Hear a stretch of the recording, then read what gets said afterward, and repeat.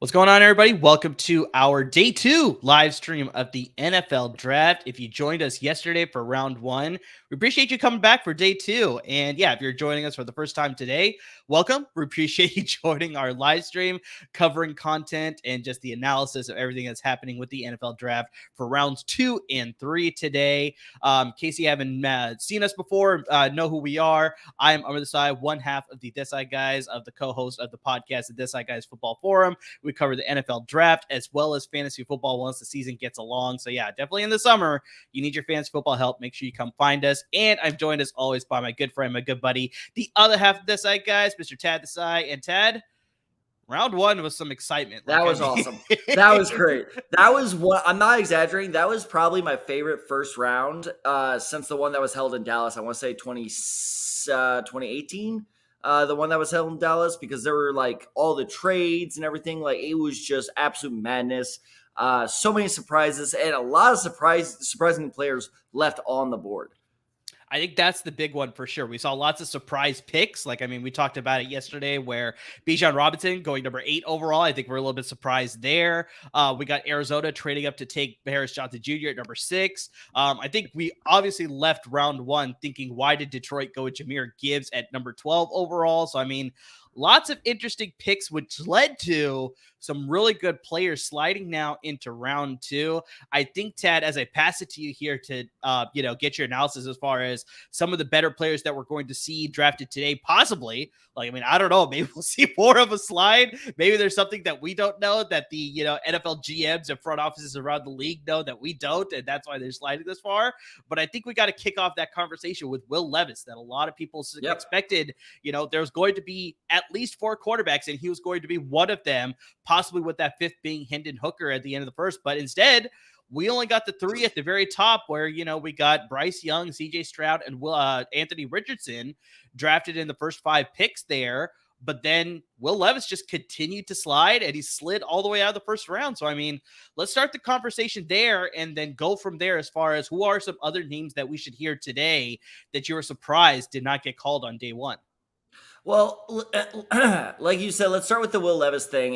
I think a lot of it is, it's not his fault, to be honest. I think a lot of it is just the result of the draft machine, of the fact that we had 3 and 4 months leading up to the draft, because, just a couple months before bowl season in December, Will Levis was being looked at as a potential first rounder, not even a potential top 10, pick. And I think just, as the draft talk builds and builds and builds, naturally a quarterback, this reminds me a lot of Malik Willis from last year, is you're going to have a quarterback that just naturally gets talked in to the first round conversation, even if teams don't agree that he's supposed to be there.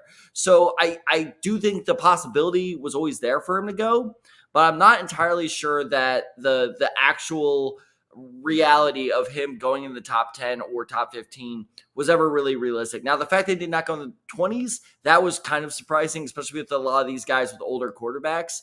And also, I think another factor is, from reports that have come out since last month, really, he does not interview well. So I think that was probably apparently one thing he does really well is eat overripe bananas with the peel off. Like in one bite. That's one thing he does really well. I saw something on a Colts page a couple days ago where it was like the Colts are very interested in Will Levis, which tells you all the bullshit rumors flying around, because clearly that and of course the mayo in his coffee, which I don't understand. Well, and so on that post saying they were very interested in Will Levis, one of the Facebook commenters said all the nose tackle needs to do is throw milk at him and the game is over. So he's just accurate. It sounds like he's kind of an odd dude. I don't know how much of that is true or not, but I don't think he interviewed very well, and I don't think he was ever really considered a top 3 quarterback by really any team. So again, I was saying this, towards the end of our stream last night, is if you ask me, players I'm most shocked that have slipped, I'm not even sure Levis breaks my top 3. Because every year there's a quarterback that people hype up that slipped.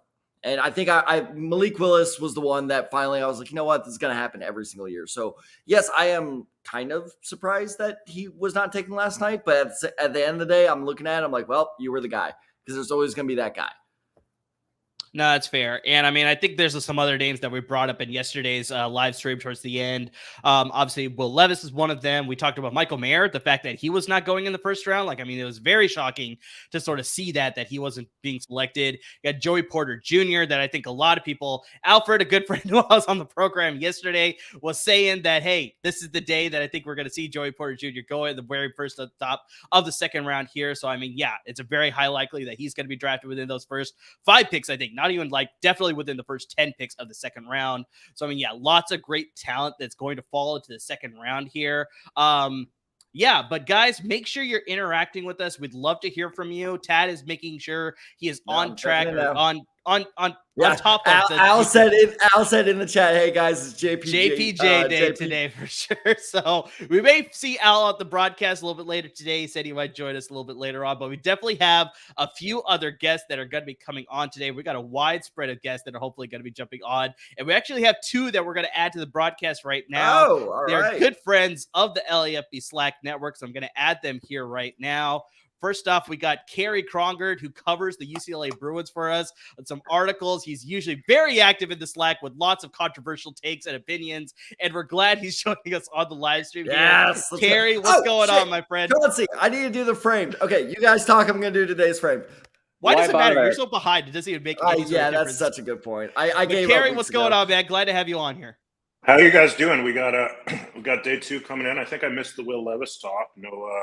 No Levis yet. Waiting for him to drop, but that may be a while here. Well, before it goes on, the Steelers are officially on the clock, so round 2 has begun.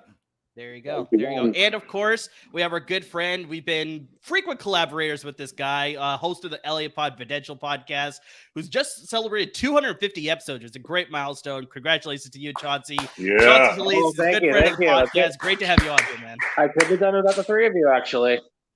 I highly doubt that, but we appreciate it nonetheless. Exactly. Yeah, I think you have 4 or 5 times. Kerry twice, maybe 3 times. I think we have done it without the 3 of us for the majority of it, actually.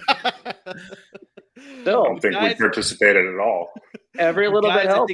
I think we should have a good round 2. Like I said, there's a lot of great talent that's still on the board here. Like Tad said, we got Pittsburgh on the clock officially here. There's actually talk, Tad, that they may have taken Joey Porter Jr. last night's, first round, that possibly he was a candidate there. But yeah, with them here now. And I remember, Tad, we were sort of discussing why is Pittsburgh on the clock here at the very top of the second round. It's because of the Chase Claypool trade. So they traded him to Chicago, and they got this pick in return. So it was a high-end second round pick here. Wow. So I mean, Pittsburgh won that trade.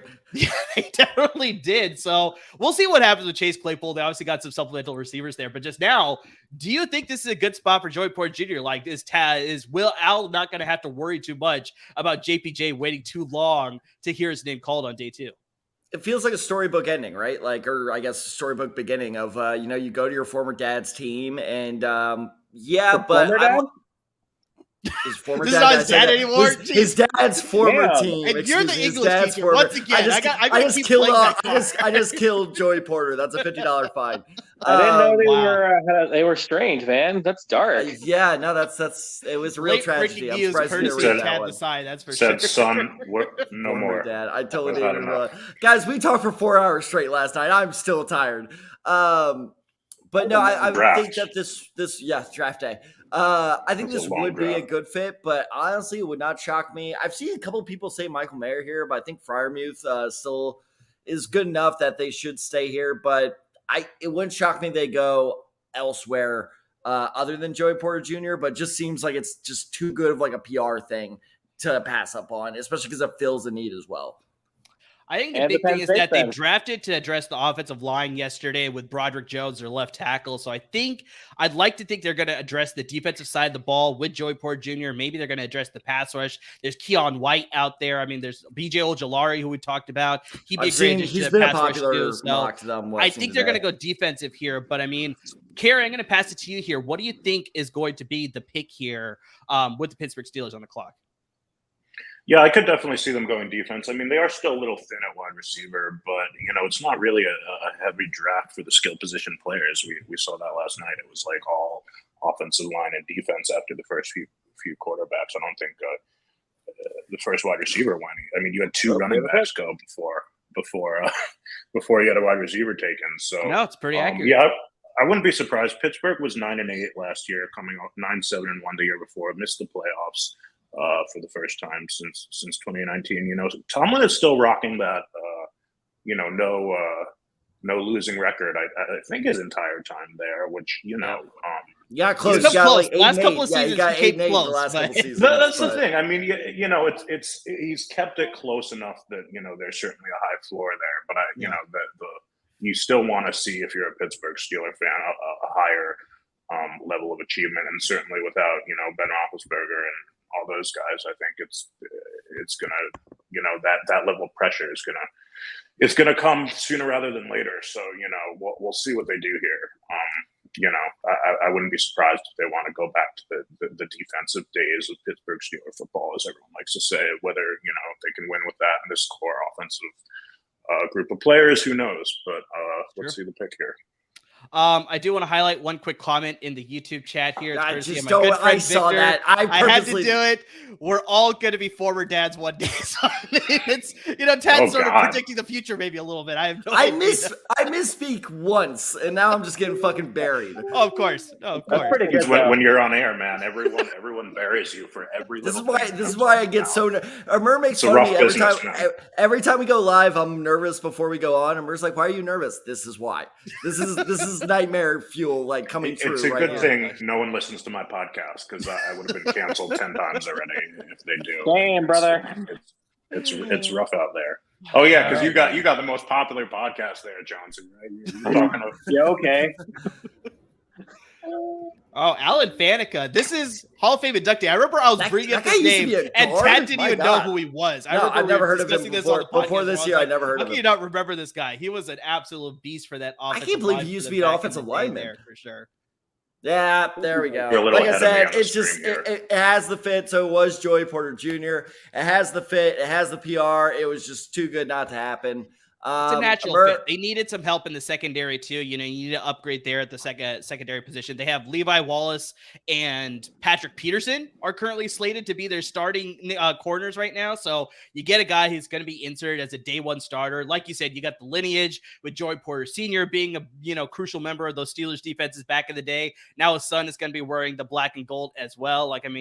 Excellent fit here. He's going to upgrade that defense, like Carrie was sort of mentioning. Go back to those throwback days where it's like, Tad, we talked about this on the podcast so many times. You go to the AFC North, you know how to run the ball, and you know how to play good defenses. That's exactly what Pittsburgh did here, upgrade their defense here. But just Chauncey, I know you're not a big draft guy, but how do you feel about the Steelers upgrading their defense here with Joey Porter Jr.? Well, first of all, it's black and yellow. Learn from your kid, Cuddy. That's true. That's my bad. Two, this is a home run. Joey Porter Jr., so you get a former Steeler, and he went to Penn State, so he's an in-state guy. True, very true. Done. No, but they're for real though. This is a really good pick. This was super smart. Their secondary still needed work. Obviously, they're in the same division as Joe Burrow and Lamar Jackson, and I guess Deshaun Watson legally, but I'm accurate. They have three quarterbacks who can bomb it. So why not load up on DBs? And they got 100%. Allen Robinson, so why need another receiver? The fans are going to love it too. Talk about being a future dad or former dad. This is how you know you're getting old, right? When the juniors start showing up, right? You got Marvin Harrison Jr. next year. You got Asante Samuel Jr. There are a bunch of juniors, and I feel like those guys were just. As the only current dad I can tell you right now, it sucks. It's the worst.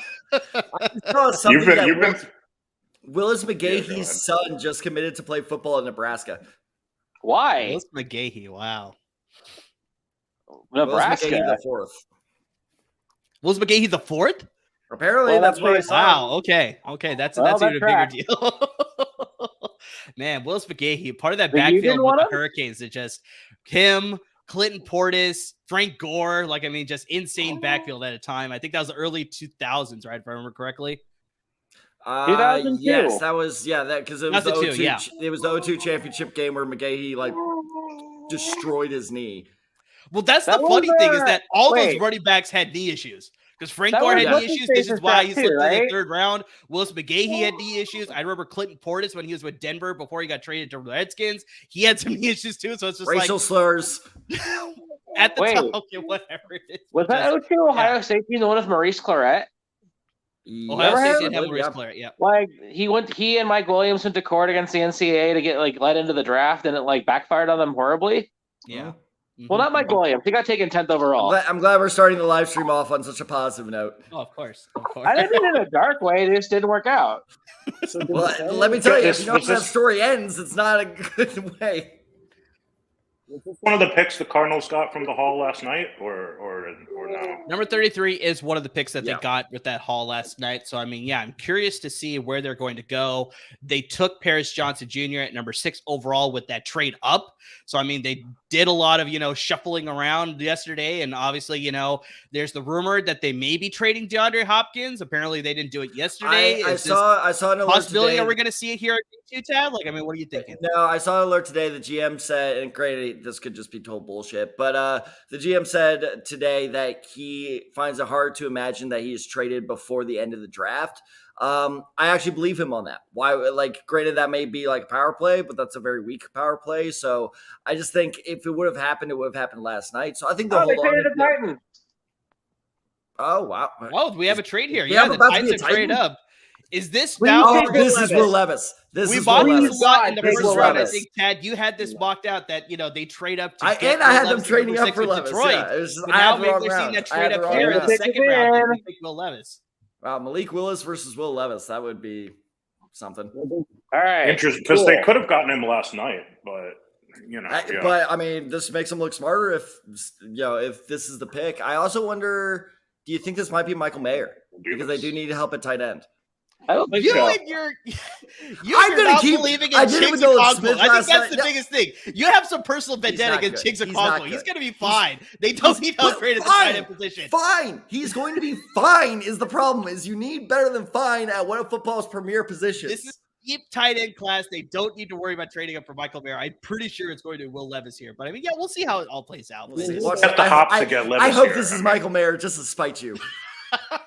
All right, so Tennessee got a third-round pick and the 33rd overall pick for the 41st overall pick, a third-round pick. So they swapped thirds, and Arizona received another third for next year. Mhm. Honestly, that's a pretty even trade. I mean, obviously That's not Arizona bad. won that because they got the extra pick, but not Yeah. like Tennessee didn't give up, a huge haul. Yeah, and Arizona's not sliding back so far that it's like they could still get a Eight pretty picks. productive player.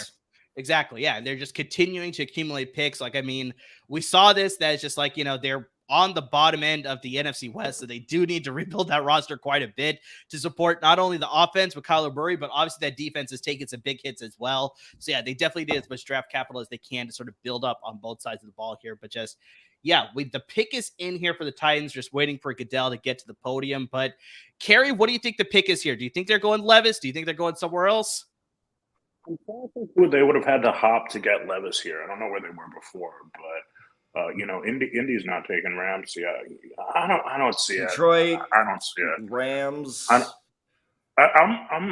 don't know where the Titans are right now. Like, I feel like they're like both like competing and There we go. rebuilding every single year. Like, They're on the treadmill of mediocrity. There we Yes, are. they took Will Levis. Thank you, Lord. So Will Levis officially off the board Oh. now. His slide is over. He is taken with the 33rd overall pick here, member of the Tennessee Titans. Like Ted, you already spoke about earlier, it's going to be a competition between him and Malik Willis now, because I think Ryan Tannehill's on the final end of his career there in Tennessee. He may land with another team eventually, but just like pretty much I think they're done there. That's the signal of this draft selection here. But just like, I think this is actually not a bad pick to select him in the second round, because Tad, we talked about this, where it's just like all these players got sort of pushed up, quarterback specifically, and maybe a lot of these guys are a little bit more project players. I mean, I think he has the talent. He could develop behind Tannehill and maybe compete with Willis, obviously, to take that second string job. And he doesn't have to worry about having that pressure starting right away, which is a good situation for him. So, I mean, I know you don't like it as a Colts fan that the Titans sort of made a good selection here, but just how do you feel about Will Levis going to the Titans officially now? Look, I've been highly critical of Will Levis this entire draft offseason, but that's because I thought he might go highly critical. I've been cordial about it for the most part. But that's because I that was him as a top 10 prospect. Now that he is going in the top 10 of the round, this is perfect. This is what exactly if the Colts did this with Anthony Richardson tonight, took him in the top 10 of the second round, I would not have just stormed off the set. I would not have just stormed off the live stream. It's the fact that these guys too. I thought you didn't want Levis. I thought you would be happy. No. Levis and Richardson are perfect second round candidates. I'm saying that they have a lot of promise, but drafting one of these guys in the top 10 would have been a massive mistake. It is a massive mistake made by Indianapolis. And yes, I am very upset because Tennessee was smart enough not to make that mistake, and they still got their guy. So you wouldn't have had a QB if you didn't take him at 4. So we have Minshew. Minshew's better than Richardson. But that's a separate argument. So I do really like this pick for Tennessee because yes, now they have a developmental guy. We said this at least 3 times last night. The pressure is now off Will Levis for the most part. There's still obviously some pressure there, but it's not going to be nearly the same tune as now the pressure on, say, Anthony Richardson because of where he was drafted. Plus, as Al was saying last night, you just saved yourself a bunch of money on your quarterback too. So I do really like this pick. There's a lot to work on with Will Levis, but now that he can develop and not have any pressure, making his first appearance, by the way, I think that this is a very, very good pick for the Titans. Now, this will be the more interesting conversation I have here. Does Ryan Tannehill start this season on the Titans roster? Yes. I don't. Man, you think they hold on to all 3? I think he has to start as the veteran move there. I think he's the more comfortable in that offense as well. So, I mean, it's like you have to get used to the fact that Malik Willis was not good last year. Now you got Will Levis, a rookie who we're talking about as a project player. So it's 100% going to be Tannehill. Also, like, you guys are much smarter than me and you watch college football. But, like, my whole impression of Will Levis is he's like a capital P project. Like, is that wrong? Richardson's the bigger project. Levis, he just needs to be able to learn how to sorry, guys. Wow. He needs to learn how to develop his game post-snap. So pre-snap, he's a very smart quarterback. But the problem is the second the play starts falling apart on him, he does not understand how to go through his reads and everything. So as long as he has capable coaching, he should be okay moving forward. I never thought I'd be giving draft analysis while my cat is trying to cuddle with me. But they're very practical because they just insert themselves directly in front of whatever you're doing to get your attention. No, I mean, look, I think Tannehill starts the year. I mean, Tannehill, say what you want about him. No one's mistaking him for Patrick Mahomes, but you can roll him out and win games with Ryan Tannehill, right? And I think I think this is a good landing spot for Levis because, again, I don't know what the future of the Titans is, but we know theoretically that as long as Vrabel is their coach, they want to start with the run on offense. They want to get in, pound it with 2 tight ends and go play action off of that. That's the system that helped Ryan Tannehill sort of turn his career around. And Levis, that was sort of what they were saying about Levis. That's the kind of system he needed to be in, right? Because he's not great late in the down. He's not a super great pocket mover in terms of processing coverages super quickly. You want him in that system where it's an either or play action system. Obviously, theoretically, all quarterbacks want that system, but there are some who require it more than others. So, in this situation, I think it's, if they're able to keep that running game going, I think it's a good spot for him. And we know Vrabel's a bit of an old school guy, probably likes the, tall, strong armed pocket guys. In terms of I lost my train of thought. That's why I don't do live. Sorry, that's probably my fault. It's all right. But, Kerry, I think we understand that. I think this is a good fit with Tennessee. But I do want to get to the next pick here because Detroit was on the clock and they had the option to take, they could have gone in a couple of different directions, but I think, Tad, we highlighted that tight end was a position of need. That's an interesting pick. But they didn't go with, I think, arguably, like we talked about, the best tight end in this year's draft class, Michael Mayer. They went a little bit further down that board, and as much as I love Iowa tight ends, Tad, George Kittle being a former Iowa tight end, they went with Sam Laporta out of Iowa, who's a very good tight end, but just – I think you see Darnell Washington with, the big body. I know you're a huge fan of his with the high level ceiling there, the big body being physical in the run game. He needs to develop a little bit more, right? But maybe, they see it here where it's like you get a good all around type of player that, Laporta is just, like I said, we've had a lot of lineage from Iowa as far as good tight ends with Dallas Clark and George Kittle, Noah Fant, TJ Hawkinson. So maybe they had TJ Hawkinson on their roster before, right? So maybe they're going back to that same well of Iowa and Sam Laporta. But I know you had your hands in your face because I think you saw Laporta went there instead. No, that was not Laporta. Look who's on the clock right that's now. Not what happened. The Raiders traded. The Raiders have just traded up. Okay. But really quick, before we get to the Raiders news, I mean, what do you think about Laporta over Michael Mayer? It was funny because I was looking up your tight end rankings to compare them to mine. We both had Laporta at number 5. That is something we actually agreed on. So the fact that there are 4 better players out there right now that we ranked above him is interesting. I like Laporta. I think my problem with him is I think his ceiling's pretty limited. I didn't see anything he could really grow in his game. His game is good. It's solid, but there was not much, there. I was like, oh, we can really like expand on this, or we can really, this is a coachable thing. It was more of like, okay, this is what he is a solid number 2 tight end. So maybe, Dan Campbell disagrees. Honestly, I like Luke Musgrave more than Laporta. I'm not even going to bring up, the tight end that starts with M because apparently I'm bringing him up too much. But Darnell Washington would have been a fascinating fit with the Detroit Lions. I don't hate the position selection, but I do hate I shouldn't say hate the player, but I do question the player selection here. It's like that lowers it to like a C minus for me. Yeah, exactly. But now I want to jump to the Raiders here. Kerry, I want to bring you into the conversation here. Why do you think the Raiders made this trade up? Is it because the Lions went with Sam Laporta over Michael Mayer, or do you think it's they're looking for another position? They did draft Tyree Wilson last night with the number 7 overall pick. So do you think they addressed the tight end position because they did trade Darren Waller, or they're looking at something else? What do you think, Kerry? I think it's very, generous of you to toss the mic to me. I have no idea. I'll be honest. It's all right. It's good to be honest too. I didn't go deep into draft prep either for this one. Okay, no worries. I don't know. No worries. I like hanging out with you guys. I don't have a lot of friends. Just here for the ride. I don't know what Josh. Also, I can't read Josh McDaniel's mind. But going back to the Lions, I don't think anybody could. If you could, you'd be a very, very rich man. Yep, there we go. Not to just go too far into the past, but I thought they made an interesting pick last night as well. Mayer. All right. Oh, well, there you go. Exactly. We got Michael Mayer. I think finally, Tad, you can stop clamoring for this guy to be drafted. He is landing there with the Las Vegas Raiders. Like we talked about, the trade of Darren Waller to the New York Giants, I think that opened up a hole at the tight end position. They did sign Austin Hooper, but I think you need to get younger at the position. Austin Hooper is just not the same guy that he is. I think they are taking sort of like reclamation project with OJ Howard too, but there's no guarantee that he's going to, fit as well as far as reclaiming the youth and just the talent that he had at the University of Alabama. If OJ Howard was a preseason cut. It could be. Very well could be, especially now, I think, with this selection here of Michael Mayer. But it's just I think, like I said, a lot of people had this guy at number 1 on their respective draft rankings at the tight end position specifically. You and me both.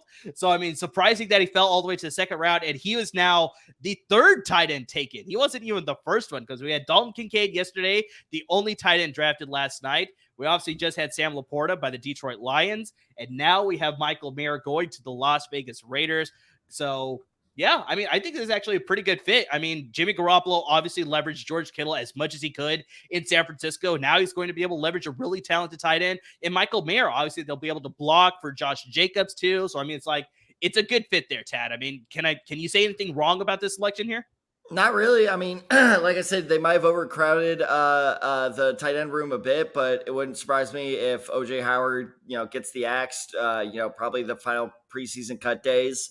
Have they announced who's gotten Hard Knocks yet? Because that would be a key Hard Knock. If Hard Knocks goes to Vegas, that'd be a key storyline of which tight end stays. Because obviously Michael Mayer is not going to stay. Now it's a race between Hooper and Howard, but. No, this is a dream scenario for Las Vegas because they traded Darren Waller. It seems like that relationship was pretty done. They seem pretty sick of each other. So they just got their tight end in the future to replace him. Now, am I saying Michael Mayer is going to be the next Darren Waller? I hope so because I do obviously really like him as a prospect. But, this is a good prospect to bet on replacing him just, weeks, months after you traded him. So I think this was a great scenario for the Raiders. And honestly, because I was reading all the articles this morning of winners and losers from this year's draft, especially with this pick, Raiders are climbing their ways into, my early winners so far. Because I love the pick of Tyree Wilson and I love this pick and they're drafting well so far. Yeah, Chauncey, I don't know if you're there or not, but we'd love to hear your thoughts. Okay, all right. We don't see you on video often, so that's why I just wanted to I am multitasking right now, to be honest. I am trying to keep my son quiet, so I'm totally dipping after the Rams make their pick, which I'm surprised. I thought they were going to trade it. No, I didn't. No, there's some good players here available. Like, I mean, looking at their fits, like, I mean, they could use a safety. Brian Branch is still out there. They could use some line help, obviously. So Steve Avila, really good. I mean, Tad knows about Steve Avila being from TCU. He's a really good interior offensive lineman. So for him to go to the Rams, like, that's an excellent pick. But Chauncey, you're a Rams guy. So what do you think the Rams are like? What's the main addressing point for the Rams here at number 36 overall? Because the pick is in. Hendon Hooker. Certainly not Will Levis. Like, there was a lot of chatter about that last night, and I was losing my damn mind. I'm like, what is wrong with you? Hold on. You complained that, they took Tutu Atwell over Creed Humphrey. Oh, this is the worst thing in the world. Now it's like, take Will Levis over, like, people that can actually play day one. Like, what the hell? Like, Rams Twitter sucks. I hate it. I really hate it. Chauncey just went Hulk mode. He did. No, there's there's smart people, then there's like people that just talk shit and like think, we're gonna be bad, so just take a quarterback now. It's like, you won't play for 3 years. Like, stop it. Like, just stop it. Like, you complain about not having a pass rusher or an offensive lineman for an entire year and a half, and now you want to take a quarterback, whatever. They didn't do it, so I'm happy, and I feel vindicated. As far as pass rusher or corner, honestly, if they take a safety, yay. But I don't think there's any good offensive linemen like in this range, right? That's what I've understood. Steve Avila. Come on, Steve Avila. Well, as far as interior offensive linemen, there's a lot of great ones. I think the tackles, you may be reaching a little bit here. But yeah, just like Tad said, Osiris Torrance out of Florida, probably the highest ranked interior offensive lineman there. I think you could justify Cody Mock here. Cody Mock would be an excellent selection as well. Like we talked about, Steve Avila out of TCU. Joe Tippmann, the center out of Wisconsin. I think he'd be a good fit with Los Angeles as well. Some people like John Michael Schmitz out of Minnesota a little bit higher, but I think he's not a bad pick either. So, I mean, there's some good interior offensive lineman, Chauncey. I think the tackle position, you might be reaching here a little bit. Okay. But, yeah. All right. Well, let's see what they did. I'm hoping they don't screw this up. I wrote a piece on LAFBnetwork.com actually today about how this is a big make or break draft for Les Snead. Very true. Very true. With them hanging on to Breaking Bad thing because they had their thing today. They had their draft lab. Oh, we took a guard. What happens here? Was it Torrance? I'm behind a little bit. I don't know. My friend Instagrammed me, so I was like, it was just a guard. I'm like, uh-oh. Hey, Torrey Holt. I played catch. Torrey Holt making the pick here. That's an excellent throw. Should be a Hall of Famer. Damn it. Yes, he should. He absolutely should. Yes. Let's go, Vila. All right. I like it. We got the interior offensive lineman, Steve Avila out of TCU. Yeah, go ahead, Mike. Sell me on Steve Avila. Okay, so as you can see in the tape right here, he is one of the most aggressive guards I've ever seen in my life, and not just his aggressiveness, because I know that is like, of course, all offensive linemen are aggressive. That's what they do. I will tell you, the moment that sold me on him as an NFL prospect was in the Fiesta Bowl against Michigan. There's a great, and Chauncey, I'll find it, I'll send it to you.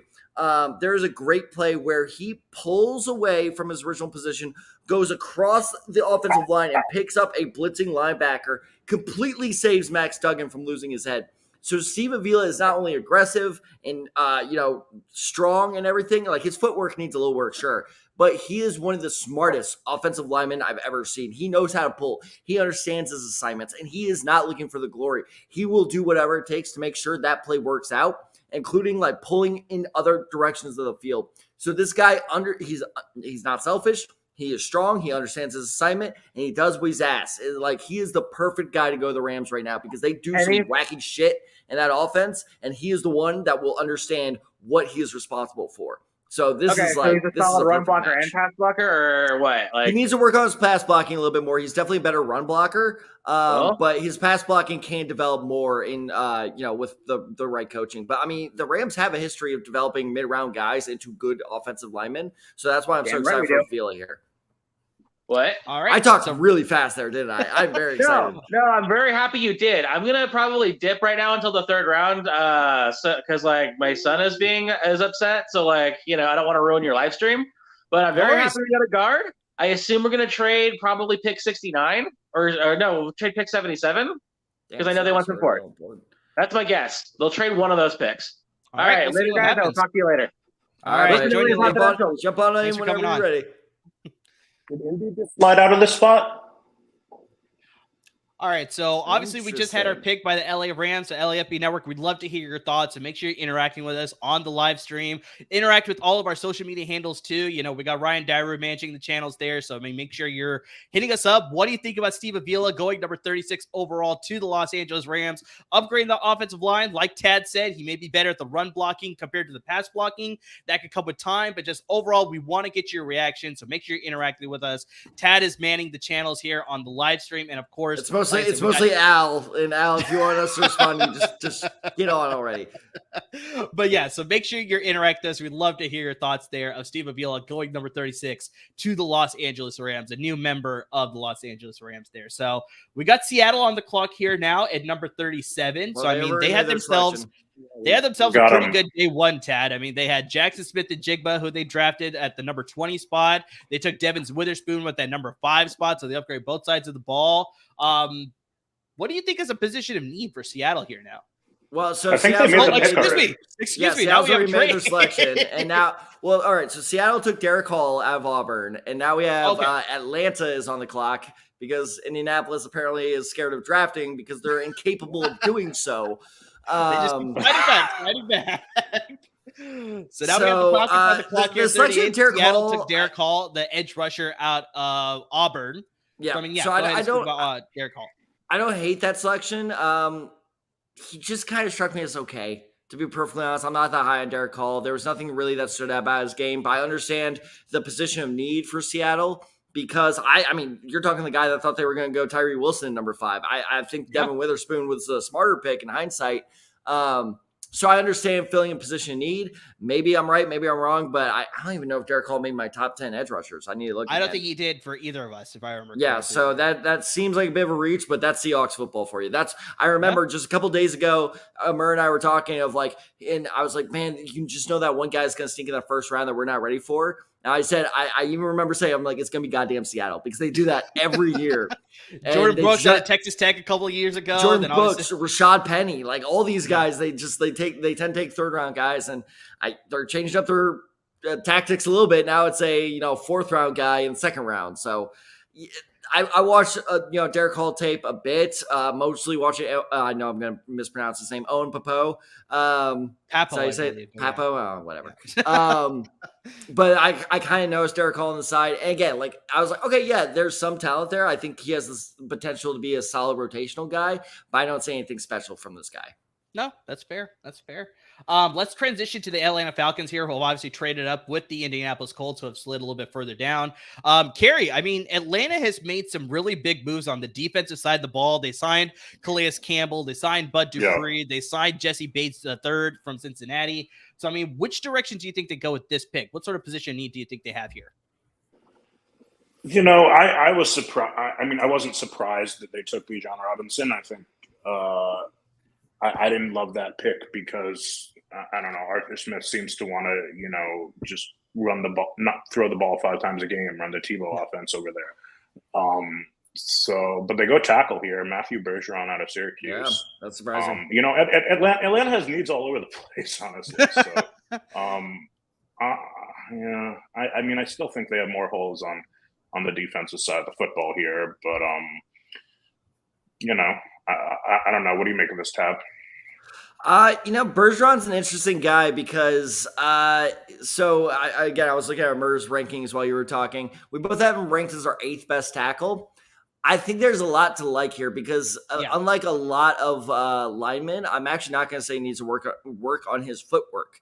His biggest lack is his strength. He tends to be very vulnerable to those bull rushers, but honestly, that's a weird switch from the typical, tackle complaints in the draft. So, because strength is very, very easy. Okay, now, well, if you don't agree, then just say so. But strength is something very easily, a very easy fix at the NFL level. So that's why I think he's going so early now, despite him being our 8th ranked tackle. Also, not to mention, there was a run on tackles very late in the draft last night. So if Atlanta was like, we like this guy and we don't think he's going to be here in the 3rd round, because honestly, I don't think Bergeron was going to last till the 3rd round. You reached a little bit, but you go for it, especially considering they traded up. They were scared of somebody taking him. So I don't hate it, but you got to make sure you coach this guy up correctly. Although I will say strength is a little less important when you're running zone, right? Yeah. You know, Yeah, it's absolutely. so if that's the weakness there, and go ahead, Well, Amar. it falls into is because he goes very high on his blocks, so that's why strength is so important. Because all right, dude, if you don't want to fix your technique, because I don't know, something about that, like his technique is so bad at times. I'm just like, I don't know if you can coach that out of him. Now, if you beef him up, that will make up for that. But like he always goes very high on his blocks, which is why he's so susceptible to bull rushers, because they'll do the thing that's technically holding, but they'll hide it from the refs, or they'll grab him and like push him back. And so it's like, can he fix that? And there are many ways to fix that. But again, he's a highly developmental guy, but I see the promise there. I don't hate it. I love it. I'll give it a B. Yeah, I think the big thing here is that they have a pretty solid offensive line. I wouldn't say it's one of the best, but when you look in that NFC South, I mean, once again, we're going to bring up how weak this division is, unfortunately, getting into 2023. They have a very competitive offensive line, but I think you select a guy like Bergeron here who can either like we talked about with Al yesterday, where it's like you just throw him to the Wolves and he sort of develops as he gets live reps in every game action, or they let him sit. Because, I mean, if you look at the starting offensive line right now, Jake Matthews, pretty solid left tackle. Matt Hennessy, not a bad guard there. You got Drew Dahlman, who's a developmental center there. Chris Lindstrom's an excellent right guard. And Cale McGarry has been a pretty good right tackle too. So, I mean, like I said, it's an above average offensive line. So you insert Bergeron now, who can potentially develop into one of those starting tackle pieces, because Jake Matthews is getting up there in years. He's not going to play forever. So, I mean, you may get maybe 2 or 3 more seasons out of him, and then he's probably going to be either a cap casualty or he may decide to retire too. So it's like now you got Bergeron developing behind 2 of these stud tackles that you have, and eventually he could replace one of those guys, and you could use that in trade bait then too, possibly. So that's why I think they went with Bergeron here, because exactly like I said, I think there's a lot to like with him, and there's a lot you could develop with him too. So I think he lands in the right spot, especially like we talked about. Arthur Smith likes to pound the football. I think he could develop that with him here, and he could become an excellent piece maybe down the road. Maybe not early in his career, but down the road for sure. So what do you think Yeah, go ahead. Yeah, I want to get your opinions on some things. So not just with LA, just overall, what was your favorite pick from last night, and what was your least favorite pick from last night? I'm so bad at these types of questions. Oh, come on, you can do it. Have some confidence, man. We're growing the confidence here. Exactly. I mean, I think I'll just give you some general ones here, some sure, I'll take general. Obvious stuff. But I think, the Eagles getting 2 more Georgia defenders after getting 2 of them last year is just, as a Giants fan, absolutely infuriating. That is true. As a Giants fan, you probably hated both of those picks. No, I mean, they're not, you always wonder if the Super Bowl loser is going to be like a one and done, or one of those, is Jalen Hurts. They had a perfect year. Is that but Howie Roseman has just been pulling the strings for a long time here, and so that's a team that's going to be around for a while. And now that they've popped the wart that was Carson Wentz at quarterback, they're good to go for a long time. I thought all the quarterback picks were good. I was surprised by the run. All of them? Are you sure about that? All the quarterback picks were good. I actually just no. I think Richardson at 3 is a good pick. I think that coaching staff is going to scheme out. Look, here's the thing, Pat. I don't like. How dare you? The whole what round should they have drafted him? Like, that doesn't matter if they become an elite quarterback. If they become an elite quarterback, you don't care when they drafted. If they busted, you don't care when they drafted him. So, people were saying that with Daniel Jones when they drafted him 6. Everyone was saying, oh, they could have waited until 18. I was like, if you think he's elite, draft him at 6. I just don't think he's elite. I was, like I mentioned, the Bijan Robinson and Jahmyr Gibbs pick surprised me, but the Gibbs one was weird, man. Oh, we got the Daily Show announcing the pick for the Panthers, Jonathan Stewart. Especially considering especially considering just it hasn't been a passing league what I was going to say was the Lions, especially considering, they're trying to get rid of DeAndre Swift now, but considering they just gave way too much money to David Montgomery, that pick was weird. And I mentioned the Falcons earlier, but here Carolina takes a wide receiver. This is weird. Not the fact they took a receiver, but the receiver they took. You don't like this pick here of Jonathan Mingo out of Ole Miss? No. All right, well, let's hear it then. All right. Let's hear it. You have Jalen Hyatt, you have Cedric Tillman, you have Marvin Mims, you have Josh Downs. You have so many other better receivers here. There's nothing about Mingo's game that really stands out to me. He's going to be so good after I go on this rant. But it's just, I don't know. There was nothing, again, that hold on, because this is a perfect example right here.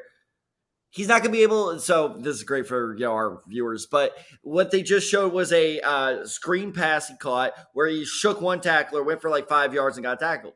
That's the best highlight NFL Network has to show. Like, there's just nothing of his game that really stands out to you. I think that he's a fine receiver. I think that physically, I'll pull up his measurables in a bit, but there's just nothing that stands out about his game. If this is a 3rd round pick, I love it. But with Cedric Tillman, Jalen Hyatt, a guy I think I should go in the 1st round, especially with guys like Adam Thielen, DJ Chark out there. Get a speedster in there, especially since you lost Christian McCaffrey. You need to add speed to this offense because Miles Sanders is not known as a speedster. It's just this feels more the same addition for Carolina. I don't love this pick, to be honest. That's fair. I think the biggest thing that I always heard with Mingo is that he comes from a school where we just had AJ Brown and DK. I hate this. This is the same. This is the same thing as all. No, that's sorry. I'm not saying he's going to become those type of receivers, but I think you see that Ole Miss has sort of found something there where it's like they get these big bodied receivers that find a way to become like sort of productive members at the NFL level. So yeah, I think the biggest thing with Mingo is once you're getting into day 2, it's more of like you get these project type players. So there's a lot of potential with Mingo. He's a big body guy. He's got some good speed. He's got some shakeability too. Like, yeah, I don't think they put together the best highlight package on NFL Network here, but I think from what I've seen on tape, I think there's a lot of potential there. And so I think as you're developing an offense there with Frank Reich, the first-year head coach, obviously now you have a rookie quarterback. I think they probably see that similar skill sets as far as like, what can we pair with Bryce Young? Obviously you got some veteran good receivers there that you don't need Mingo to be productive right now, right? So it's like you got Adam Thielen, you got DJ Chark. They still have Terrace Marshall, who was a high pick from LSU a couple of years ago, right? Shit, so I think they got some good pieces there that they don't need Mingo to be a day 1 productive piece. So I think they could use him, develop him under these veteran receivers. He could become a better receiver. Now, I'm not saying his ceiling is very high, but I think he could become a very productive number 2 receiver in the NFL for sure. See, and I think the Terrace Marshall thing is interesting because I've been burned by this a lot of like, oh, this is a solid 2nd round receiver, and they just don't turn out all that well. And he may not because like I said, that's the thing. The biggest thing is he's a project player, so I mean he does need some work behind him. But I think landing in Carolina is a pretty good situation. Like it's a great landing spot for him. I'm just not sure about the fit for Carolina. Yeah, so I mean, we'll see. That was really good at LSU, but their passing game was, again, like you said, it could be a wash. But Carolina's passing game has been such a mess for years now.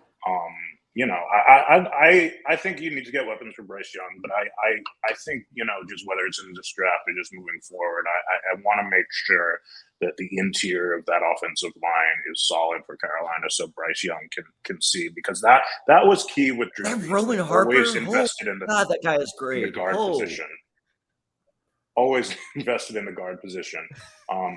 So, I think they have a pretty above average line there in Carolina, Carey. Yeah, so I mean, I think it's just we're going to see how it all plays out, obviously. But now we have their division rivals, the New Orleans Saints, on the clock with Tad already highlighted by being presented by Father Time over here, presenting the pick here for the New Orleans Saints. He's going a little bit of a diatribe here, but I think he's about to make the pick selection here, number 40 overall.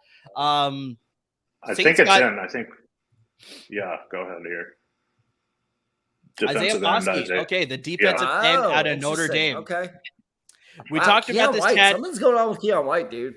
We talked about this, Tad, yesterday. That's like, the Saints sort of operate like a college team where it's like they're always in cap hell and they just sort of let some of their free agents walk because they can't afford to pay for them, right? So now they're doing the same thing. They got Brian Brees yesterday at the defensive tackle position. Now you shore up the defensive line again with Isaiah Foskey, who I liked coming out of, the pre-combine sort of the Senior Bowl, like all the draft bowl games that they have, sort of, the Shrine Bowl, the East-West Shrine, the Shrine Bowl, the PAA Collegiate Bowl, the Senior Bowl, all that stuff. So after those games happen, Isaiah Foskey is one of those guys that I highlight is like, if he could have a good combine, he could become one of those early risers as the season goes along. He had a pretty good combine. I think you see the talent there coming from Notre Dame. I think you just worry about consistency with him because there's times where you see it in a bunch of games where it's like, this guy's an animal. He's got first-round talent. There are other times where you just don't see it enough where you're like, okay, I think this guy's going to project as like a 3rd or 4th round type of guy. And so I think here in the 2nd round, you got that good compromise. So it's like, I think you see that scouts and GMs probably evaluate him. That's like, I think we need to just develop his motor a little bit more, refine his technique. I think that's pretty standard with a lot of these prospects, but just landing in New Orleans, he's got a lot of great talent there around him to support, to be a good rotational piece. So Foskey in New Orleans is actually not a bad pick here. See, this is actually the rare case where I'm going to say the second to mid round pass rusher does not need to refine his technique. This dude, Okay. I think his technique is actually pretty solid. Yes, it could use some improvement, but this is the first guy where I'm like, you know what? Honestly, your moves are pretty good. Your skill set's pretty good. I think what he does need to improve is his strength. That's what worries me the most. Is I think he tends to get swallowed by guys like, I mean, going back to last night, Darnell Wright, Broderick Jones. I'm worried about just even against rookie tackles that are a little stronger, a little bit more athletic. Can he beat them? I think right now the answer to that is no. So this is actually why I don't mind this pick, is because, again, that is pretty easy to coach up, of just like develop bull rushing techniques is much easier to coach up than how to properly use your hands. And it seems that he actually knows how to do that. I like this pick a lot. He does, and we're going to say this with every pick in the second round. That's why they're second rounders. He does need some development, but in terms of the pass rushers on the board, I think this is why he went above Keon Wright or White, excuse me. Keon White, White. I think the amount of development needed for him is much lesser so. I think this he could be a sneaky impact rookie year. Could be one of the sleeper picks here in the second round. So we got the Cardinals on the clock again. They got that. They got that trade backs and stuff. So I mean, they got that pick in fast. So it looks like it's going to be a live pick. So I think we're going somewhere else here, but just round 2 shaping up. I think we saw lots of that talent that we were talking about as far as slipping out of the first round, going into the second round. Most of those guys have been selected here. We haven't had a safety yet, Tad. So I mean, it's like you're looking at Arizona with the Buda Baker wants to be traded. So I mean, like maybe this is sort of a pick to sort of replace him. Maybe they find a trade piece in the draft offseason here. In the offseason in general in the summer here. So maybe they find a trade piece to trade Buda Baker and they replace him here with Brian Branch out of Alabama, maybe Antonio Johnson out of Texas A&M, Jordan Battle out of Alabama. I mean, there's a lot of other guys too that they could take there, but I think it's pretty clear that Brian Branch is the best safety in this class. But just clearly you're throwing up the timeout here, so you got an issue with anything. I'm so sorry. Yes, I have a massive issue with something, not draft related. The Memphis USFL team is then named the Memphis Showboats. Oh, that's old news. Yeah. That's horrific. That's old news. I did not know that. That is horrific. What in the world was the owner I'm just now learning this fact. That is maybe the worst team name I've ever seen in my entire life. Coming to you now, where you there was a commercial for the USFL. No, there was a commercial for the USFL, and I kind of, while Amir was talking, I looked up. I was like, "Did that just say Showboats?" I'm like, "No, I misread that." And then at the end, they showed the lineup of games. I'm like, "No, they're the Showboats." That is so bad. I thought do a podcast just tier list ranking all the team names in the USFL and the XFL. I think that. Oh well, I mean, obviously, Battlehawks is number one. Which, by the way, I'm glad we're in agreement on that. I forgot to mention, by the way, Amir, I don't know if you know this, but one of the guys we brought up during draft trivia, which, by the way, I still have a lot of questions left. So if we want to kick it to draft trivia at any time, just let me know. Anthony Becht, one of the 4 first-round picks by the New York Jets, is the head coach of the St. Louis Battlehawks. I knew he was the head coach in the XFL, but okay, I didn't realize this was with the Battlehawks. Okay, yeah, because he played 1 year for the Rams, like 2005 or something. Yeah. There you go. The Cardinals, right? He's a tight end for the Cardinals. He might have been one of his later stops. Yeah, but, he played. Yeah, he bounced around to a couple teams in the later years, but I realized he was a first round pick. Battlehawks number 1. Is Armada still a thing? Because that was always a cool name. Aeneas Williams making the pick here for the Arizona Cardinals. I think I'll stay here until Indy just to see the reaction from Tab. No worries. Yeah, it better be good. Unless, of course, they trade down for the 4th time. I know. Just keep carry on forever until that pick happens. Yeah, I don't have anything to do. Green Bay has 2 picks in the next 4, which is interesting. Yeah, that'll be interesting. I think because of the trade with the New York Jets, because of Aaron Rodgers going to be a member of the New York Jets now. That's so exactly, they have this is 13 and 15. Round. Yep. Oh, great at some pick. point. Great pick. BJ Ojolari is an excellent pick here because, like we talked about, he might have been slipping into the end of the first round. It ended up being Felix Anudike-Uzomah, who went to the Kansas City Chiefs there at number 31. But yeah, BJ Ojolari going at the top of the second. I think this is a guy had a very late rise in his draft stock as we're getting close to the draft, because I think a lot of people are like you're seeing it, where you see the strength, you see the agility, you see that great spin move that they just showed on the network here. I think just you come from a pedigree of LSU where they produce some pretty good defenders there. BJ Ojolari becomes another one there. I think it's It's his brother or its cousin, Azeez Ojulari, who plays I with the believe Giants it's right now. his cousin. I believe it's His cousin? Okay. Okay. So, Yeah. he's got some family ties in the NFL already. So, I mean, that's Bloodlines. going to be So, yeah, BJ Ojulari going to the Cardinals. They need some help at the Panthers department for sure. So, I mean, I think this is a good fit here of Ojulari going to the Cardinals. I mean, I remember we did an edge rusher episode, and one of the things we did here's our top 5. Here's a guy that we think is overrated. Here's a guy we think is underrated. Ojulari was my pick for underrated player. This guy has the quickest reaction off the snap than any edge rusher, including Will Anderson, in this year's draft. I don't know how he does it. The second that ball is snapped, he's going. It's insane. He has a great arsenal of pass moves. It's actually going back to I'm blinking on his name because I'm so excited that Ojulari just got drafted. The last guy we were talking about, where this is the rare case where I don't say he needs to refine his technique. I'm not saying Foskey. Thank you. I just realized as soon as I said that. You see, Jesus Christ, Green Bay's already up. But yeah, no, I love this Ojulari pick so much with the Cardinals. Green Bay finally draft a receiver here, and if doing so, it's Green Bay. They're not going to draft a receiver until the nuclear holocaust. They did take a pass catcher here, and I think this is a pretty good pass catcher. I like this because pick. on my tight end draft rankings, this is your guy. So on my tight end draft rankings, I had him higher than Darnell Washington when a lot of people had Darnell Washington higher. So I think you see more of the receiving ability with Luke Musgrave. He's a little bit more developed of prospect compared to Darnell Washington, which is why I had him at number 3 compared to having Darnell Washington at number 3, which is on your draft rankings there. So I think you look at Green Bay, they need to make sure that Jordan Love has enough weapons to produce in that offense because he is the guy now. So I think you need to see what you have there. Robert Tonyan is no longer a member of the Green Bay Packers. I don't know where he signed, but he is no longer with the Packers, that's for sure. So they needed to upgrade at this position for sure. Luke Musgrave, like I said, I think you see it there where it's like the blocking ability is there, but that's not his forte. He's definitely more of a receiving threat, but I think he's more of a blocker compared to Dalton Kincaid when we were talking about him yesterday. That Dalton Kincaid is like Robert purely a receiving threat. He's a bear. Oh, that's very interesting. I did not know that Robert either. Tonyan is a bear. But yeah, Luke Musgrave, I'm a huge fan of his. I think he suffered some injuries, which is obviously why his stock dripped a little bit lower here. But yeah, I like him landing in Green Bay. I think they definitely need that receiving threat at the tight end position. He's going to be a day 1 starter for him. The first thing that you got to bring up with Musgrave is his size, 6'5", 250. Weirdly, he's 250, but he looks skinny as shit. That's a weird thing about him. They just tried to pick him very odd. In his home. He looked very like if you told me that's just a super tall receiver, I would have believed you. But that's the way Oregon State used him too, though. Yeah, and so that's why. And I had this in my notes for him. Is the way I think he will be used in the NFL. He's Mike Gesicki 2.0. So I think that he is. I don't trust him as a blocker very much, but that's okay. You don't need every tight end you draft to be a blocker. There's a ton of promise here. Now, he did only play 2 games in his senior season due to injury, which is probably why he was not first rounder. I really do think if he was healthy his entire senior year, he would have gone to the Senior Bowl, would have killed it there, and probably would have ended up slipping in that late second round, or late first round, excuse me.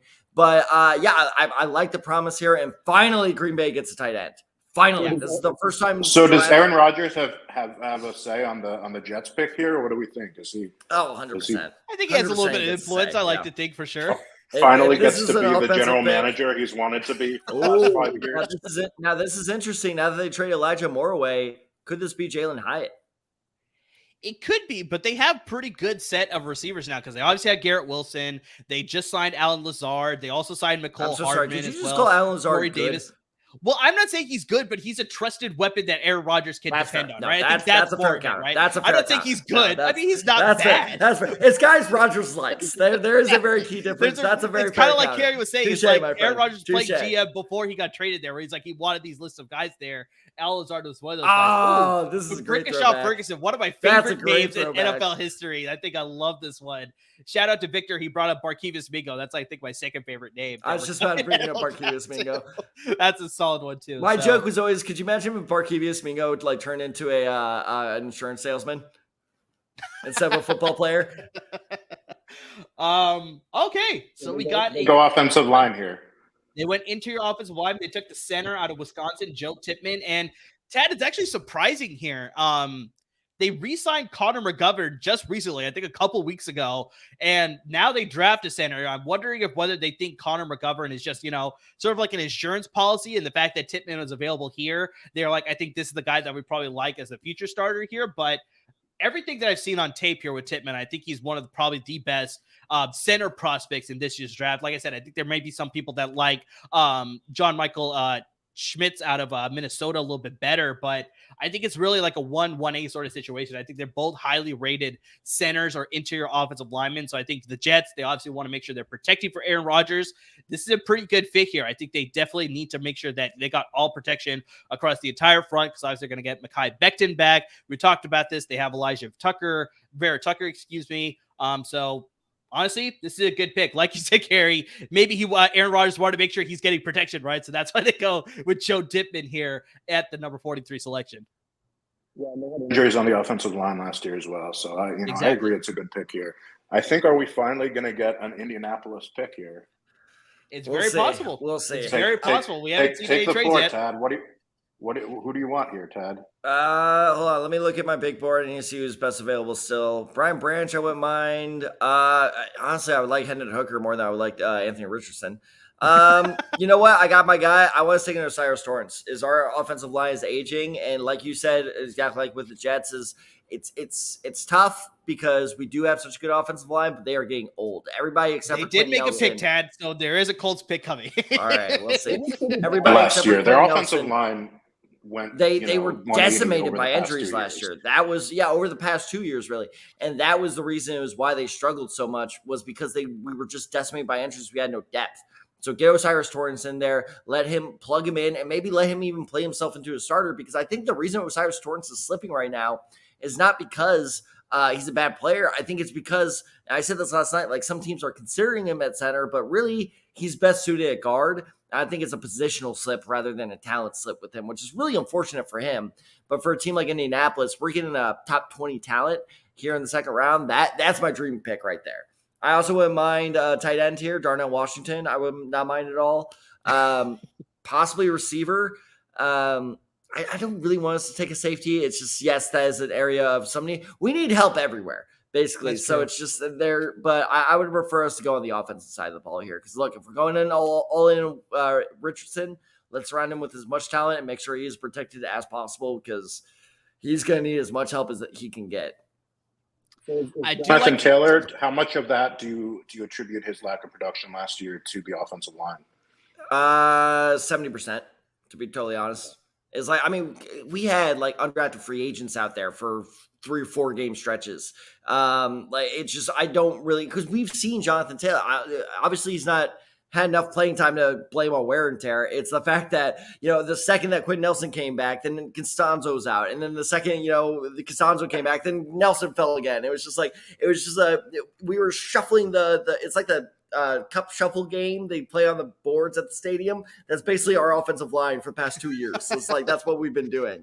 And so it's just, I don't know if it's a strength and conditioning thing. I don't know if it's just shit luck, but it's something we got to fix, because we cannot keep, just playing shuffleboard with our offensive line. So that's why I wouldn't mind Osiris Torrance. He finally, would provide some stability, whether he's the starter or just a backup that can play guard or center. And so he provides the interior stability there. So I really hope that's the pick here. Keely Ringo, that's a personal favorite pick of mine. Just we don't really need a corner, but that would be fun. No, but I think you look at their offensive line, Ted, and it's like, obviously they're locked up with Quentin Nelson at left guard, but I think at right guard with Will Freeze, I think is how you pronounce his last name. I think you can just upgrade there. Osiris Torrance, I think, would be a better upgrade over Will Freeze at that right guard position there. Automatically secure your interior offensive line there. And so lots of those inside tackle runs for Jonathan Taylor. I think, like you're saying, why do we get Goodell? What the fuck? So we don't get a player? I guess you don't have anybody famous enough to want to come on to that. I don't know. Robert Mathis, Bob Sanders, Dallas Clark, we were talking about last night. No one wanted to show their face for this. All right, I'll take it. I like this pick. I like this. This is one of my favorite corners. Yeah, actually. This guy's physicality, I fucking love it. Like, he is Julius Brents, the corner out of Kansas State. I think he's a lot of people's picks be one of the sleeper cornerbacks in this year's draft. You can see the hard-hitting play there. He's got good size. I think he's got aggressiveness. Or I think he locked locked up Quentin Johnston a couple of times when they're playing in that Big 12 championship game, right? Shut your mouth. We don't talk about they're that. showing the highlights right now. He got the pick of him in the red zone. Like, I mean, I sort of speaking into the universe, but I mean, this is a guy that has got a lot of talent. I think there's a lot of things that unfortunately he needs to fix up as well. That's why he slides into the second round, but he's a guy that I think he can develop into a very good starter in the NFL. Tad, if you want to speak a little bit more about the fit here with Indianapolis here. Well, real quick before we do, Detroit just traded in the next pick, so Detroit will be the next team selecting. But yeah, no, when it comes to Julius Brent, the more I watch him, honestly, I think he would have been higher on my cornerback rankings because people are probably like, he was number 9 on your rankings. Why are all of a sudden you're so high on him? It's because I didn't start watching him until way too soon, right before the draft, or way too late, right before the draft. Like you said, I know it's a new coaching staff, but he reminds me of the perfect Eberflus cornerback back when Eberflus was still our defensive coordinators. Just give me a physical guy. I'll teach him how to cover down the field.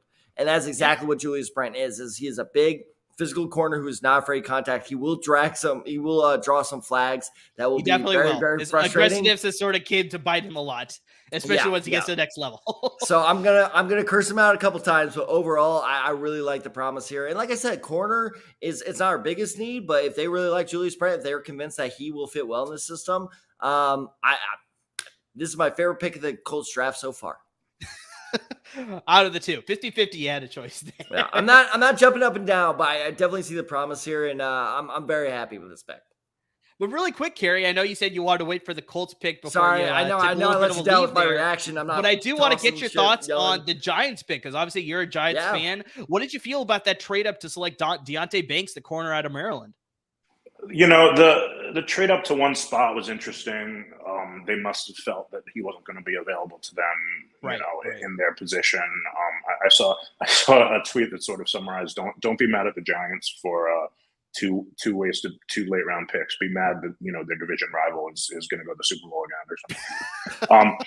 But no, look, I mean, this is a team that overachieved last year with Dable at the helm. A team that for probably too much money, but they locked up the quarterback at least for a couple of years here. I don't know if Saquon's going to play or not.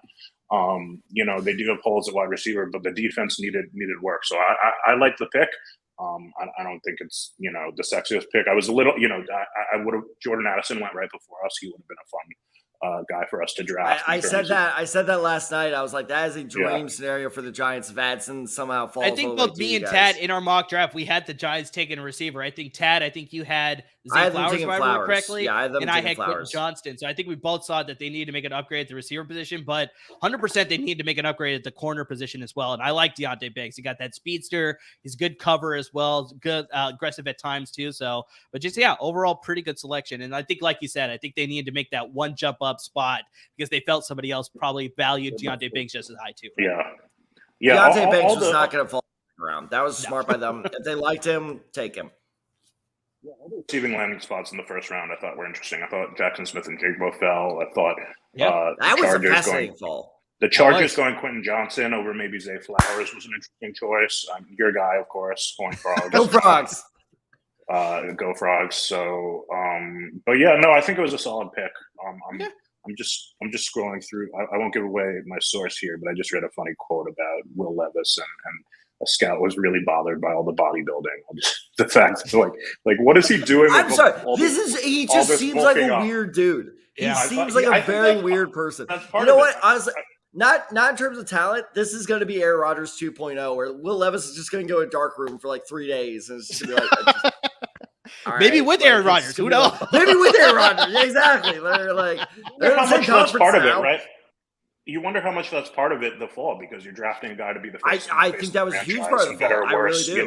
People have an idea of how they want that person to look, and not look in terms of personality. So I think there were a lot of factors there contributing to that fall. The reason I'm saying wow is, sorry to interrupt, that this is now the second year in a row there's been a surprising within division NFC North trade. Yeah. Involving the Lions, because the Lions traded up for Jameson Williams with the Vikings last year. That's very true. And now they just traded up 3 picks with the Packers this year. Amir, who do you think they're going with at 45 here? I mean, it's very interesting. They seem to be going like for the with the approach of like all in for this year, because I mean they obviously got Jahmyr Gibbs at number 12. They got Jahmyr Gibbs at number 12. Then they took Sam Laporta today. They also took Jack Campbell at number 18 yesterday. So I mean, it's like there's a lot of like it seems like they're really competing to go for it this year alone. And so I think if you look at the pick this year, you got to look at some of the positions of need. And I mean, you'll look at possibly the safety position. Maybe they go Brian Branch is available. They can upgrade up the defensive tackle position. Keanu Benton out of Wisconsin would be a good fit. Maybe they go interior offensive line. Osiris Torrance is still out there. Maybe they go with like him, right? So it's like, I feel like possibility this is here. All right, let's see. I am still mad that Indianapolis got Goodell. Like, we couldn't get one former player to show up. Oh, now he shows up. Speaking of people showing up. No one wants to show up for Maybe the Colts, I think bro. with the trades. I think with the trades, they had to make those announcements with Goodell, right? I think that's probably what it is. Hi, guys. Well, we got Alfred Rowe, part of the broadcast today again. I got my wingman Goose with me today. Wait, does this mean I can't curse? He can't hear you. I have on headphones. Okay, sweet. They go for Brian Branch, it looks like, guys. That's a good pick. As a That's a good corner, pick. They can use I'm not sure if that's upgrade at the NFL safety Network. position. That's the issue. I'm not sure if that's NFL Network or if they announced him as a cornerback. That's interesting. Maybe they like the flexibility, right? So they can use him. I don't think there's much flexibility for him as a corner, though. Does that happen? Would that just be a mistake? That's happened. You're right. It's on the bottom line here, CB. Carrie, are you on NFL Network or ESPN? I'll be interested. Yeah, I'm on NFL Network. I'm on NFL Network. Okay, let me switch to ESPN. Let me see what they're saying. Because I don't like if they're planning on playing him as corner. I don't like that. I'll stick around for the New England pick, and then I'll let Alfred take over here, guys. Buddy, you can stick around, come back whenever. This is very casual. It's rounds 2 and 3. We're just messing around here. So this is interesting. So this is interesting. NFL Network has him listed as a safety. Or sorry, ESPN has him listed as a safety.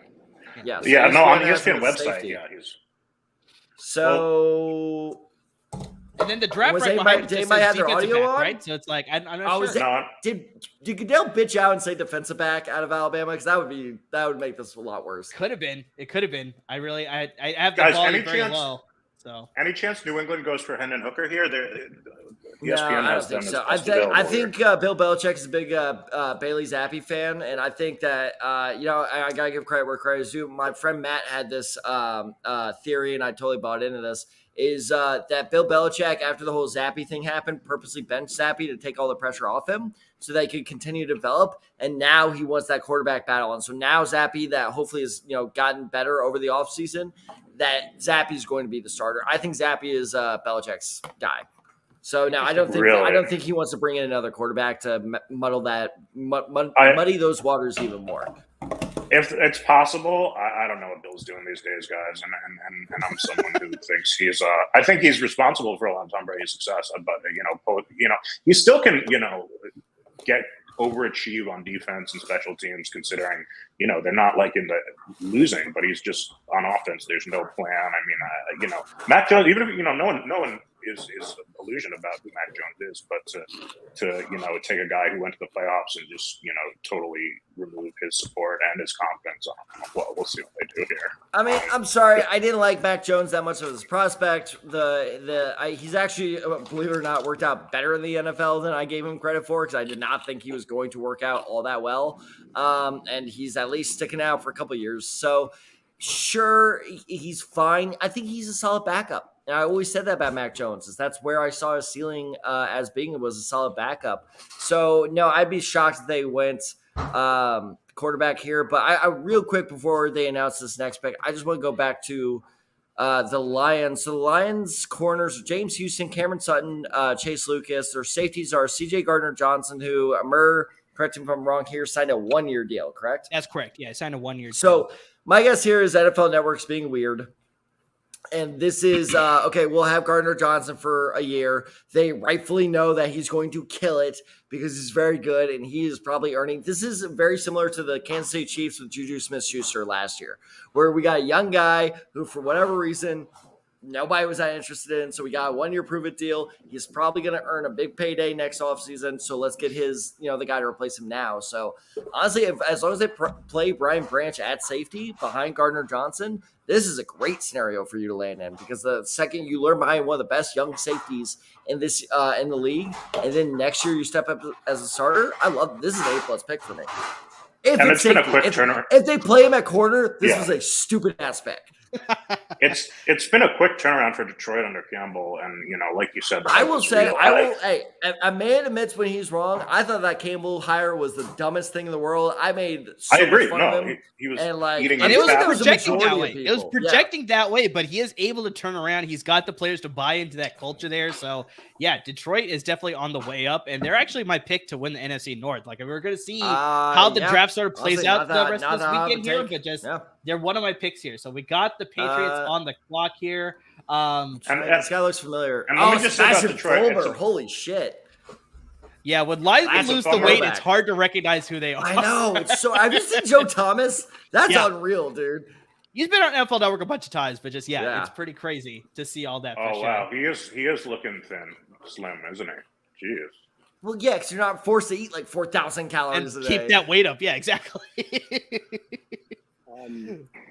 Well, I'll wait for the pick here. It's about to come. I love it. Ooh. Good pick. Good pick. You guys, your feet is ahead of me here, unfortunately. That's interesting. Oh, hold on. Keon White. Yep, the defensive end / edge rusher out of Georgia Tech is landing with the New England Patriots. And I mean, they've always found a way to sort of get these good pass rushers, right, Tad? Like, I mean, we look back at their past history. They have Matthew Judon right now, but they had, Rob Ninkovich for a while. They had Kyle Van Noy, who's now with the Chargers, obviously. He was a member of the New England Patriots.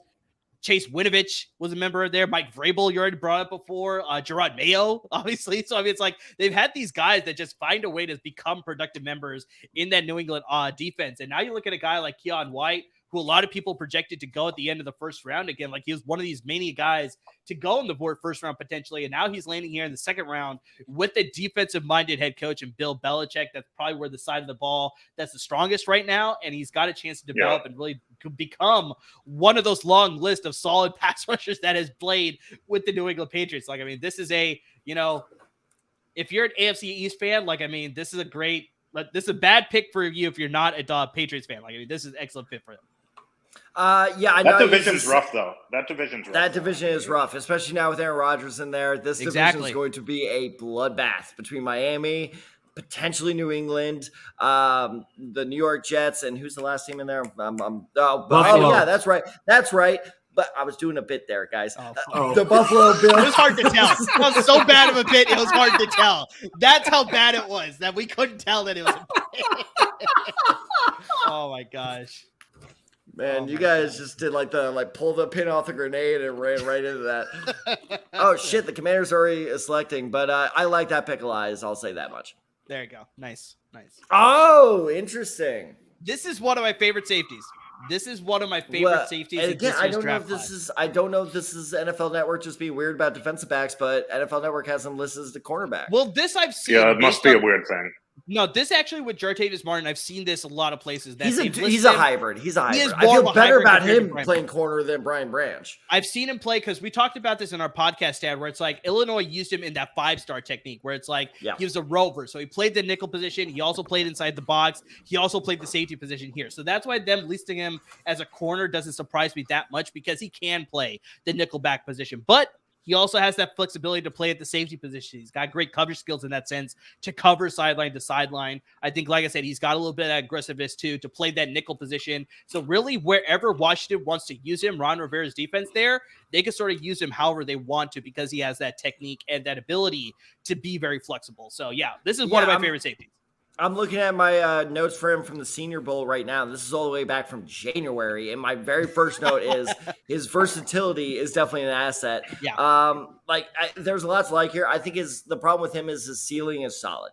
I don't see anything there that really blew me away, but everything, there's nothing there. I was like, that's a real concern. I was like, just everything about him was good, good to okay. And I think that, that's fine. If you draft a good player that will play, 5 to 8 years in the league in the second round, I'm happy with that. And I know some people's bar is higher than that, but that's because I'm realistic and you're a dreamer. Sad, you're really low on second round guys. You're really low on second round guys. I told you. No, I'm not. Yes, you are. First and second round is look at the first percentage. and second round is what you build your team on, and then everything else is is the project. So Al, if you have a solid safety starter for the next 5 years, would you say that's a bad second round pick? No. So that's what I'm saying. Is like people expect stars in the first and second round. Like if you're top 15 in the first round, yes, I obviously want a star. But if I'm in the 20s on to pick 64, normally 64, damn it, Miami. Then I want somebody that like could just be a solid starter for me for the next couple of years. I hate it when a second round pick is a solid starter for a couple of years and people call him a bust. He's not a starter. He's not bust just because he wasn't an amazing star for you. He actually filled in a need and takes away a need for that team. That's all I ask from a second rounder. That's all I ask. Damn it! Bucks to offensive line here. Bay. Damn it! That's a good pick. Ah, look at that favorite, cap like, I love draft that cap picture tooth. from Cody That is Hawk. the Yeah, best draft so smile fantastic. we're gonna get this year. The missing two front teeth, like, I mean, that Love just him. shows the sort of physicality that Cody Mock brings to an offensive line. I don't know whether he'll stick to the tackle position. He is a little bit undersized, so I think they may possibly want to play him at one of those interior positions. He may have to develop those skills then. But, I mean, if they do decide to use him as a tackle, like, I mean, he's got that ferocity, got that finacity that you want in an offensive lineman. So, I mean, that's the type of guy that you like there. And so, yeah, him landing in Tampa Bay, they need the offensive line help. And I think he's going to be one of those guys that can really develop and get them back to being one of their more productive offensive lines that we've seen in the past handful of seasons. Yeah, so let me run through this guy's story because it's absolutely crazy. So first, the reason he's missing his front teeth is because he lost it in a junior high basketball game. Not high school, junior high basketball game. Got knocked out, and because I just don't know, he's insane. He never decided to get them replaced. So that is why he is without his teeth. He played on a 9-man football team in high school in Idaho, walked on as a tight end at North Dakota State. Obviously wasn't going all that well, so he put on 80 pounds next offseason and then joined the offensive line, became a full-time starter his junior year, and in 836 pass blocking snaps in his career, he allowed just 2 sacks.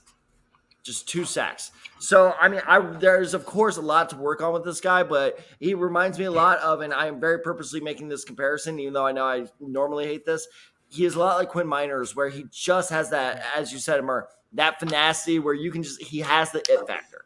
I love this pick for Tampa Bay. I mocked a tackle to Tampa Bay in round 1. That's why I don't, contrary to what Al said, is I didn't not like the Kancey pick to Tampa Bay last night. I just think they should have gone offensive line. But now that they got Cody Mock with Kancey and Mock, they are clearly just like, we are drafting freak athletes here. And it's a strategy. Let's see if it pays off, but I don't hate it. Yeah, honestly, it's a good pick. It's a good pick. Guys, but it's been real. Appreciate y'all. All Yeah, right, appreciate you sounds jumping good. on, Let's do it, Gary. everybody. Great analysis. Enjoy the Love to draft. have you on later if you And, want to jump on later, man. Yeah, if I have the time, I'll come back on. Absolutely. All right, guys. See you. Right on. I would love to talk about the Tennessee pick when we get some free time. Sure. I mean, we We got got some free time right now. There are commercial we're in picks. commercial So, All right, yeah, so- what do you feel about Will Levis going Terrible. to Tennessee there? Awful Terrible. pick. Really? Interesting. Awful, terrible. Tennessee has created a problem. You have one quarterback that's considered a running quarterback. You have another quarterback that's a pocket passer quarterback per se, right? Is Malik Willis considered a running quarterback, though? Yeah, he is. I'd probably say more of a running quarterback compared. I very much liken him to Anthony Compared to Will Richardson Levis, this year. he's more of a runner for sure. Right, but he's Like I said, okay. I He's liken him to Anthony Richardson, where it's like he has that running ability. He probably wants to I make like more that plays in the comparison. Yeah. pocket, but I think you sort of label him more as that running quarterback, just like Al said. So his style is not the same as Will Levis. So now Tannehill's gone. Yeah, that's Tannehill's gone. You have a dude who's on the 3rd year of his rookie contract and a dude on the 2nd year of his rookie contract. What are you going to do? Who are you building around? Oh, you mean next offseason? Yeah. Who are you I building think- around? I think it's, but that's why I don't necessarily hate this is because see what you got this year. If Malik Willis continues, because remember, Malik Willis never even passed for a touchdown his rookie year. He was 0 touchdowns, 3 interceptions. So, and Malik Willis continues to show lack of growth. Well, then he answered that question for you. I agree. You're bringing in a lot of drama here. But it already seemed like that Ryan Tannehill bridge was burned. I disagreed with Kerry and Chauncey and Amir. I don't think Tannehill is going to finish the season as a Titan. But I think that, then if you want to light a fire under Malik Willis's ass with Will Levis, well, this is a win-win scenario because then either Willis steps up and beats out Levis or Levis is better and then you find your quarterback. So I think You can't do. They're not in a situation where they could do that right now. They're on a complete rebuild. They no longer have Henry. Their quarterback is out. right? No, they still have Henry. They still have Henry for now.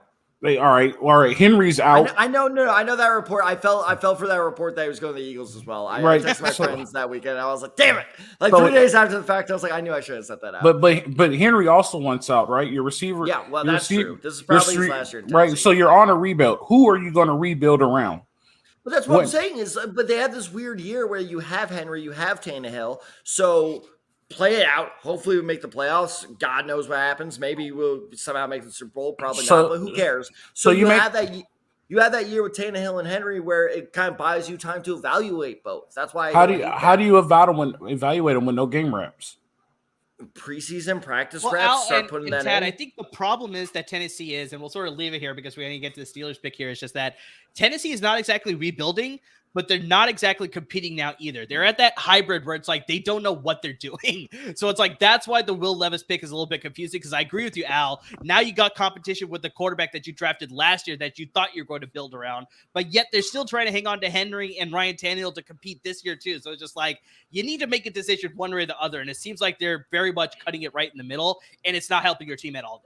That's the big problem. Unless Will Levis gets traded later tonight. This right? isn't the NBA. I think Malik Willis. There's no draft right Malik trades at all. Willis would be.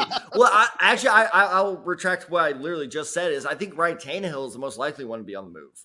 As I think they would then bring it down it's to very much a possibility. Yeah.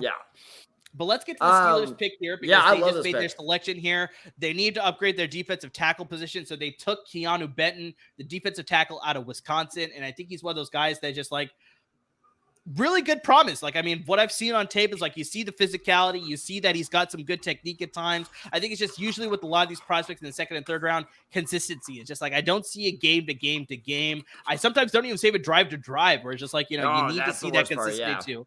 And so it's like, I like Keanu Benton though. Landing with the Steelers, like, I mean, he's going to develop really well there in Pittsburgh. They're known for the defense, right? So I mean, like, him going to Pittsburgh, great pick. I mean, this guy, and I really do mean this. I'm not just saying this to say this. Probably has the dirtiest swim move in any prospect I've seen in this year's. Can we see that again? Can we see that again? There's a reason I'm not a defensive lineman. Shut up. But I mean, it's unbeatable when he really like hits it. Like I've yet to see a single offensive lineman that can stop it. So as long as he can like keep building on that technique, interesting pick by the Packers that we'll touch on here. I think that this is a great fit, in terms of a team that can build him up. It's the same thing I says Broderick Jones, where he has all the physical talents to succeed. He just needs to be coached up well. And I'm literally taking directly from what I said last night. What better coaching tree or coaching staff to coach him up than one that's been there for about 20 years now? So I think that fit with him and the Steelers is like chef's kiss, perfect fit. That's the good thing about the Steelers, though, right? The Steelers, they're not going to rotate coaches. They're probably one of the few franchises left that takes time, talks to the coach, and figure out what you need to fix this problem in the situation. And you could definitely see Tomlin is going back to defense here to fill those defensive holes. I mean, I think anybody who lands there, they'll be in a good spot. It's mostly on them what are they going to do to execute when they're on the field, because right now it looks like the Steelers are trending to start to be competitive again. Yeah, 100%. And are you saying happy JPJ Day? Happy JPJ Day. First pick of the second round. Al, are you saying that Kenny Pickett might be leading the Steelers to the playoffs again? No, they'll draft somebody better. Oh, yeah, how dare you? How dare you, sir? Really quick, Tad, because we actually just have the Dolphins making their selection here too. But let's talk about the Green Bay Packers selecting Jaden Reed. He's a guy that we talked about during the Senior Bowl. Will Decker actually brought him up as one of his favorite receivers in this year's draft class. He's got that yak ability. He's a very productive type of receiver out of Michigan State. Him landing in Green Bay, just more weapons for Jordan Love, right? I mean, just what do you feel? You're the one who brought it up as an interesting pick. How do you feel about Jaden Reed out of Michigan State going to the Green Bay Packers here? Well, here's why he's an interesting pick, because I feel like this is kind of what they did with Christian Watson last year, where he's just a pure like athlete. Like he's a very good athlete, very good speedster. It's just his work, his route running work, and just his game in general needs a lot of refinement. And just like he's a very raw prospect. Again, I try to stay away from that term, but he's a very raw prospect. And I feel like they already have a lot of very raw receivers. So it's between Romeo Doubs and Christian Watson, and now Jalen Hyatt, but. That's why it's interesting to me. I feel like I would want to go for a more refined receiver, but you know what? Keep adding, player. Well, this is another interesting pick. I actually really like this pick. But yeah, with Hyatt to the Packers, it just feels like they're kind of just Hyatt, not to the Packers. It's Jaden Reed out of Michigan State. Reed. Why am I saying Hyatt? Sorry, I don't know why you're saying. I'm trying. I'm trying. Wait, yeah, wait. Sorry, I'm trying to talk fast because this Dolphins pick I want to talk about as well. Reed to the Packers. Fast. That's the two things that don't. Yeah, go exactly. Reed to the Packers. It just feels like they're just taking a bunch of athletes at receiver and throwing darts at the board, hoping some of them land. And I'm just not sure if that's a good long strategy to go for. So I don't hate it, but I also feel like you could have gone for a Hyatt. This is what I was thinking of a Hyatt or even a Tillman. I would have liked Tillman a lot more here. Is like a better, more experienced receiver than Reed. Fair. So yeah, then we got the Miami Dolphins making their first selection of this year's draft. Them taking Cam Smith, the corner out of South Carolina. They already have pretty good corners with Jalen Ramsey and Xavier Howard. So I wonder what about this pick to just develop behind both of those guys. But a good developmental piece that I don't think they need him to start right away. Well, so correct me if I'm wrong, because you kind of scared me here. Was it Byron Jones or Xavier Howard where they had the whole retirement dispute a couple of weeks ago? I think it was I thought it was Byron Jones. I thought they released Byron Jones because he's not a member of the roster anymore. Well, so I think that's what happened, though, is because Byron Jones said that his body was kind of like, giving up on him, but he didn't retire because he wanted his money. I think Miami ended up releasing him. So that's what ended up happening there. So that was a big thing, is because Miami wasn't happy with him because he said, basically, I was not cared for and my body fell apart on me and blah, blah, blah, but I'm not retiring. Because somebody asked him after he posted all this on Twitter, it was like, this sounds like a retirement. He said, I'm not retiring. And it was very clear it was a money thing. So Cam Smith that's why they drafted him here, is to replace Byron Jones. And clearly in the defense that Miami is running, they need to utilize multiple cornerbacks, and Cam Smith was easily the best cornerback still on the board. So that was a great pick there, because on offense, you're pretty set, especially if they get Dalvin Cook, you'll be good to go. And so I think you're good. You don't need a running back, but speaking of running backs, interesting pick here. Yeah, shout out to everybody who's watching on the UCLA Bruins LAFB broadcast. Somewhere right now, Ryan Dyrud is typing furiously on his possibly computer to jump on here. So we just got Zach Charbonnet. Actually, Kerry left, and he covers the Bruins for us on the website. So yeah, we got Zach Charbonnet out of UCLA being drafted here by the Seattle Seahawks. And I want to pass it to you here, Al, because I know you didn't go to UCLA. I made that mistake yesterday. But as a USC guy, you're familiar with this guy being a Pac-12 member, and I'm pretty sure you've seen him obviously play against USC. So, I mean, just what do you think about him? And then what do you think about this fit with Seattle? I think it kind of fits Seattle's running game, right? Seattle is their zone team, but they also run a little bit of power and counter every now and then. And he's a downhill back, and he also has the opportunity to catch out of the backfield, which he was actually really good at. And if you go back to when the Seattle offense was successful, what was one of the main things that made them successful on offense was the ability for Marshawn Lynch to catch the ball out of the outfield. Out of the backfield. So, Zach Charbonnet, he does have that dual threat to where he could catch the ball out of the backfield. Screen game, which they like to run a lot. He could run. He's downhill, powerful runner. So, I mean, it's actually a good pick, and they got him at a good spot here. I think he was available. I think they were eyeing him the whole time. So it worked out. Okay. Yeah, Pete's been killing it. So, It worked out, and I think that is a good fit for him. That's perfect for him. Unfortunately, he has a bad education, but it is what it is. We'll live. I'm curious to see. Let's see the education out of it. I think that's probably better. If you want to direct any hateful comments, do not look at the ticker. Just look at the. You can see it's right next to his name there. Coach _ We're innocent here. We did nothing. We did nothing. There's nothing for them to deny. People who are UCLA people understand that they have a low budget, state-funded education. Change the background. I want to add in our representative from UCLA for the LAFB network, and we got Kerry back here. So, oh my God! I have to come in and talk about. I'm out. I want to hear your thoughts here as far as what you think about Zach Charbonnet going to the Seattle Seahawks. What do you think about Al's sort of slight about the bad education going to UCLA? Let's hear your thoughts on this pick here going to Seattle with Zach Charbonnet. Yeah, so talking about Zach Charbonnet, I figured I had to come back in to talk about it. Of course. I turned it off for a second. I came in, and of course, Al's talking trash because that's what he does. That's what USC does. And they think they're hot shit. They're not. I'm over it. It is what it is. They'll talk trash no matter what. But Charbonnet is a baller. I mean, Charbonnet, the power that he runs with. I mean, he is a massive dude. He's a foundation running back. He was at Michigan his first year. He was at UCLA for years. I mean, literally, the offense ran through them. A bit of a repeat in terms of Seattle because they already have Kenneth Walker, but I think both pretty similar. Which runners. I do want to get to, Chad. I want to talk about the fantasy value, but let Kerry go ahead and finish your take here. Yeah, Charbonnet's a better overall player, but Walker was great too, and I think running backs get injured, so Pete Carroll. We know Pete Carroll. He wants to run the football. He loves running the football. That's why Russell Wilson left because Russell Wilson was tired of running the football. So, but I think for this guy to get drafted, I think obviously. He's a running back, so you don't get drafted super high, but definitely has the talent worthy of that position to be drafted where he was, if not higher, just because of the type of physical presence and beast that he is on the field, especially when he gets ahead of steam going downhill. So Seattle's offense is looking pretty good. I mean, I don't think anyone so. Oh my God, they got Charbonnet and Jigba. Holy shit! Right? No, they got Jigma, they got Tyler Lockett. Now they have Charbonnet, Kenneth Walker, and Geno Smith. If he can, prove the last year wasn't a fluke, which I don't think it is in that system. Look out for Seattle here. I think they've got a nice core going on. Kerry, I'm sorry to interrupt you. I'm going to play anarchist here.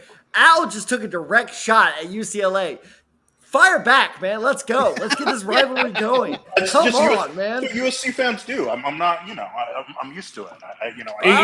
He's going worth the class here. I was talking trash when in the offseason after we dropped 60 on them. So they're going to talk. It's not really a concern of mine. I don't live in. Take that sip of water. Take that sip of water. What have you done for me lately? They went to a bowl game and got beat by Tulane in pretty embarrassing fashion. I mean, we know Lincoln Riley is the same guy. He can't coach defense. They're not going to win a championship with them. But, if you'll pay for a bunch of 5-stars, put up numbers. Wow. At least, first of all, at least we could afford transfers, and we don't have to rely on Gavin Newsom to pay for transfers. That's the first thing. That's the first thing. Go look at the transfer portal rankings on 24/7 Sports. Chip Kelly's one of the best transfer coaches. Zach Charbonnet was a transfer. That's not correct. The second thing is, like I said, we could pay for transfers. Our transfers are valued way higher than the guys that you got who just want to come from Duke and places like that. Second thing is, for the culture is supposed to just throw one at the team. The second thing is, I swear, last November, SC went into the Rose Bowl with a senior loaded UCLA team that was supposed to be really good and got curb stomped. The last thing is UCLA won't be SC for a very long time. So they've beaten them like twice already in the past 5 years. So I don't live in the past. I live in the future, and the future says there will be no wins. The future is going to be more the same. Of course, we'll beat you. To back Kerry up here, USC fans have been saying that since 2006. No, they're all right, fellas. Well, all right. I think USC is going to enjoy being in the Big Ten and realizing that in a semi-real conference that they're not going to be able to win shit. So if you want to look at the past, go look at all the teams that USC's beat in the Rose Bowl and what conference they played in. Just curious, just to let you know. The guy who doesn't want to look in the past. I don't care, but I don't care about the red. I beat Michigan, and Reggie Bush wasn't on my team. That was the top team in the Pac-10. Also beat Juice Williams and Rashad Mendenhall. Well, you're talking about the future here. We know you're not. We know you're not uncrowning Ohio State. I'm so glad I lit this fellas, I love the debate. I love the debate, but we have the Chargers on the clock, and we just had the Bears that made a pick too. But make sure if you guys are watching through the LAFB Bruins live stream right now, we'd love to hear your thoughts as far as Zach Charbonnet going to be a member of the Seattle Seahawks now. What do you think about it? If you want to get as part of the debate and the rivalry that Al and Kerry are going in right now, make sure you're flooding the comments with that too. But Tad, I really want to quickly touch on Chicago taking Jervin Dexter Sr. out of the University of Florida to upgrade that defensive tackle position. I mean, really good stuff there. Really good. Kerry, you're scared out. Run away. So Kerry's going to be taken off again a little bit. He needs some cool off time. He needs some cool off time. A little bit cool off time for sure. I'm glad I got that in. Anyway, Zach Charbonnet is a great player. Hold on, wait. Don't do that. Don't do that. Jesus Christ. Now, All right, now he's out. But just, yeah, how do you feel about Jervin Dexter going to the Chicago Bears, Chad? Really quick. I really like it a lot because I thought they were going to get Deron Payne, but okay, bye, Al. Because I didn't think that Washington was going to pay Deron Payne, and Chicago had all that money, and I feel like that was everyone was saying that is why Jalen Carter was still in play at 9. For whatever reason, Chicago decided to trade out of that spot to give it to Philadelphia. So Philadelphia took Jalen Carter. So defensive tackle was clearly their biggest need.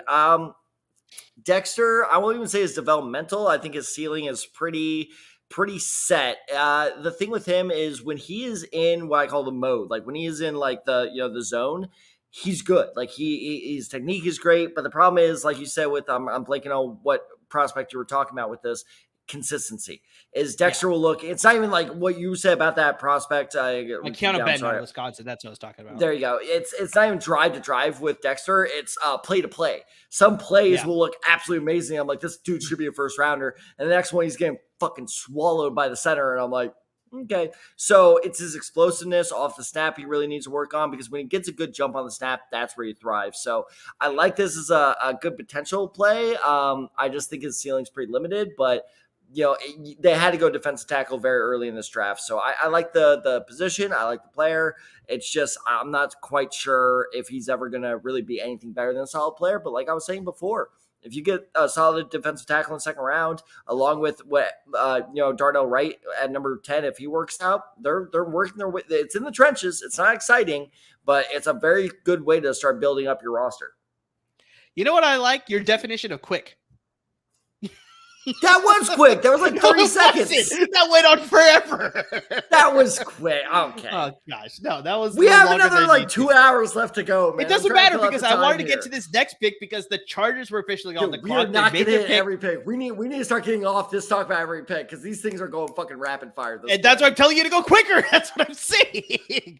But regardless, I have too much to say. Fine. I definitely want to go to this pick here. It's number 54. It was the Los Angeles Chargers. They were on the clock. And the big reason why I want to get to it is because it is a local kid. And I'm surprised Alfred is not on the broadcast right now. Hopefully he could join in really quickly. But it is the defensive tackle out of USC. It's Tuli Tuipulotu out of USC joining the Chargers there. So you got both hands. We got both teams. We got both covered here where we got the USC Trojans cover, obviously, and we got the Los Angeles Chargers covered. So I mean, guys, make sure you're hitting up the comments. Make sure you're hitting us up on social media. We want to hear your thoughts about shirts? He might have changed shirts.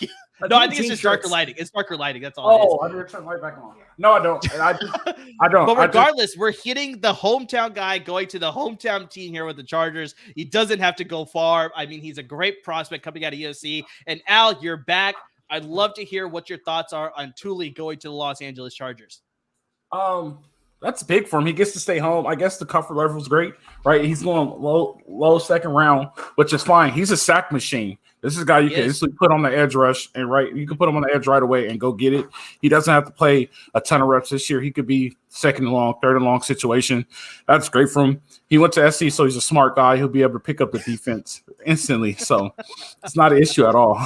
I mean, so that's one of the things I'm going for. I just came back to let you guys know. Give me like 45 minutes to an hour, and I'll jump back on. That's great for Tui, though. All right, yeah, no worries. Take your time. But yeah, we want to make sure we got your thoughts on Tui for sure, with him being taken by the hometown team of the Los Angeles Chargers for sure. Where's Ryan Dyrud? Shout out to Ryan Dyrud. We're looking for you. APA. He said he's going to come on. I was saying, would you hit him up on? You know what? Do us a favor. APB for Ryan Dyrud. Hit him up on Slack for us because we're busy talking and doing the live stream. Hit him up on Slack for us. Tell him to get his butt on here. It's time to get the CEO on here. There's been so much LA stuff to go down. I want to hype up Quentin Johnston on these podcasts. I need to start doing my TCU. He's got a lot of stuff going on. He said he's going to try and make it, so we'll see what happens there. But yeah, definitely a really good pick for the network here. We got covering both the Trojans as well as the Chargers. Al, we'll catch you a little later there. But just, Tad, I mean, this is just a great pick to really just, like Al was saying, it's just the local kid going to the local team. There's natural PR publicity there. I think, like he said, it's a good developmental piece that he doesn't need to play right away, like on every downs. He could be a situational pass rusher coming off the edge there with the Chargers there. Obviously, partner him with Joey Bosa. Morgan Fox, who they have, is a very underrated defensive lineman as well. Khalil Mack, who we already talked about.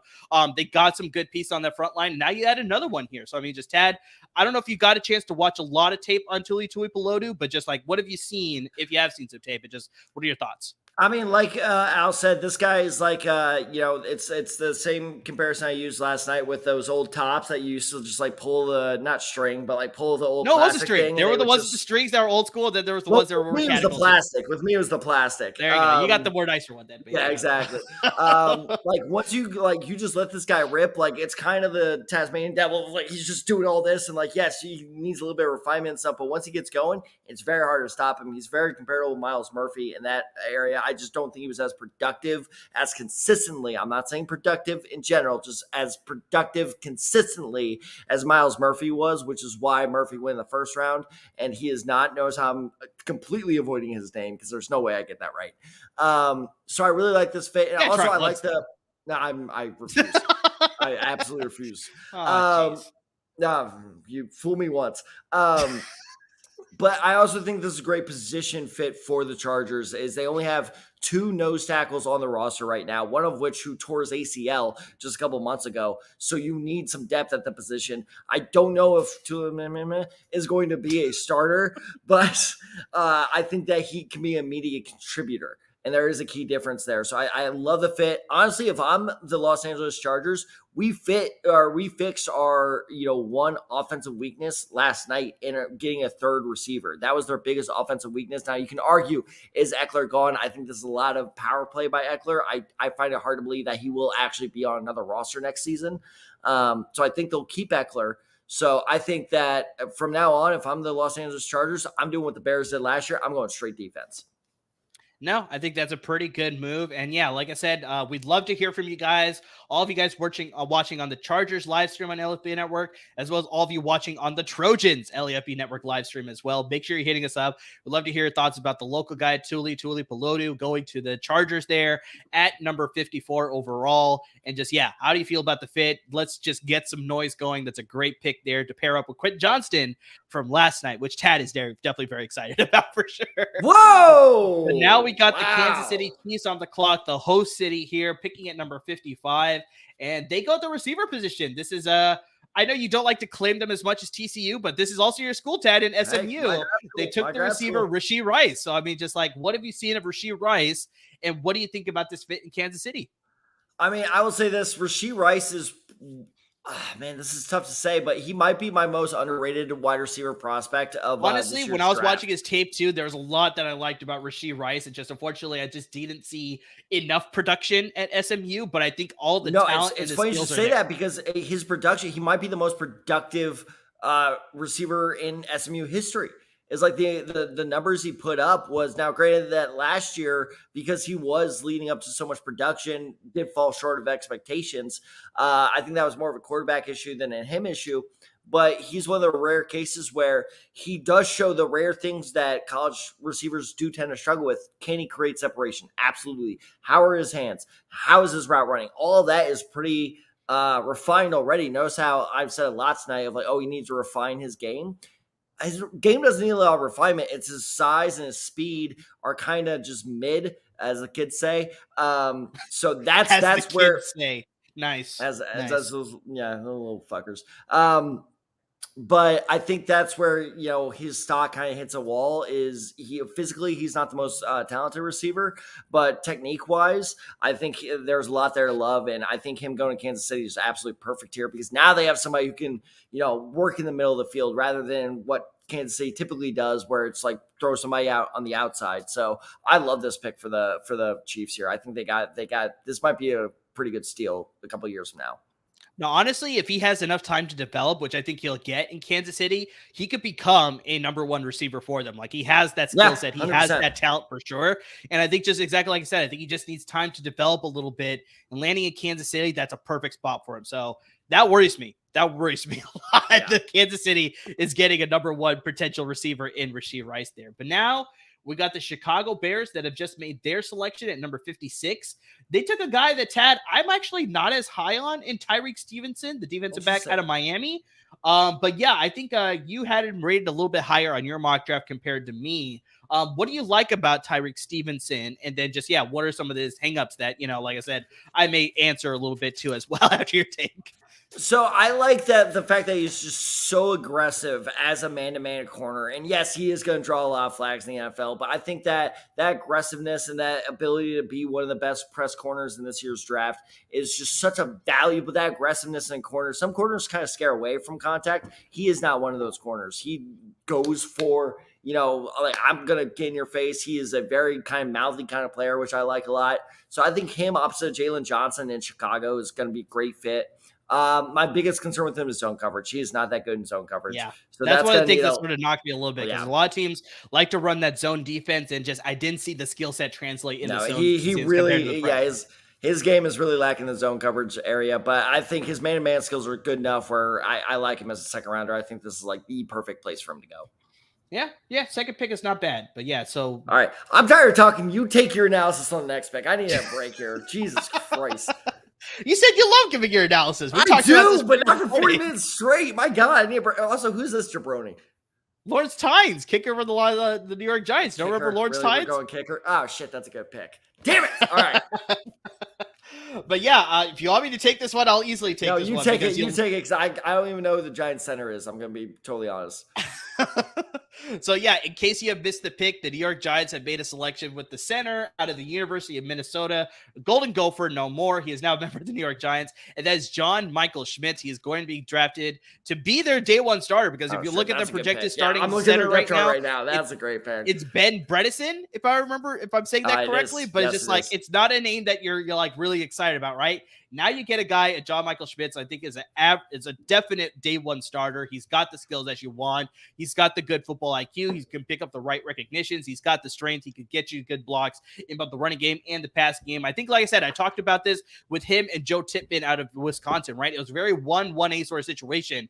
Both these guys could have gone first as being the first center drafted off this year's draft, or they could have been the second. They both have that high level of skills in a guy that you want to be starting on your offensive line from day one. And 100% the Giants could use a new center, an upgrade center position, a good one to sort of beef up that offensive line. I think on the outsides, they're pretty good. But now you lock down the center position. They're getting it set up that once Saquon Barkley, if he decides to sign a long-term contract, they're set for him or insert any running back there. And big thing, protected for Daniel Jones for sure. Like you said, it was 1A, 1B, and he was my 1A compared to Timmon and Schmitz. Schmitz. Thank you. But I like a lot. Like I said, I think it's the same thing. By the way, speaking of surprising slips, O'Cyrus Torrence is still on the board. Continues to slip. Maybe it's exactly like you said, where it's like people are valuing him as a center more than a guard, and just that why he continues to fall down into the second round as well. He has not been drafted yet, and so I'm curious to see where he does land. The Cowboys have made their pick. Maybe it could be here, but just that's a very surprising slide so far as yours and mine and a lot of people's number one rated guard in this year's draft class. 100%. It wasn't even close either. It was like a runaway favorite for number one guard. Exactly. So this is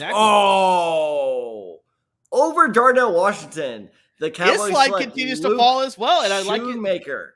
So we got the tight end out of Michigan, Luke Schoonmaker, or is it Schoonmaker? I think it's Schoonmaker. I said Schoonmaker. Is it Schoonmaker? I don't know. I thought it was Schoonmaker, right. But I'm not 100% on that one. We'll go with Schoon. So there's a lot that I like with him. He's got the big size. He's got the athleticism. You can clearly see that he's got pretty good hands as well. But I think just some of the things, it's just he's still a very raw prospect, very similar to Darnell Washington too, where it's I think there's a lot of things that he could be doing pretty well. You can see here, he was trying to take on a block there if you're watching on the NFL Network stream. And he clearly he was able to pick up the block to set up the lane, but I think if he gets a build up a little better, gets a little bit better technique, he can actually take that block with him and move him aside, as opposed to taking on the block and possibly getting pushed over, getting a pancake block, possibly getting pancaked by the defender, I should say specifically. But we talked about the Cowboys. They lost Dalton Schultz to the Houston Texans. I know they have Jake Ferguson, who they drafted out of Ohio State a couple of years ago, or I think it was last year, if I remember correctly. It was last year, yep. But I think they want to see exactly like they want to get some more options in there because, I mean, there's something to like about Jake Ferguson, but there's a reason why they had Dalton Schultz as a starter. Like, he was the more productive tight end. So you look here with Luke Schoonmaker, maybe he's going to be a replacement for Ferguson. Maybe they run some more twin tight end sets where they're using both guys. And yeah, Schoonmaker could be more of a receiving threat compared to Ferguson, who they keep him in as a run blocker there. But just, yeah, how do you feel about this? Is one of your schools that you like to claim, Michigan. So, I mean, how do you feel about Schoonmaker? One of three. You mean one of like 33? Three. How dare you? So I got SMU, I got TCU, I got Michigan. Fuck off. But no, I think I really like this pick for the Cowboys, is because this is why I didn't want them to go tight end last night, is because I am still a big believer in Ferguson. So take a tight end that is a good insurance policy, but Ferguson isn't like, okay, this guy is out for my job, which of course he will be, but it's not like a first round pick where like the team will feel the pressure to put him in as the starter. Now that they have a second round pick, okay, whoever's better, they get the job. And that should be the way it works. Now, Schoonmaker is interesting because exactly like what you said, is he's at 6'5", 220, if my measurements off the top of my head are correct. He's just so used to being a bigger guy at the college level that, yeah, like, especially that's the thing that worries me at the next with level blocking, he just kind of hugs him. Exactly. He just kind of like hugs them, and it's just like, I got you. It's like, nah, you can't really do that in the NFL. Like, you're not big enough to make that work. So I'm not going to, lazy is not the right word, but he's just so used to giving not maximum effort. Yeah. Is the political way of saying that. And also notice, if you're watching NFL Network, that the two routes they showed was him, just crossing around the middle of the field. So his route tree needs a lot of work. He, his route running and just in general needs a lot. Apparently Cap disagrees with my take, but he's a Schoonmaker fan. I was about to say, my God, man, sorry, I didn't know. His route running needs a lot of work. His hands are great. His athleticism is great. Like you say, he's one of the fastest tight ends that I would consider in the top 3 or 4 rounds, but there is just a lot to work on there. But the thing is, it's all things that are very easy to work on. I think once he gets, I don't know what it's going to be. Honestly, I feel like it's kind of like in practice, Micah Parsons is just going to truck him one day, and he's going to be like, oh, yeah, I'm not the best athlete on the field anymore. And I think he just needs that kind of wake-up call, and once he gets that, I think he has that. Work ethic is not a problem. Like, you do not get that athletic with that work ethic, so I'm not worried about him being lazy or anything. So I like him a lot. I would have preferred Darnell Washington here. I think he's just a better tight end. But this is still a very good pick by the Cowboys, unfortunately. Exactly. So we'll see how that's all going to pan out for America's team there in Dallas. I think I very much agree with you, where it's just like getting to the next level. I wonder if he could still use his physicality the same way they did in college, where I just don't think he can. So he definitely needs to develop better technique. And better I'm not joking. If people think I'm joking, literally look at the way he blocks. It's like he almost like hugs everybody he blocks. It's he needs way better development as far as how to block as a tight end, for sure. The next level there.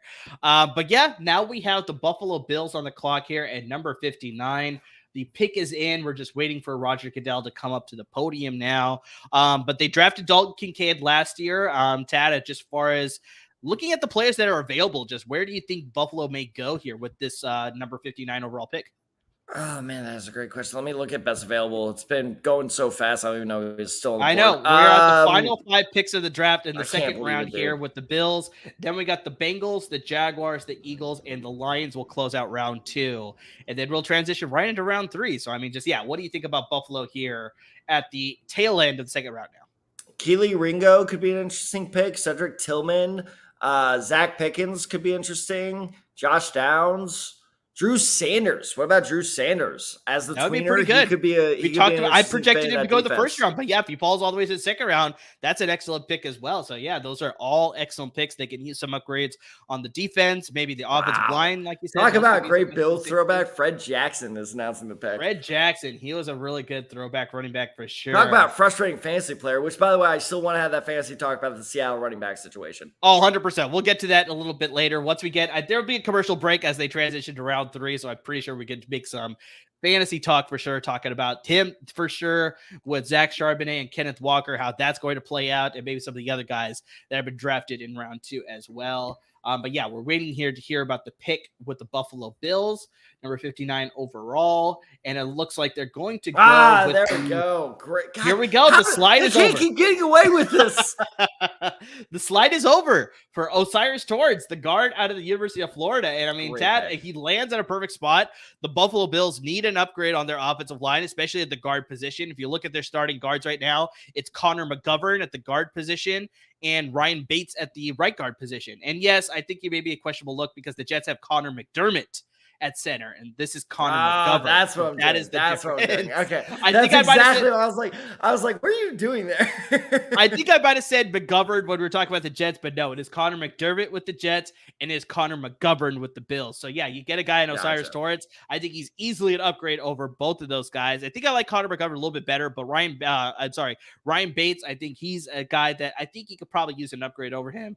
Insert Osiris Torrance. You saw him here on the tape that they're showing on NFL Network playing the right guard position specifically, and that's where Ryan Bates is slated to start right now. So you get him in, plug and play starter. He's a aggressive guy, got the strength, got the intelligence. I think he's easily a guy that he's got flexibility, could possibly play center too, which is what we've already talked about, Tad. So it's like maybe they could possibly play him at center. But yeah, as a starting right guard, fitting in Buffalo, excellent fit.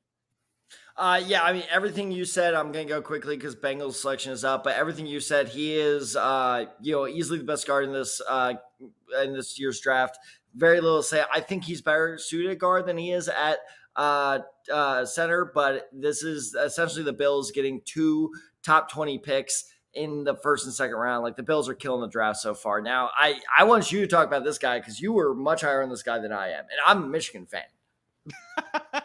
Now, yeah, because we just had the Bengals selecting at number 60 overall, and this is the kid out of University of Michigan, DJ Turner II. And I mean, this guy's an absolute speedster. He's very much like Devin Witherspoon in a sense that he has that aggressive mentality. He's a type of guy that's like, I made this comparison with Devin Witherspoon where it's like he's the Draymond Green of that defense at Illinois, where it's like you love the fact that he's on your team, but when you're playing against him, you're going to absolutely hate him because he is more physical. He likes to get chippy. He likes to talk a little trash, and definitely some of that aggressiveness can come back to hurt him too because it could lead to some penalties. It could lead to some calls that are possibly going to be called at the next level. And I mean, they're showing us 40. Like, this guy is absolutely flying down the 40 right now. Like, he's an absolute burner. The big thing, though, is that he is undersized. So I don't think he could line up on the outside to cover those number one receivers. He's definitely going to be slated to play at the nickel corner position, but I think he has the talent that he is probably going to develop into being one of the better nickel corners the league has seen because I like the skill set that he has. Like I said, he shows good speed.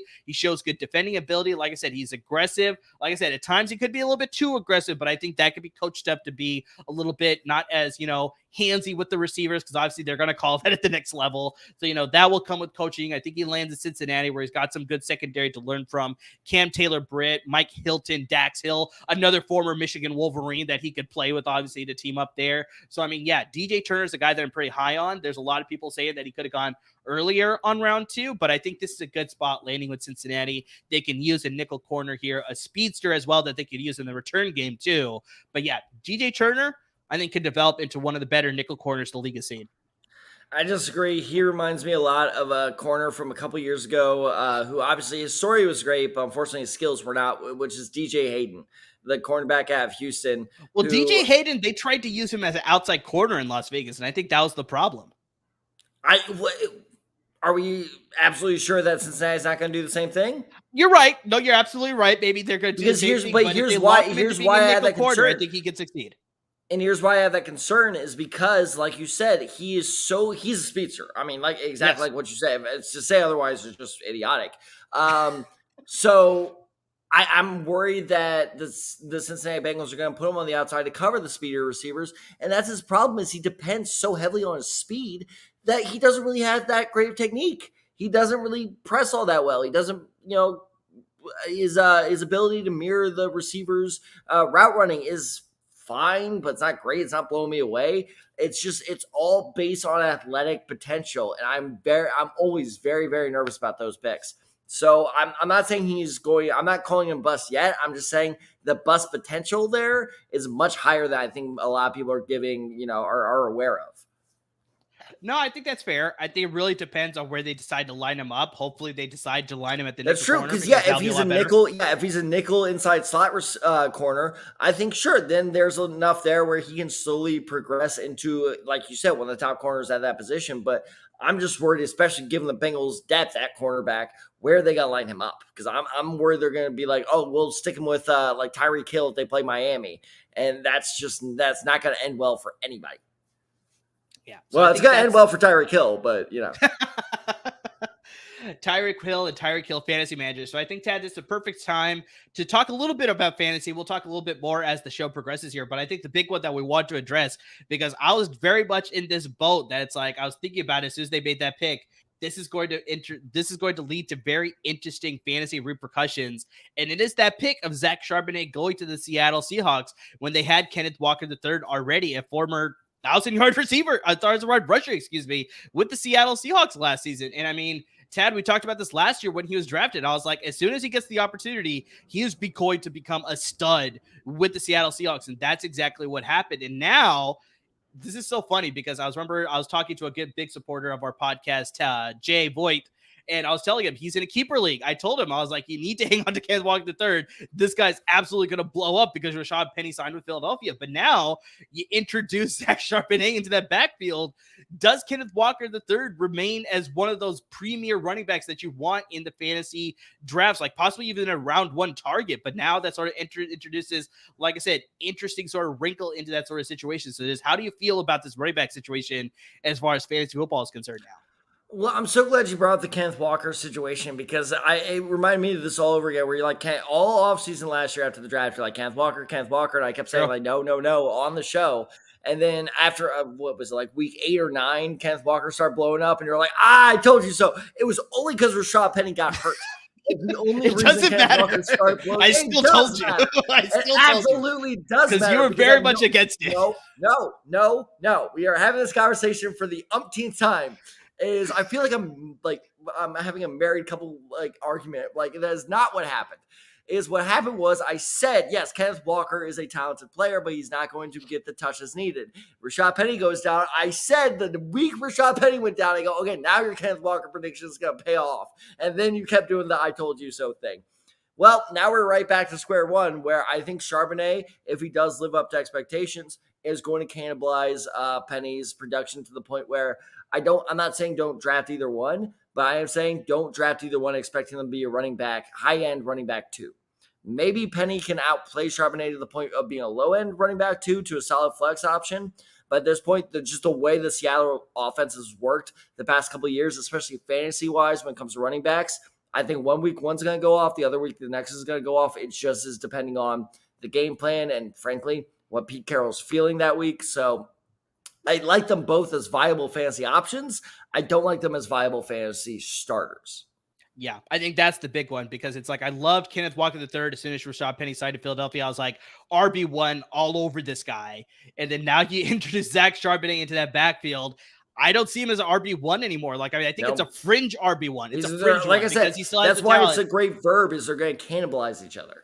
Exactly. I think that's the biggest thing. So it's just like, yeah, unfortunately, both those guys are going to hurt each other's fancy stock. But Tad, the Jacksonville Jaguars made a very questionable pick right now here. I think they went the tight end position, but they went with Brenton Strange, the tight end out of Penn State. And so a lot of people didn't have this guy very highly rated. I think the reason that he might have gone here in the second round is he's got the versatility to play sort of that H-back position where it's like you can line him up as a fullback, you can line him up as a tight end. Like, I mean, you got that versatility there, but just, yeah, Darnell Washington is still out there. Like, I mean, there's a lot of other great tight ends that are still available, and I'm surprised that they went with Brenton Strange here because Tucker Kraft, who we both like, is still out there. Will Mallory, Zach Kuntz out of Old Dominion, all these guys are still out there, but they decided to go with Brenton Strange, a very interesting pick for sure. So, yeah, I'm not sure if you want to discuss anything about Brenton Strange, how much you've seen of him, because like I said, he wasn't projected to go this high, I don't think. And so, yeah, I'm just very curious to see about if you've seen anything about Brenton Strange. I'm gonna be totally honest. I would love to talk about him. I haven't watched any tape of his. I cannot talk about him. That is hugely confusing to me, and I love it because and maybe it's like what you said is the versatility is the way the Jaguars run that offense is maybe they want a kind of more versatile kind of Kyle Juszczyk kind of player there. That's the only justification I can have. And now the Texans just took Juice Scruggs, which I think is way too early for him as well. So, hey, AFC teams are starting to fuck it up. Let's go. This is sort of, make up for yesterday when they were totally killing it. So I think they're trying to balance it out. I needed this. I needed this. This is all right. I'm back in this. This is like the Red Bull I needed. So yeah, I mean, just like, I think you look at, just really quickly to close out on Brenton Strange there, it's just like you look at what Doug Peterson did in Philadelphia, where he had both Trey Burton as well as Dallas Goedert. Trey Burton was used as more as like that blocker, and they used him out in retrieving. Also used him as the eighth jack. He was the quarterback on the Philly special in that Super Bowl play, right? So it's like he used that a little bit more as versatility. Maybe he sees the same thing with Brenton Strange here. So I mean, we'll see how that all plays out. Juice Scruggs at the center position. I think once again, me and Tad, I think we both had him ranked as like I think you had him at number 9. I don't even know if I had him on my interior offensive line rankings, to be honest with you. So I think there were some other offensive linemen that would have been a little bit higher rated according to both of us. Yeah, let me look at best available, because again, we are moving quick. Yeah, God damn it, Broncos are already up. And we got the Broncos to close out the second round here because there's actually a trade with Detroit because they're supposed to close it out. So yeah, they trade up into the bottom of the second round here to make a selection. DeMarcus Ware announcing the pick. So that's a pretty cool pick that they're announcing here with DeMarcus Ware. Curious to see what the Broncos, Ryan Dairude's Broncos, I should raise the question there. So it's like CEO of LAFB Network, but yes, he is also a Broncos fan. Yeah, Luke Weipler I like better. Ricky Stromberg I like better.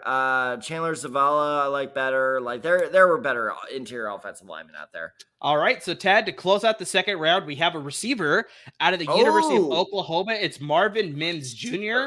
He's a guy that I actually had in my top 10. I don't know if you did in your rankings here, but just like I saw a lot of the speed that they're showing here, right? You see some of the being able to set up defenders to get open. He's able to sort of display all that as a smaller receiver, can play the slot position. They also used him outside. Mims was your number 9. He just missed out. It was funny you should say that because Mims was like number 11. I was really battling between Rashee Rice and Mims, but Rice got the nod over.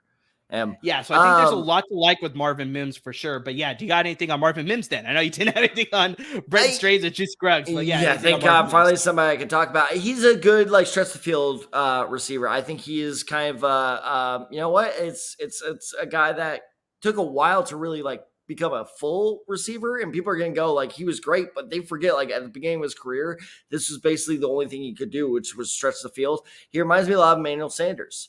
Where he's kind of a small guy, can stretch the field pretty well with that potential to develop his game as his career goes along. So I really like the player, especially at this position, which is practically third round. This is the perfect area for him to go. I'm confused about the fit. Does this mean Courtland Sutton, Jerry Jeudy, or Tim Patrick is gone?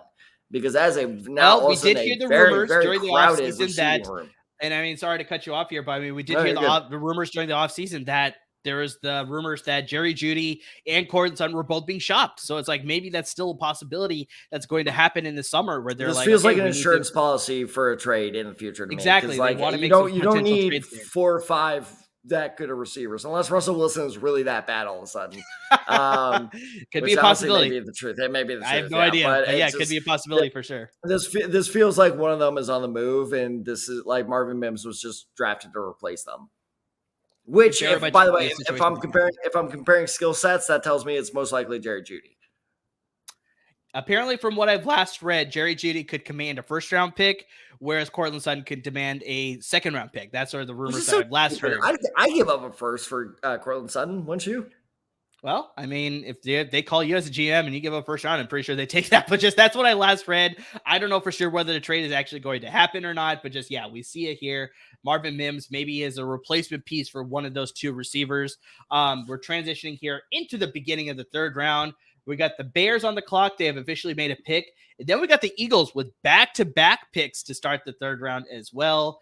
Denver will be on the clock then. Then we got Detroit with that trade back. And then Rams fans, if you're watching us, the Rams do have a pick at the top of the third round here. So we're curious to see which direction they go to support with all the pick that they just made most recently. They obviously went with Steve Avila out of TCU. So, I mean, to pair up with him, we'll see what happens here at the top of the third. Or if they decide to trade down, we'll see exactly what happens there. But, yeah, I mean, Tad, out of the second round, I mean, did you have a favorite pick? Oh, that's a good question. I was just thinking that, like, okay, second round, let me do. All right, Pull up the second sorry, round. that and was that was a very quick. I know that was about 2 hours there, but that went by very, very quickly. All right, let's see. So I really do I'm not just doing this because we're on the LAFB network, but the Steve Avila pick by the Rams was a very excellent pick. Like I said, because he's a solid pick. He is such a smart and versatile player that fits a need that I think that is an immediate plug-in that you can do really well. BJ Ojulari to the Cardinals. I really love that pick. Julius Brents to the Colts. Finally, we make a pick I can get behind. I'm looking. Honestly, other than that, I think Rashee Rice to the Chiefs. And see, I just saw it and then I forgot about it. Cody Mock to the Buccaneers. I think Cody Mock to the Buccaneers may be a pick we're looking back on like 2 years from now, being like, oh, how do we let them get away with that? Like that could be because Cody Mock is truly, he's not Pierce Skoronsky where I'm like, no, he does not have to kick in at guard. But if he has to, I think he can succeed at guard or tackle. Like that was a fantastic pick by the Buccaneers. And yeah, I mean, like I said, Rashee Rice with the Chiefs, as you said, would not shock me if he's their number one receiver come, going into not this upcoming season, but after summer of 2024. Very possible. Very possible. I could definitely see that being a thing. I think for me, my favorite picks, I think you got to start at the very beginning of the second round, and that's Joey Porter Jr. going to Pittsburgh. Like, I mean, we talked about this. It's a natural fit. You got the lineage there as well with him with his father playing for the Pittsburgh Steelers as well. He's just an excellent fit. They need the help at the secondary position. My other guy that I really like, Michael Mayer going to Las Vegas Raiders. They need that upgrade with the trade of Jared Waller. You give a safety blanket to Jimmy Garoppolo as well. So, I mean, I think that was naturally a really good fit as well. And then one other guy that I want to bring up as well, honestly, we always lambaste the Packers for not supporting their quarterback when they had Aaron Rodgers, but Luke Musgrave going to the Packers in the second round, I think that's an excellent addition to give some upgrades to the receiving core there. I know he's playing the tight end position. He's a glorified receiver though, so I like this upgrade there that they took there in Luke Musgrave going to the Green Bay Packers there to support Jordan Love. So now we're going to kick off the third round here with the pick by the Chicago Bears.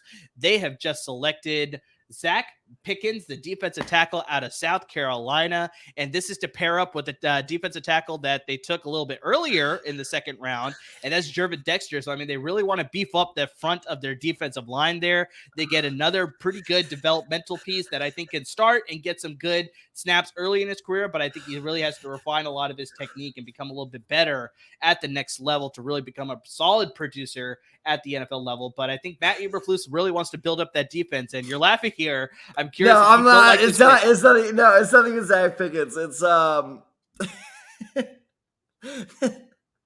that may be the worst producing I've ever seen on a draft pick.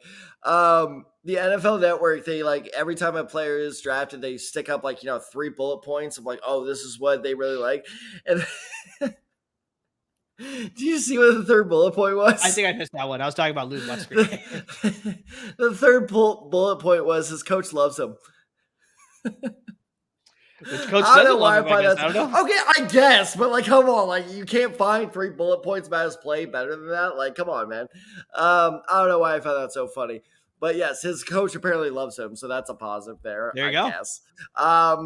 So no, I really like him a lot. It's weird that they drafted Dexter and Pickens because they're both basically the same player in my book. Where, like I said, they have all the physical tools to succeed. They just really need to work on their technique and consistency of technique because the good foundation of techniques is there. They have from play to play. They show occasionally that they have the skills to succeed in the NFL, but I need to see it on a more consistent basis. Yeah. I think they tend to panic and then they just get grabby and stuff, both Pickens and Dexter. So that's why this is an interesting pick to me. I was not expecting a double dip at defensive tackle, but I don't hate it. I like getting the insurance policy. So, okay. I'll take it. I mean, you look at the Chicago Bears. We talked about this. They're head coached by Matt Eberflus. I think he wants to rebuild that defense under his make and model. So, I mean, it's like you see this. He wants to double down the defensive tackle position. We saw them release Eddie Goldman a couple years ago. I guess it just wasn't a fit for what he was trying to do. And then, yeah, like you said, maybe they want to double dip at the position because now you have two guys who could play very similar style to what Matt Eberflus wants to do, right? So maybe that's why you see the double dip at the defensive tackle position. So, yeah, they're going to pair up with Justin Jones. They signed DeMarcus Walker in the offseason. So, I mean, they got some pieces there, but I think there's still going to be a developing defensive unit. And just, yeah, I think maybe that's why they went two at the same position. And in your eyes, maybe two with a similar player, because that's exactly what Matt Eberflus is looking for. I mean, honestly, it's the double down situation, right? Like we've seen teams do this in the past where it's like, okay, if we have a position of huge need, and like I said, when they drafted Dexter, this is without a doubt the Bears' biggest need is, I don't hate it. It's double down. Take that, like I said, before, take that insurance policy. Yeah. It's not a bad draft strategy. It's just kind of, the Browns did this years and years ago where it was kind of what I call the baseball strategy of like it's just simple math. The more picks we have, the more hits we're going to get. So it's just, it's one of those things of like the more defensive tackles we have, the better chance one of them works out. Very true. Yeah, I don't really hate it. And like I said, I don't hate Zach Pickens. It's just, he is very, there's a lot to work on there, but all the physical talent is there. So I think that this is a solid way to kick off the third round. Now Philly's going back to back, and is there any way Philly walks out of this without being the biggest winner of this year's draft? We will see exactly what happens, but they did. I think they're probably one of the winners of day one. I think that's 100% for sure. So we'll see how they're going to support those day one picks of both Jalen Carter and Nolan Smith. I mean, just adding more Georgia defenders to that defense there with Jordan Davis, who's going to be a starter this year, as well as D'Kobe Dean at the linebacker position. So yes, they have back-to-back picks here at 65 and 66. As of right now, they made the pick at 65. We'll see about that number 66 pick. Maybe they decide to trade out of it. But, I mean, yeah, you look at their team, and, I mean, it's just like, Tad, where do you think they look as far as positional needs here? Oh, man. Let me look at best available again. Let's see. Chandler's available is pretty good. You know what? There are a lot of good offensive linemen still out there. So it would not surprise me because that offensive line is getting old. So it is. I need some upgrades. Oh, God damn it. What if they go Darnell Washington here? I really don't think they'd go tight end. I really don't. I think they're fine with both. It wouldn't shock me. I think they could, but I don't see it happening. Oh, you know what would be crazy though? If they did go tight end, if they went to South Dakota State, took Tucker Kraft because they have Dallas Goedert, who also went to South Dakota State. And then, like I said, it's like I think they're grooming the tight ends pretty well there. So it could be a possibility, but I don't think they go tight end. I can see them going safety. I can see them going pass rush. Those are maybe two needs to obviously continue to develop that defense. I know they made some great picks last night at the defense side, but maybe they continue to develop there as opposed to look at the offense. But yeah, offensive lineman could be a very good pick as well. Well, how about this? Since they lost TJ Edwards to the Bears, Trenton Simpson is still on the board. That's another slipping player that we have not talked about. Most of the linebackers are still there. We got Trenton Simpson, Drew Sanders, yep. Deion Henley out of Washington State is still available too. So I mean, like, yeah, there's a lot of good linebackers. Because Trenton Simpson has that skill set, a lot like what TJ Edwards did. Is because I'm hesitant to even call TJ Edwards an inside linebacker because he did kind of both for Philadelphia, and Simpson has a similar skill set where he probably is a better player on the inside, but if you wanted to push him to the outside, he could succeed there if you want to play him more in the coverage role rather than the pass rusher role. So honestly, if I was Philadelphia, that would be my pick right here, is either Juice Sanders or Trenton Simpson. Juice Sanders? Is that what you called Drew. My voice is I heard Juice Sanders. I said Drew. This is not a Jalen Hyatt and Jaden Reed situation here. So I want to make sure that we're, I'm hearing correctly. That's all it is. Yeah, take a sip of water. You can use that one for sure. All right. This is going to be an interesting reaction. Obviously, the Eagles in Kansas City here. So, I mean, yeah, that's going to be interesting, the reaction that they got here. You won. Don't give them a hard time. You won. Yeah, exactly. Whoa. Well, I did say offensive line. Yeah, they went with the offensive line here. They went with the tackle Tyler Steen out of the University of Alabama. And Tad, if I remember correctly, this guy was on your top 10 list. If he was, I don't remember it. Oh, they're announcing the second pick right now too. So they made both Jesus picks Christ. right All right. So we can talk about both picks here. So they went with Tyler Steen at the number 65 pick, and I'm missing on the number 6 pick. They said it kind of quickly. I think they're going to show it up here on the bottom of the screen so we can see that pick as well. But it looks like it's going to be, but yeah, really quickly, if you want to speak on Tyler Steen. Okay. This pick I love. The Sidney Brown. Oh, Sidney Brown, the safety out of Illinois. Yeah, so we got Tyler Steen, the tackle out of Alabama, and now we got Sidney Brown, the safety out of Illinois. Really great pick there. So yeah, pick which one you want to talk about first. All right, well, I'll just go through the Tyler Steen thing right here. The reason I don't remember it, because you're correct, I had him, but I also had him as my number 10 offensive tackle. Okay, so you barely made your roster. Going in the fourth barely made your top 10. Okay. Round, like I'm not ready for that. That's an interesting thing. But Lane Johnson, I mean, people were talking about him potentially retiring this year. Yeah. And Jordan, Mailata. Thank you. Mailata, he is due for a huge paycheck, not this next season, but the season after that, 2024. His cap hit skyrockets. I mean, skyrockets by like $10 million. So finding the tackle of the future is a smart move here. Not so sure about the guy they picked. Tyler Steen is a extremely developmental guy. He's your typical mid-round Alabama guy. Freak athlete, really needs a lot of refinement, but okay, that's your guy. You run with it. We'll see how that works. Sidney Brown, I absolutely love this guy from the second I watched him in the Senior Bowl. Let me pull up my Senior Bowl notes on him because I was absolutely gushing over him. And Tad, really quick, I mean, we talked about this with Illinois secondary. Like, I don't know what they did there, but I don't know. Witherspoon, yeah, obviously got Sidney Brown. Has been really great. I was high on Jartavius Martin, who was another pick too. Like, I mean, they developed some really good secondary there. So, I mean, just crazy to think that here's another guy that's really great, and he's landing with a good team there in Philadelphia.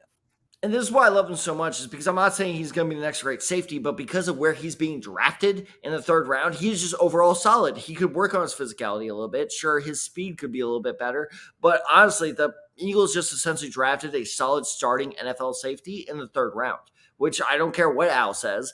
If you get a solid starter in rounds 2, 3, or 4, you succeeded as a general manager. So I really love this pick for the Eagles, especially after letting C.J. Gardner-Johnson walk. That the rich get richer, man. It's not fair. Sidney Brown could be a plug-and-play starter. And, you know, absolutely. Actually, you're talking about Al as guest on our podcast, on our live stream here. Here we go. He's not back. We do have a new guest here. Guy who hasn't been on our live stream just yet, and we're going to introduce him here right now as the Broncos are making their selection. We're going to welcome in Nico Buenavides. He has been on our podcast before when we did our fantasy football draft stream when we were drafting all of our players there. So he's been a great friend of the podcast for sure. But Nico, what's going on, man? How you been feeling about the draft so far? How you guys doing? Yeah, feeling pretty good. I like Avila there. Steve Avila, yeah, Tad's a big fan of Steve Avila for sure too. Pick. So it's a good pick. They needed the help on the interior offensive line. They get a good one out of out of Steve Avila there at TCU. But yeah, I think you joined on right at the right time. We got the Broncos making their selection here with Drew Sanders, the linebacker. I think this is the guy that I really like. I think he's got that good hybrid sort of sense of being like the traditional linebacker. But I think you can see here on the highlight films that they're showing here on NFL Network that he could come in and be a rusher too. Like they could use him very much like Dallas was using Micah Parsons, where it's like they could drop him into coverage to be a good coverage linebacker. But then if they need him, they could bring him in on some pass rush as well. But yeah, Nico, just as I was sort of introducing you here, I think you're coming on to talk about the Rams' next pick. They're going to be picking at 69. As long as they stay there, there's possibility they could trade out. But right now we got the Detroit Lions on the pick here. But just, yeah, what do you think about the Rams so far? They obviously took Avila. What do you think they're going to do here at the top of the 3rd at number 69? Yeah, well, something that I've heard kind of just, on Twitter and everything about why they liked Avila so much was versatility. I think that's something that I know that they value in all of their draft picks, at every position. And I think a guy that is very versatile on the offensive side is Darnell Washington. Ooh. That's why I wanted them to take. That has been pounding the table for this guy to be drafted on day 2 so far. This guy is so good. The potential is right there, man. Like, come on. Yeah, so I think he's definitely a possibility. I wouldn't be surprised if they go, double offensive lineman even. Double. So which offensive lineman do you think they'd be targeting then? I like Dewan Jones. That's not a bad one. The tackle out of Ohio State. I think he's one of those guys. Or Ohio State, excuse me. Yeah. He's a big physical guy, very similar to Broderick Jones, who I think maybe you were thinking about, Tad, where it's just like he's got that big physical, like he's a huge dude. And he was able to manhandle guys at the college level. And so I think he's just worried about what he gets to the next level, if he could still have that, finacity, that physicality to overpower guys at the next level. But I mean, there's a lot to like with him because, if he can sort of develop the right technique, because that's usually the problem that I see, Tad, when you get these really big offensive linemen and big tight ends as well, is just that at the NFL, low man wins. And so if you can't get that good base to get good proper blocking technique, that could be where he could sort of get some, lots of guys are going to be able to get by him. But I think you like that potential with him. And so, if he's available, Rams going in that direction, it's like, I wouldn't hate it. Well, it looks like the Rams are straight with Houston, by the way. Oh, unfortunately, we had Nico on right around this time, and it looks like they traded down, and they traded, looks like about 10 spots or so, roughly, from what I could see here. Three picks. So the Rams pick after Arizona. Yeah, that's the other pick that I have. I was looking a little bit too far, but they traded down about another handful of picks. But Nico, you're more than welcome to stay on until that pick comes around. It won't happen right away here, but we got Detroit, and then the Houston Texans. They have been wheeling and dealing, Tad. I mean, they jumped up from. I mean, they made the selection at 2 to take C.J. Stroud. This is not jumped up to take Will Anderson at number 3. This is what you did to D'Amico Ryans. You shifted him into this crazy man with the draft. But while we wait for the Lions pick to come in, because this is a surprisingly long commercial break, Nico, I want to ask you, I gotta go for the lowest common denominator here. Hendon Hooker is still on the board. What are the chances the Rams go with Hendon Hooker as Stafford's successor? Ooh. Yeah, I was actually on a draft live stream earlier for Dynasty Nerds to go check them out. But we were talking about just what happens with Matthew Stafford's contract and how long he'll be on the team, because he's getting older. He might not be the same Matthew Stafford that we're used to, but might not be. They are going to have to take a successor to him.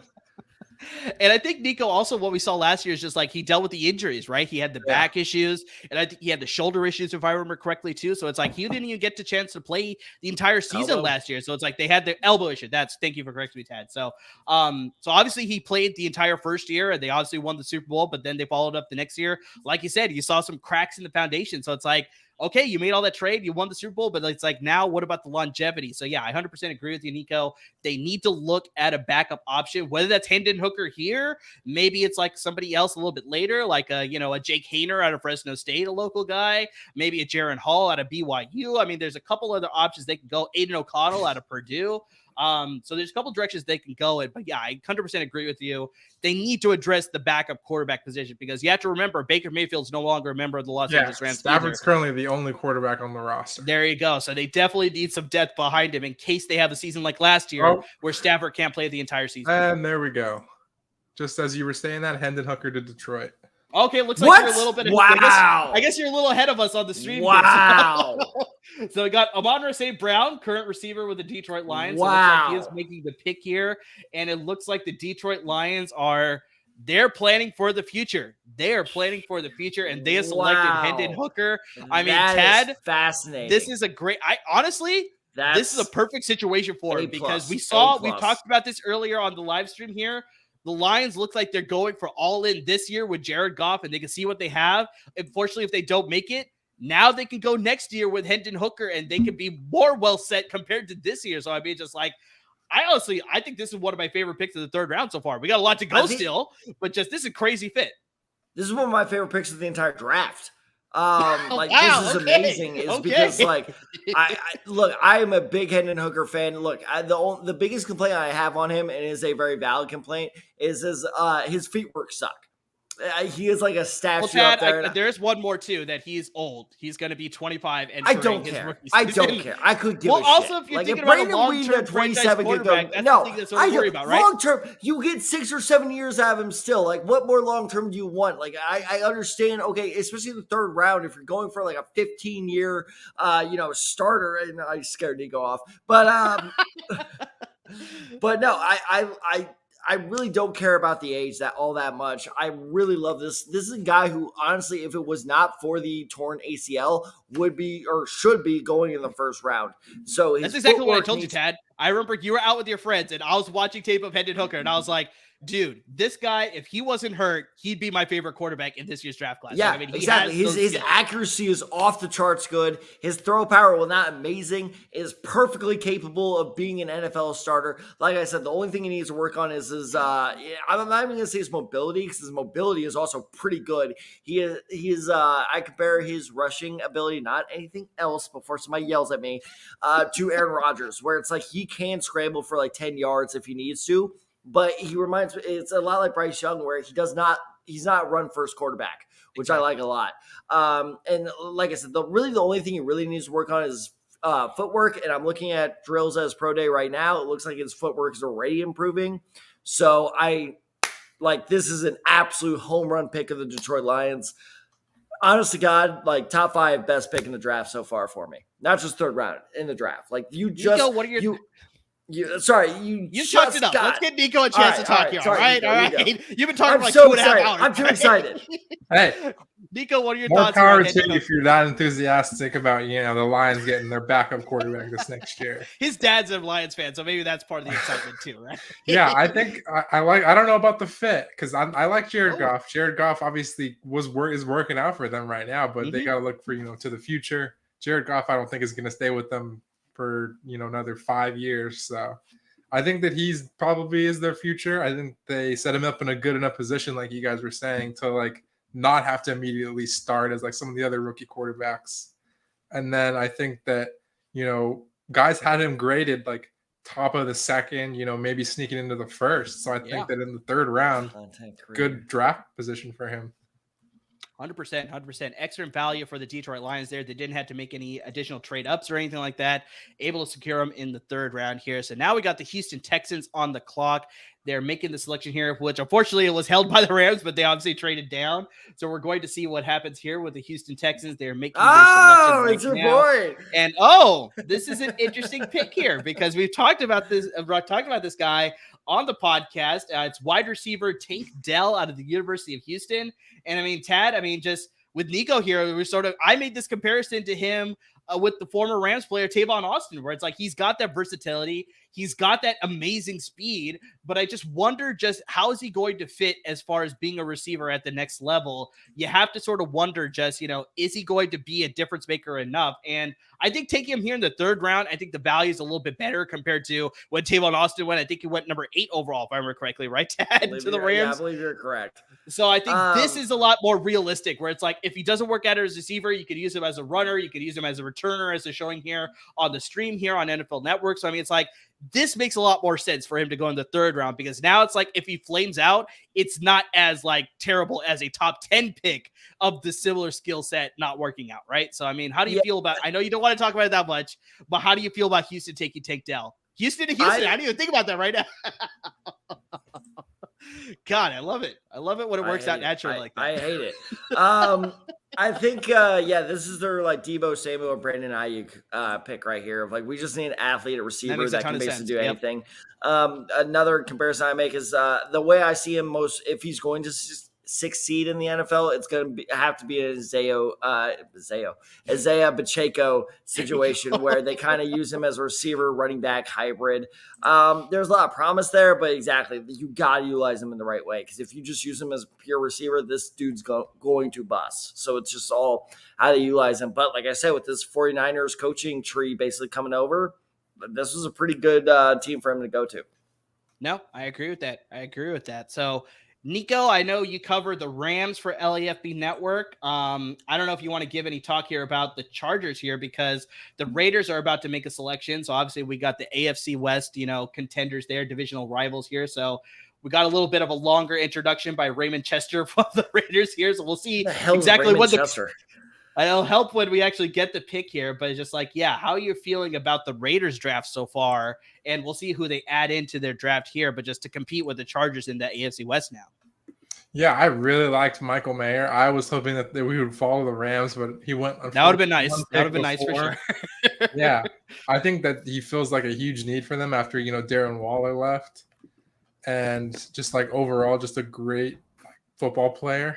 And overall for the Raiders, I would say they're having a pretty non-Raiderish draft in the sense that some of the players That's pretty accurate. Non-Raider-esque, like right now. In terms of their drafting well. Exactly. Yeah. Quite opposite to what they usually do. And now they add to their defensive line. They get the defensive tackle Byron Young. They actually there's another defensive lineman out of Tennessee with the same name. So this is going to be interesting here. But yeah, Byron Young, the defensive tackle out of Alabama. They're beefing up that front line. They took Tyree Wilson last night at number 7 overall. Just like you talked about, Nico, they took Michael Mayer earlier in the second round. So, I mean, they're building on both sides there. But Tad, one of the things we talked about on the podcast is the Raiders sort of don't have that anything scary on defense, right? So it's like now I think they're building up the defense with this year's draft with 2 selections out of the 3 they've made so far, anchoring that defense. So, I mean, I don't know if you have much on Byron Young. I don't think he was slated to go in the 3rd round in my sort of like projections of what I've read. So I'm curious to see, like, I don't know if you watched any tape on Byron Young. I watched a little bit on him. He reminds me a lot of, and help me out. He reminds me a lot of the Marcel's, the defensive tackle from Alabama that went to the Buffalo Bills in the top 10. Marcel Darius. Because he's just such a let's go! Yes! Finish your take, and then we'll get to this player. Let's finish your take first. He's an absolute freak athlete, defensive tackle at Alabama. Now, I'm afraid he might fall in the same trap that Marcel Darius fell into, where it's like if you do not develop from that athleticism, he might not develop into a good starter. Marcel Darius was a solid starter for a while, but he could have been so much better because his development technique from a technique standpoint is not there. So he has all the promise there. It's just going to need a lot of development. So it's a high risk move, but I like it. Now, all right, let's talk about Kendrick. Let's go. Let's go. The next pick here. It is the New Orleans Saints that the number 71 overall pick they have selected out of TCU. That's, I think, the reason why we got some excitement from Ted here.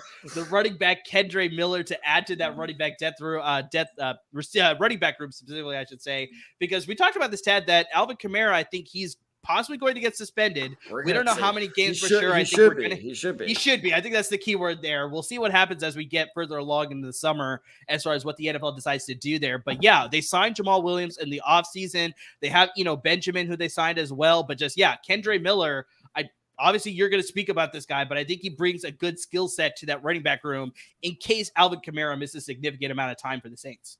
And this is why I'm so excited, is the perfect fit for Kendre Miller too, because he brings that all-around skill set into the Saints running back room where he is a great receiving running back. He is a great shifty running back where he can make the moves to create space. Like this guy, Zach Evans, transferred out of TCU to go Ole Miss, where, fun fact, he actually lost his starting job. So, how about that, Zach Evans? Wow. But Kendre Miller stepped up. I am of the opinion that Kendre Miller actually deserved an invite to New York for the Heisman ceremony over Max Duggan.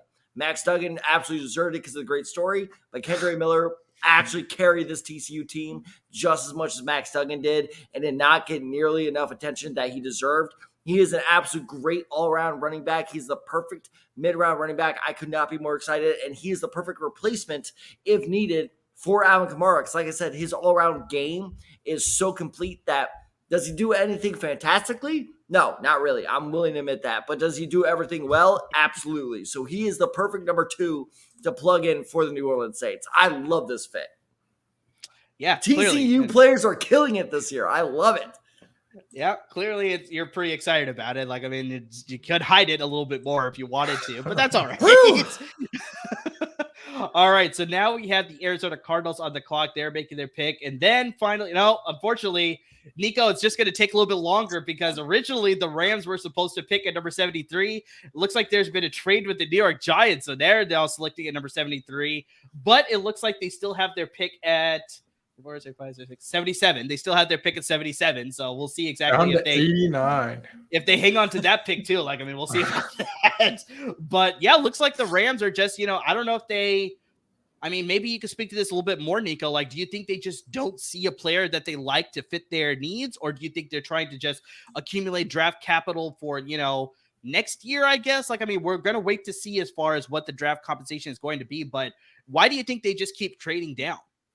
Well, I actually just got that draft compensation for you. They traded 73 to the Giants for 89 and 128. 89 and 128. Okay.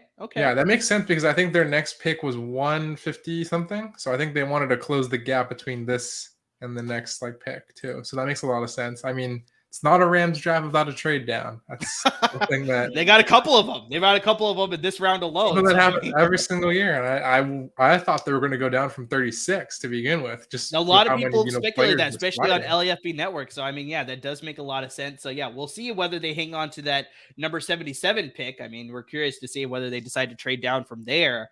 But yeah, they are no longer picking at 73. That is going to be the New York Giants. But yeah, we got the NFC West rival with the Arizona Cardinals. I was just about to ask Nico. So obviously you're a Rams fan, but let's talk about one of your divisional opponents. How do you think, or what do you think about the Cardinals draft so far? Because I think it's been interesting. You trade up for Paris Johnson, and then you start trading down today to kind of recoup some of those losses that you took to get Paris Johnson for a trade up that, frankly, I feel wasn't necessary. So like, just in terms of not just the Cardinals, let's expand it to the NFC West. Like, how do you think the division in total has been drafting so far? Yeah, the Cardinals, I don't think they needed to trade up for Paris Johnson. That was so weird, right? We talked about that yesterday. I don't think it was needed, but I feel like they could have kept it. What was it? What were they at? Like 9? They were at 10. That's a great question. It was like the 10 to 12 range or something. They were at 12 because they traded with Houston, right? They were number 3, and then Houston traded up, so they were at 12. 12. Yeah, I think they could have dropped him down to that like kind of area, and he would have been fine. But sure, Cardinals, go trade some more stuff. That's fine by me. But yeah, I think Seattle's doing a pretty good job. They got the cornerback, the number 1 cornerback, and the number 1 wide receiver, in my opinion.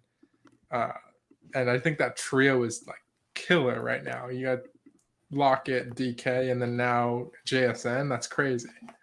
It is insane, especially, as a Niners fan here. Like, I mean, I'm worried about that too. And obviously as a Rams fan, that's worrisome to think that you're going to have to deal with that twice a season now with all 3 of those guys. And then, yeah, like you said, Devin Witherspoon, who is my number 1 rated corner, and it looks like it was your number 1 rated corner as well. Him going to Seattle to continue to develop that secondary there. Very high pick there. So yeah, Seattle's been having a really good draft so far. And we're talking about Devin Witherspoon, we're talking about the defensive back. We just had defensive back taken at number 72, and it was Garrett Williams out of Syracuse. So, I mean, Tad, this was a name that I actually don't remember scouting all that well. So I'm wondering if just like, do players just are finding these fits as opposed to looking at like overall skill set? Like, I mean, just like, how are you feeling about, jumping out of order, I guess, to put it in one way? I think it's play style, because he has a very, very aggressive play style, and I feel like that's kind of what this new Arizona front office is trying to usher in. This guy had like 10 pass breakups last year. He is a very, like I say, if you just watch the way he plays, I think this is both a positive and a negative. He plays extremely aggressively, which can hurt him sometimes, and other times he makes the most amazing pick you've ever seen. So. Okay, wow. We're going to talk about this pick. Okay, we need to get to this next one, but finish. But yeah, I like this pick a lot. It's a very boomer bust pick. It's very reminiscent of the team that just selected the New York Giants taking Deonte Banks. Either this guy out of Syracuse is either going to be a bust or a boom, but there's no in between. Yeah, and so let's talk about the next guy that was taken by the New York Giants, who you just brought up.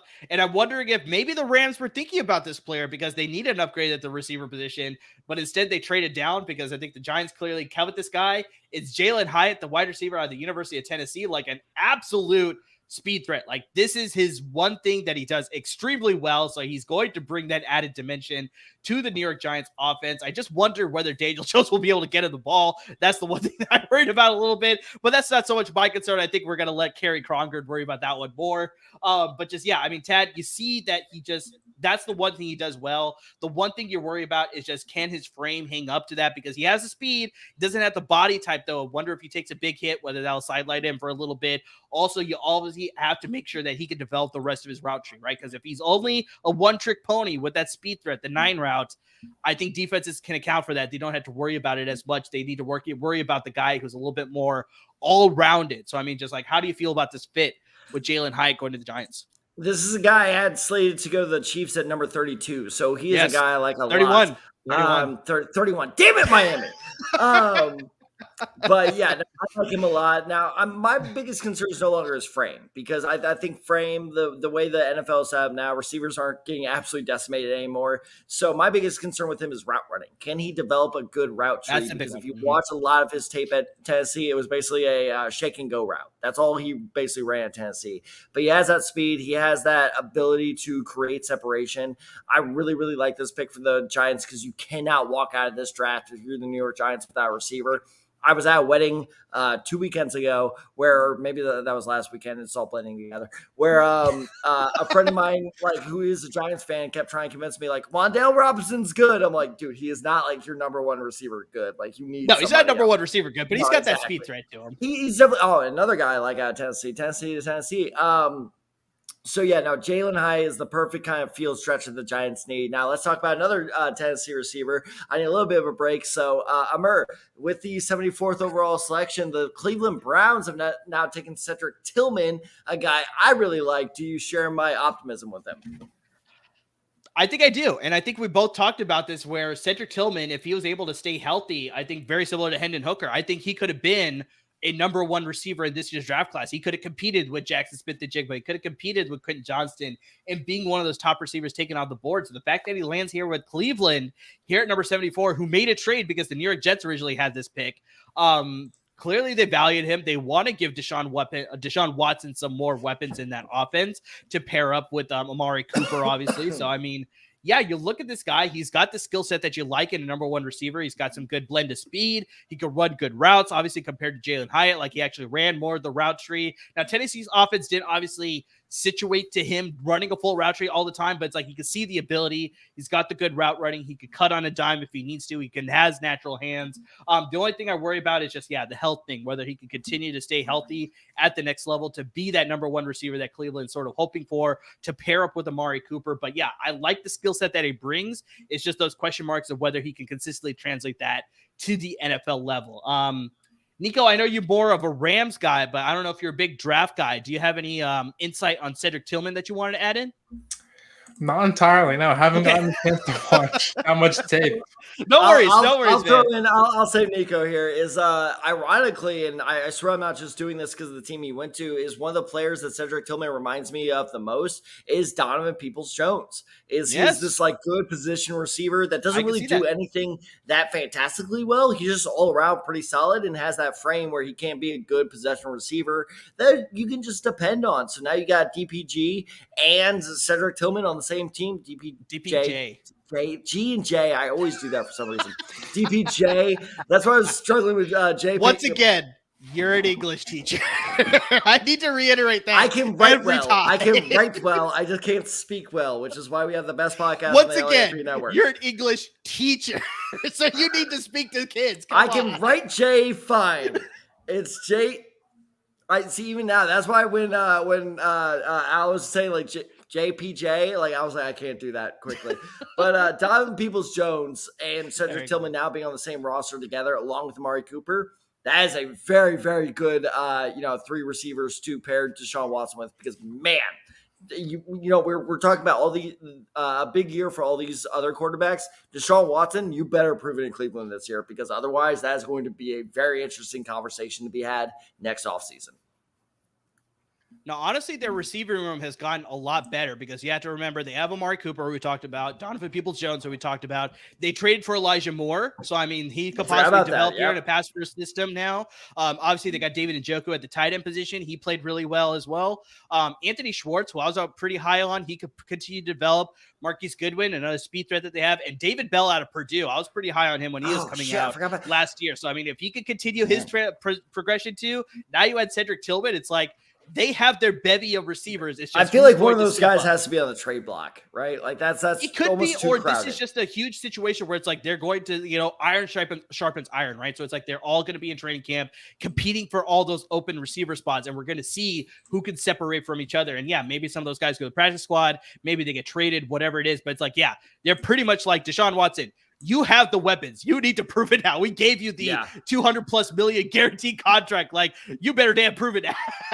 I mean, he better, because there's zero excuse there. That offensive line is pretty set. They have good running back combo still. They have now clearly there's zero excuse for I don't have any receivers. Like, if that offense fails, the coach is going to take the fall for it. Stefanski is going to take the fall for it, but it does ultimately fall on Deshaun Watson's shoulders.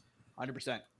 So as of right now, we still have the Rams in just a couple of picks here. We got the Falcons up right now at 75.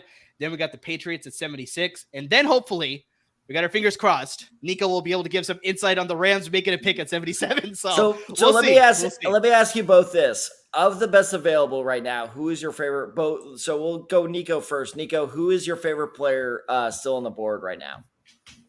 In terms of like just overall, or like fit for the Rams? Overall, fit for the both. Rams. So your overall, and then specifically fit for the Rams too. Overall, I really liked Jake Hayner as a quarterback, as a backup quarterback. I saw him in the LA Bowl live. The West Coast bias there. Hey, he's a good quarterback. I like Jake Hayner too. He a little bit of bias, maybe, connection, but I think he ran the like play action kind of system very, very well, and he made all the throws on the field you want him to. I also really like Darnell Washington, but I don't think the Rams are going to take him. I think if they wanted to take a Georgia guy, they'd go Ringo, because he's one of those available. guys. I love Ringo. Ringo's one of my favorite players, especially with the trade of Jalen Ramsey. That's an that excellent would be pick. Great. That would be an A+, dude. The Rams would very quickly build an A+ draft if they took Ringo. It's not bad. Yeah. We'll see what happens. Again, he's one of those guys that I heard of, like, or couldn't sneak into the first or be like an early second round too. I was one of those people saying that is because the night of the national championship, one of my buddies was looking at me, he was like, Quentin Johnston, he's going to have a good night. I'm like, dude, he's going against Ringo. I'm not so sure. And as the listeners to our podcast will know at this point, Quentin Johnston, 1 catch for 3 yards in the national championship because Ringo was on him all night. Yeah, I heard he might switch to like safety too, and just play some of those more hybrid He's got that roles. flexibility, so I mean, he could if the Rams need him to, if they decide to take him at 77. That's something that they would love. I know. Ooh, for sure. The Patriots just trade up. No, they had this pick at 76. Okay. But really quick, just want to announce that we had Zach Harrison, who was taken to the Atlanta Falcons out of Ohio State. The defensive end, they continue to add to their defensive pass rush to hopefully make that defensive line and defense overall one of their stronger units. And then, Tad, I'm going to let you speak about this guy because you're very high on him this entire draft season. And it is the linebacker / safety / he played so many positions, Tad. And it is Marte Mapu out of Sacramento State. So, Tad, I'm going to pass it to you here because he was one of your favorite prospects this entire draft season. Yeah, it's funny because I've never heard of this guy until the Senior Bowl when I was instructed to scout the secondary for the Senior Bowl, and it was safety out of Sacramento State, and I was like, oh fuck, okay, I have to find this guy's tape. And the more I watched him, I was like, oh no, okay, I see why I got the invite because yes, Umar, you're absolutely right. He played every position. He played quarterback at Sacramento State for a while. He played quarterback, receiver, running back, like literally every position at Sacramento State he basically played. So this dude's just that pretty much tells me he's a natural athlete, which is what football teams want. And he's not just a natural athlete; he's a phenomenal athlete. So that's why I think the Patriots fit is so great because he can play a bunch of different positions. Belichick will know how to use it. I like what I see here. The Rams are officially, they have made a selection here at number 77. Nico, we're a little behind you, so we're waiting to see what the pick is here officially here. Okay, we actually talked about this, the similar guy. We had Byron Young, the defensive tackle out of Alabama, but now we have Byron Young, the edge rusher out of Tennessee, who I've spoken about on the podcast. But Nico, I want to pass it to you here really quick. Just how do you feel about this selection of an edge rusher to supplement the Rams defense now? Yeah, I thought they were going to go edge rusher with 36. Okay. That's how much they need edge rusher. They needed edge rusher before they let go of Leonard Floyd. That is true. I think that edge rusher was 100% going to be, you can check it out on the article I wrote for LAFB Network. There you go. Go check out the website. One of the things I said, Nico's article. 100% need to walk out of the draft with an edge rusher. Here we are. Yeah, Byron Young, like I said. Real quick. Sorry to interrupt you, Murray. Can we just say – this is a hell of a 5-pick stretch for Tennessee. My God. Yeah, Tennessee has had a good run right here in the middle and the very top of the third, I guess I'd say. But yeah, just speaking about Byron Young, this fit with the LA Rams. When I was watching this guy's tape, this guy is he is a speed threat coming off the edge. They like to call him a fastball, if you want to call it that. A lot of baseball term there, but just he could get to the quarterback. He could get to the quarterback quickly. He's got a pretty good spin move. He's got some technique that he needs to refine as far as his pass rushing skills. But once he gets in the backfield, he could chase down the quarterback anywhere from sideline to sideline, disrupt it in the running game as well. So, just the Rams getting this guy in the third round, I think this is an excellent pick. He does need to develop some technique as well, develop some more pass rush moves, like I said. But I think as a developmental piece and as a situational pass rusher to start his career, Rams landed themselves a really good pick here. Yeah, I said that BJ Ojulari has the best first, the best quickness off the snap than any other edge rusher in this year's draft. Young was the very close second. His ability to just really explode off the snap and just get behind the offensive line before the tackle really knows what's happening is absolutely unparalleled. So this is a great pick for the Rams. I think that they have an edge rusher who is just immediately off the bat physically talented, can contribute right away. And as long as he starts refining his technique and really starts developing some more pass rushing moves, can develop into a full-time starter. But for now, immediately his rookie year, can be a pass rusher supplement to what they have now. Now, Murray, I see your face. Go ahead. I'm trying to contain it because I've done this scene 2 or 3 times now. Go off your guy. Now, the double dip is interesting to me. That's exactly why I'm laughing here, because remember we talked about this with the New York Jets, right? When they had Sam Darnold and they didn't give him the support that he wanted with the offensive line being terrible and he didn't have a lot of receivers. All of a sudden they draft Zach Wilson. They have a really good offensive line. They get Corey Davis. They draft Garrett Wilson. They get all the support that they need. I'm seeing the same thing with the Packers now, where it's Aaron Rodgers kept clamoring for a receiver, a pass catcher to help him in the draft, right? Rodgers is sitting there at home right now, be like, you sons of bitches. Tight end. They drafted Jaden Reed. I still think they need to fix the offensive line, but just they're doing everything that they should have done for Aaron Rodgers. They're doing it for Jordan Love now. So that's what makes me laugh so much. It's just I don't know why you didn't do it before. They could have been so much more competitive. So, I just didn't get it there. But yeah, Tucker Kraft, we talked about this guy, Tad. He's one of those excellent tight ends. Receiving threat coming out of the same school that Dallas Goedert came out of. You see some of the similar skill set between Goddard and Tucker Kraft. He's a little bit smaller than Dallas Goedert is, but I think you still see the willingness to go out there and be a blocker as well, both in the run game as well as the pass game. But yes, very natural receiver, and I think that's exactly what Green Bay needs. Now you have that with both Musgrave and Tucker Kraft. That's going to be dangerous coming out of twin tight end sets there. That is going to be really good for Jordan Love's development there. I keep saying Josh because I'm seeing the next pick here, and I know you want to talk about this guy, Tad, but Jordan Love's development. And so, yeah, I think they're giving the right weapons to Jordan Love to develop. And yeah, I know we got to get to this pick here because the Indianapolis Colts, they made the pick here at number 79. They selected a receiver, which they definitely need because they need some receivers outside of Michael Pittman. So yeah, I'm going to let you speak about Josh Downs, the wide receiver out of North Carolina.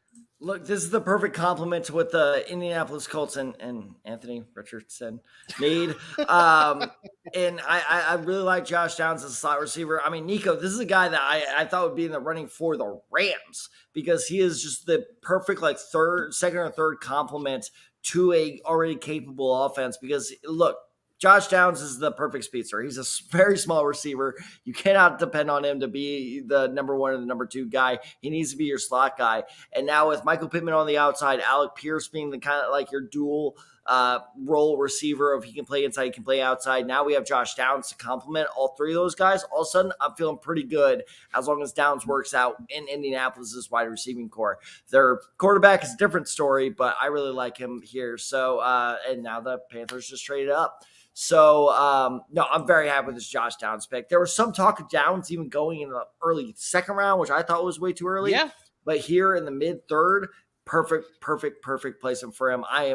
Ironically, it only took until the second and third round for the Colts to start drafting well, but at least we're doing it now. But you look at their receiver room, and I actually like their receiver room a lot more. It's pretty good. We talked about Michael Pittman. Alec Pierce was a really good deep threat for them and a consistent receiver too when he was healthy. Isaiah McKenzie from Buffalo, I think he's a really good third option now. And then obviously you got Josh Downs to add into that mix. Ashton Dulin was productive at certain times. So yeah, fine. It's not bad. It's not bad. I'm surprised you didn't mention your boy from last year. Who's my boy from that? Well, that's the tight end position. Jelani Woods. It's still a pass catcher. It's still a pass catcher, though. All right, fair. So, yeah, I think I got a lot of potential with him developing, too, as one of their starting tight ends for sure. But just, yeah, I like what they have there to support Anthony Richardson as their quarterback going forward here. So, yeah, it's been fast and furious with these second and third round, Tad. It's like it's hard for me to keep up with all the picks that are happening here. Dude, it feels like tired. we're talking a mile a minute, man. I'm going to sleep good tonight. All right. Well, real quick, while we still have Nico on, let me ask you both a trivia question while we're in commercial break. Let's hear it. Correct me if I'm wrong. I don't think this is one of the ones I asked last night. This one's I have one very. All right, I'll let you guys decide. Do I go for the very hard question or do I go for the easy question? Nico, you make the call. You want to go for the hard one? Okay. How many draft classes in the entire NFL history have gone without a Hall of Famer? Wow. Okay, that is hard. Told you that was a hard one. Oh my Lord. 0. 0? Not a bad answer. It's not a bad answer. I'm gonna it's say not bad. I was surprised there were any. I'm gonna say it's more than 0. I'm gonna probably say 4. There have been 2 draft classes without a Hall of Famer. Wow. Those draft classes were 1984 and 1992. Now, I did look back and look at some of the players in that year's draft. There's a reason I did not write down any of their names because I don't think any of us in this chat would know who they are. Wait, you said 1984. What was the other year? 1984 and 1992. I might remember some of those names if you said them. Well, look them 92 up. specifically. I don't remember them anymore. Oh, I thought you had it handy right now. No, I know. That's what I'm saying. I didn't write any of them down because I was like, who are these people? All right. So I'm officially checking out the depth chart. I think that Young can start pretty much immediately. Yeah, and like I said, I think Young he's a situational pass rusher for sure, and then he could possibly develop into an every down starter for them as well. But they got the like the kind of like rotational pass rush. I don't think Aaron Donald's even in there for like more than 60% of the snaps even. Right. But yeah, 100% Byron Young can start right away. Like, I mean, he has the skill set to be a starting pass rusher for sure for that team. So interesting pick here, Tad, because we had a trade up with the Carolina Panthers trading up to the number 80 spot here. And they took the edge rusher DJ Johnson out of the University of Oregon. And I'm not going to lie, I actually haven't watched much tape of him to really know much about DJ Johnson. So you got something on DJ Johnson? Okay, what do you got? And this is the part I hate about the draft because I'm going to come off like an asshole here, but it's the truth. What else is new? No, I'm just kidding. I'm just kidding, dude. All right, I'm no longer the biggest asshole in this live stream. I mean, this is the part I don't like about the draft is like sometimes you just gotta tell the truth about a guy. This is, and I absolutely say this because of the same school connection. This is Deion Jordan 2.0. This guy is a very, very good athlete. Okay. But shows me no refinement, shows me no technique, shows me absolutely nothing that is there to develop. I don't like this pick at all. There's physically, there's a lot to like there. I'm sure he's a good person. Again, this is like hurting me because I don't want to be like, rain on his parade. I'm sure he cares about, what the LAFB network is saying, but, this was a bad pick by Carolina. I personally, I had him slated as a 6th rounder. 6th rounder. Wow. Okay. So come on. You got to give him some redeeming qualities. Like I said, the athletic talent is there. He's a free. That's why I'm making that Deion Jordan comparison because that's why was it Miami that drafted Deion Jordan? That's why they drafted him so high is because the athleticism is there. But the problem is like, athleticism, again, I say this time and time again on the podcast and on this live stream, athleticism will not translate solely will not translate to the NFL. So you need to develop, you need to bring something else to your game. And right now he brings nothing else to his game other than I'm just this freaky fast, strong guy. And that dies in the NFL. And so I hope I'm wrong. I hope he proves me wrong. I hope he messages me on Twitter 2 years from now going, fuck you. But unfortunately, I think 2 years from now. Why 2 years from now? Why not like 2 days from now? Well, he probably might do that as well. Which, by the way, look at the ticker. My name is Emergesai, Emergesai23 on Twitter. That is where you DM me. Yeah, see, it doesn't help when it's right in the corner of your screen. It says Tad. Just cover it up. Just how do I take that down? Well, okay. Well, clearly Carolina saw something in him that they like because they clearly traded up to get this guy, DJ Johnson. So now, we'll see I will how say it all pans out. what's interesting about that pick too is remember Brian Burns was a very popular trade candidate last year at the deadline. Right. So this could be, Brian Burns might be a popular trade candidate yet again at the deadline next year. Because I mean, if memory serves off the top of my head, I think he's due like $16 million against the cap next year. Like he has a massive cap hit. So it would not shock me that the Panthers try to unload Burns yet again next year. That'd be interesting. So the Titans are on the clock here. We're in the Oilers shirt. I love it. Jacket and jersey. Yeah, it's a pretty sweet look for sure. Is this Devin or Jason? I get them mixed up. I think Jason played with the Titans, if I remember correctly. This is Jason. Good call. Good call. I think so. So we got the Chargers on the clock in 5 more picks, and we got a comment here in the chat that, come on, Chargers, get a running back next. Do you think that's a need for them compared to some other positions that maybe they need to fill? Nico, I know you cover the Rams, but do you know much about the Chargers as far as like, do you think running back would be a need for them, or do you think they go in a different direction? I do both for, LAFB. Well, there you go. I had my information incorrect then. So he's got the Chargers covered too, which is why it's on right here. So yeah, what do you think? Do you think they need to go running back, or do you think they go address a different position? Because I know they have Austin Eckler, but there's obviously the rumor that they may possibly trade him. I don't know for sure if that's to angle for a new contract, but just, I feel like with him still on the roster, I don't know if running back's a position of need, but I'll pass it to you here for your take here. Yeah. Something I think that they kind of lacked with Austin Eckler, on the roster. I mean, you pick Spiller last year out of A&M. Right. He's kind of that like power back, which I feel like is what they needed, but somehow never got last year. Because Austin Eckler, your satellite back, catches the passes, basically was Justin Herbert's check down option all year. And still, led the league in touchdowns. Amazing player. Oh, speaking of running back. Let's not spoil it. Me and Tad are a little behind, but continue with your take. How are you ahead of us? This is not fair. It's just ESPN. He's on ESPN. Oh, you're on ESPN. That's why. Yeah, we're on that. But continue with Jason McCourty, shut up. Say the pick already. Yeah, so you got, not Tajay Spears anymore, but you got, Spiller's former teammate, Devin O'Shane. You got Roshan Johnson, Tank Bigsby, Eric Gray. Some of those guys are still on the board. I feel like this is a pretty deep, running back class. So I don't get think some good talent for sure. Yeah. I don't think you can go wrong. It's just kind of like what, style of running back do you want? I think if they are going to choose a running back, I would say they probably need one that's a little bit more of a pure runner than Eckler, because Eckler's not going to, barrel through guys like a Nick Chubb or a Saquon.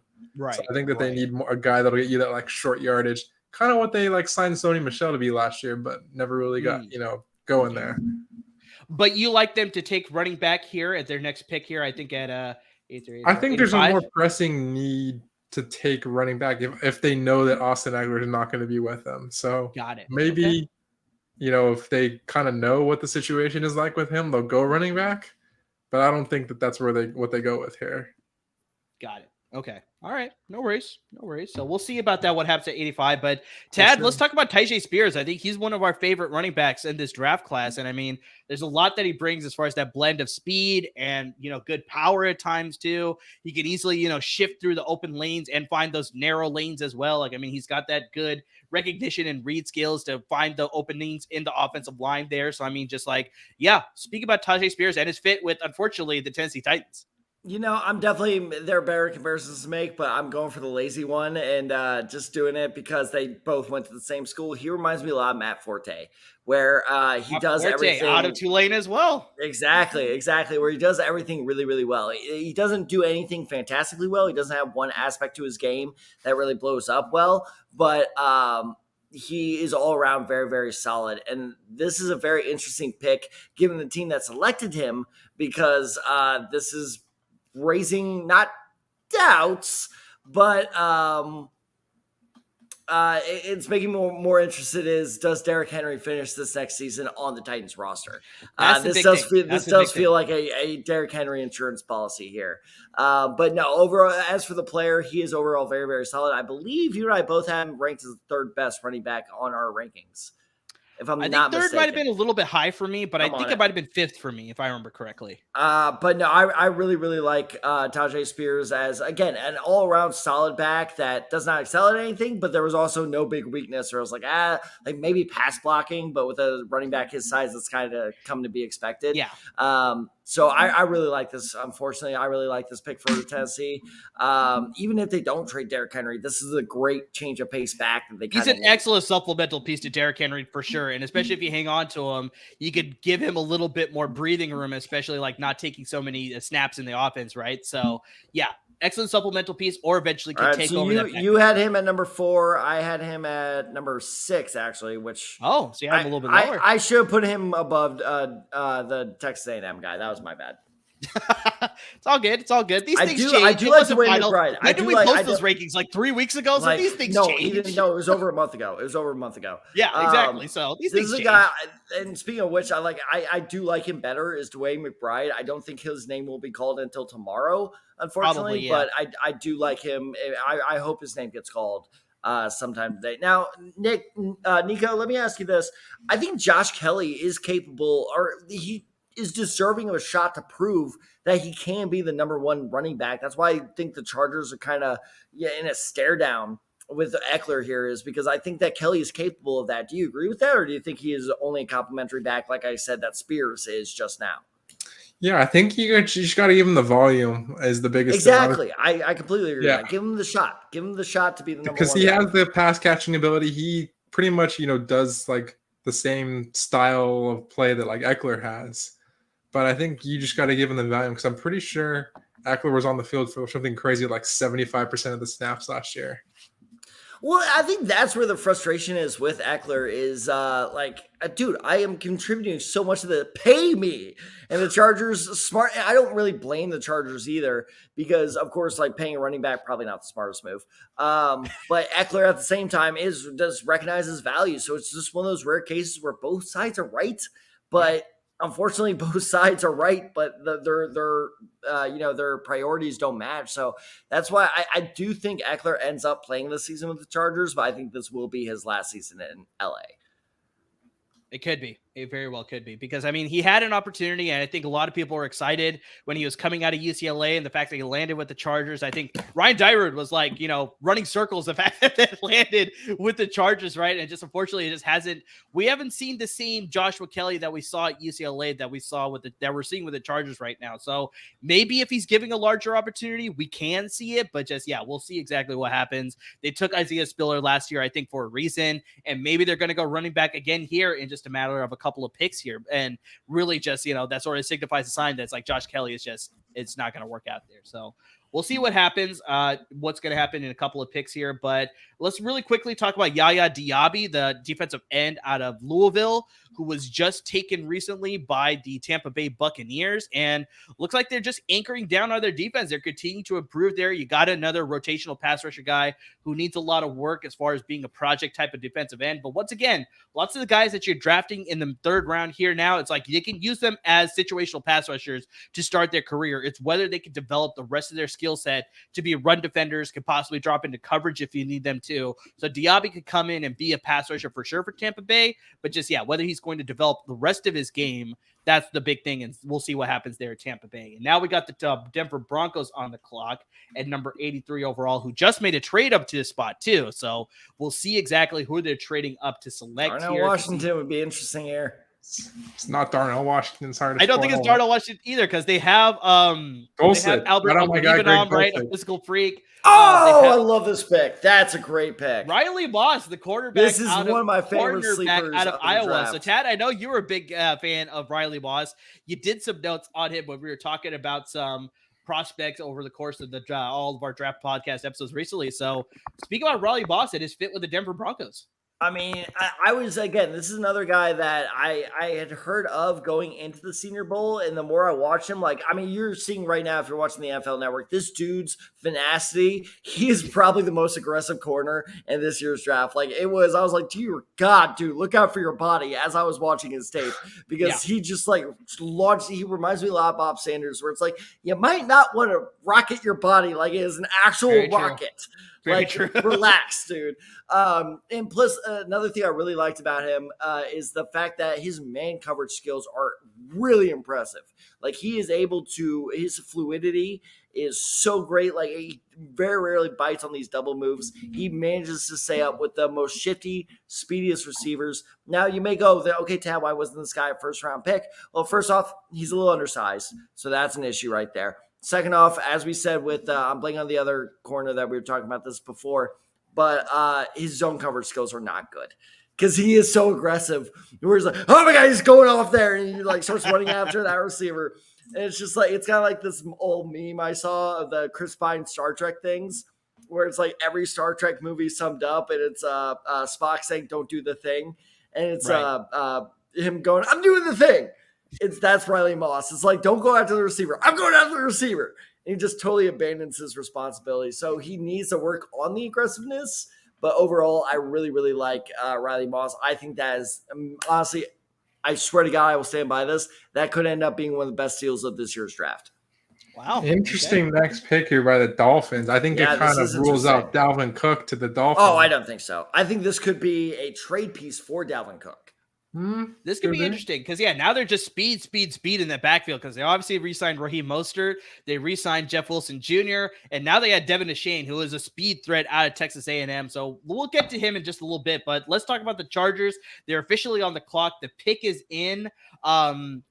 I think, Nico, you're sort of siding that they may go at the running back position, but I mean, looking at what's available, we talked about Khalil Ringo. I think he'd be an excellent fit as well. One of my favorite defensive tackles that's still available here, I thought he'd go at the end of the first round. Adetomiwa Adebawore out of Northwestern. I can't the fact that he's still available, he'd be a good pick too. Think about the linebackers with Trenton Simpson. Darnell Washington? Is he Everett's successor?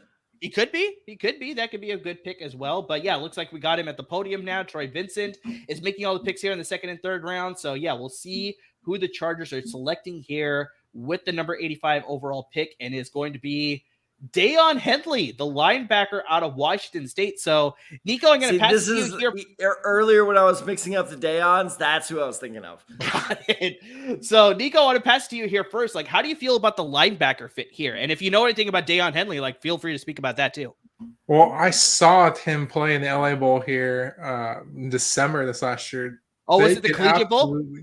And yeah, the LA Bowl. Oh, the LA Bowl. Okay, my mistake. Okay. They could absolutely not stop the run. I don't think he was playing.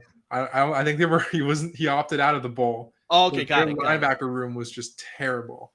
Got it. All right. I don't believe he was playing though in that game. Maybe that was why they were terrible because very possible. Very possible. But I know the Chargers just signed Eric Kendricks. I think he's still got some juice left in him, similar to the Bobby Wagner situation last year for the Rams.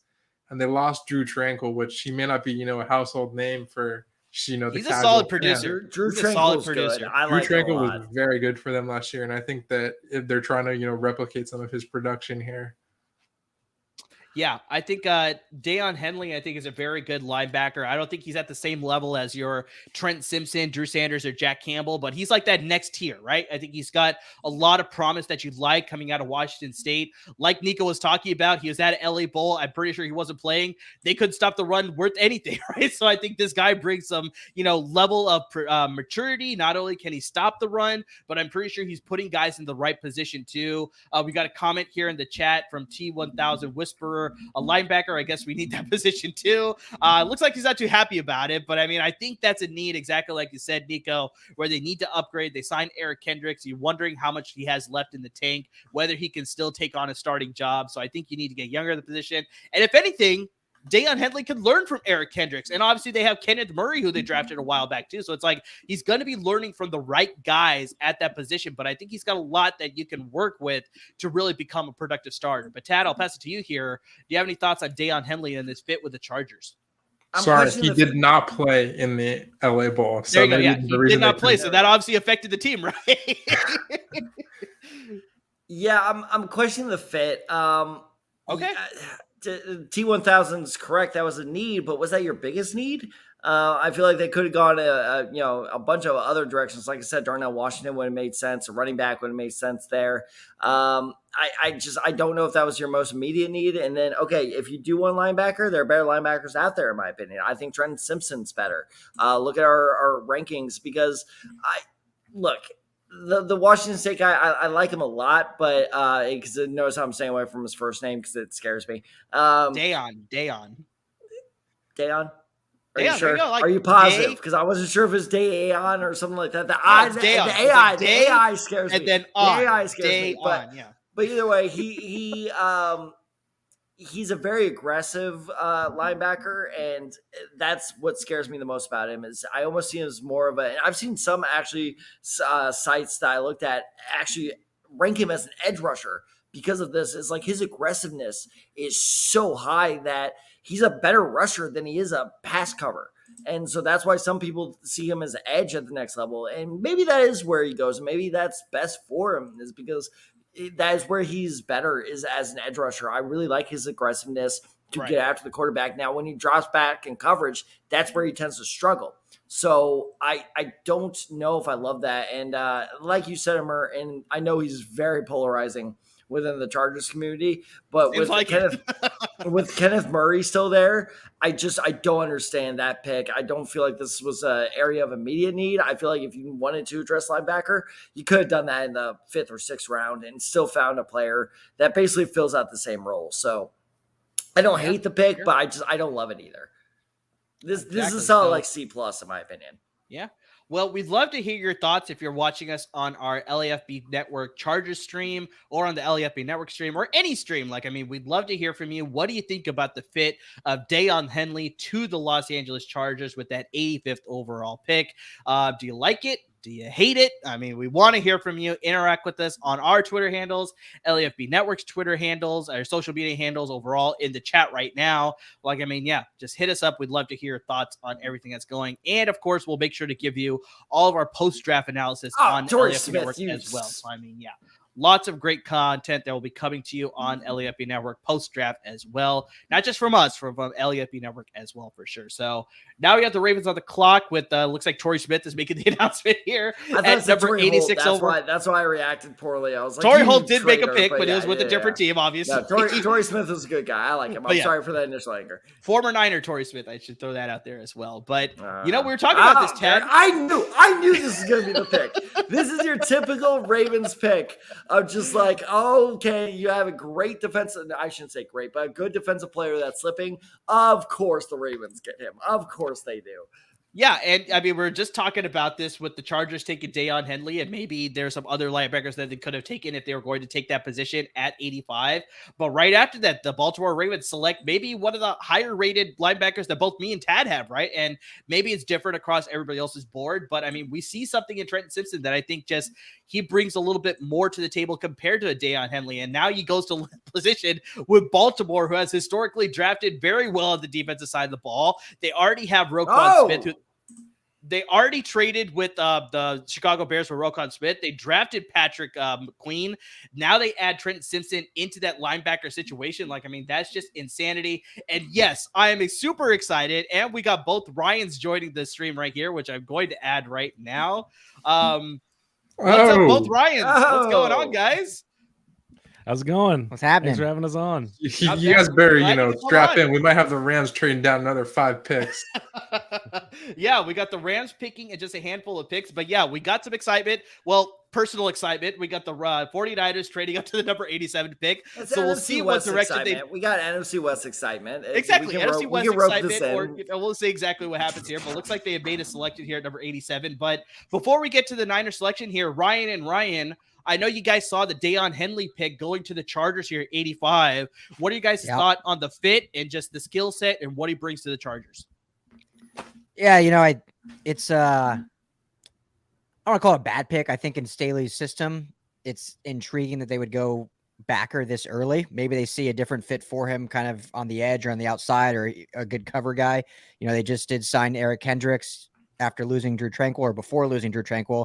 Still have Kenneth Murray, who they used a 1st round pick on not too long ago. So it's a nice depth piece. But my guess would be, and I know you don't follow the Chargers as closely, Ryan, but my guess would be is they're seeing him as someone they're going to use differently than just a traditional middle backer, because in Staley's system, it's just not that necessary, especially when they just signed Kendricks to a 2-year deal. So not a bad pick, but I don't love it. Be an extra edge rusher.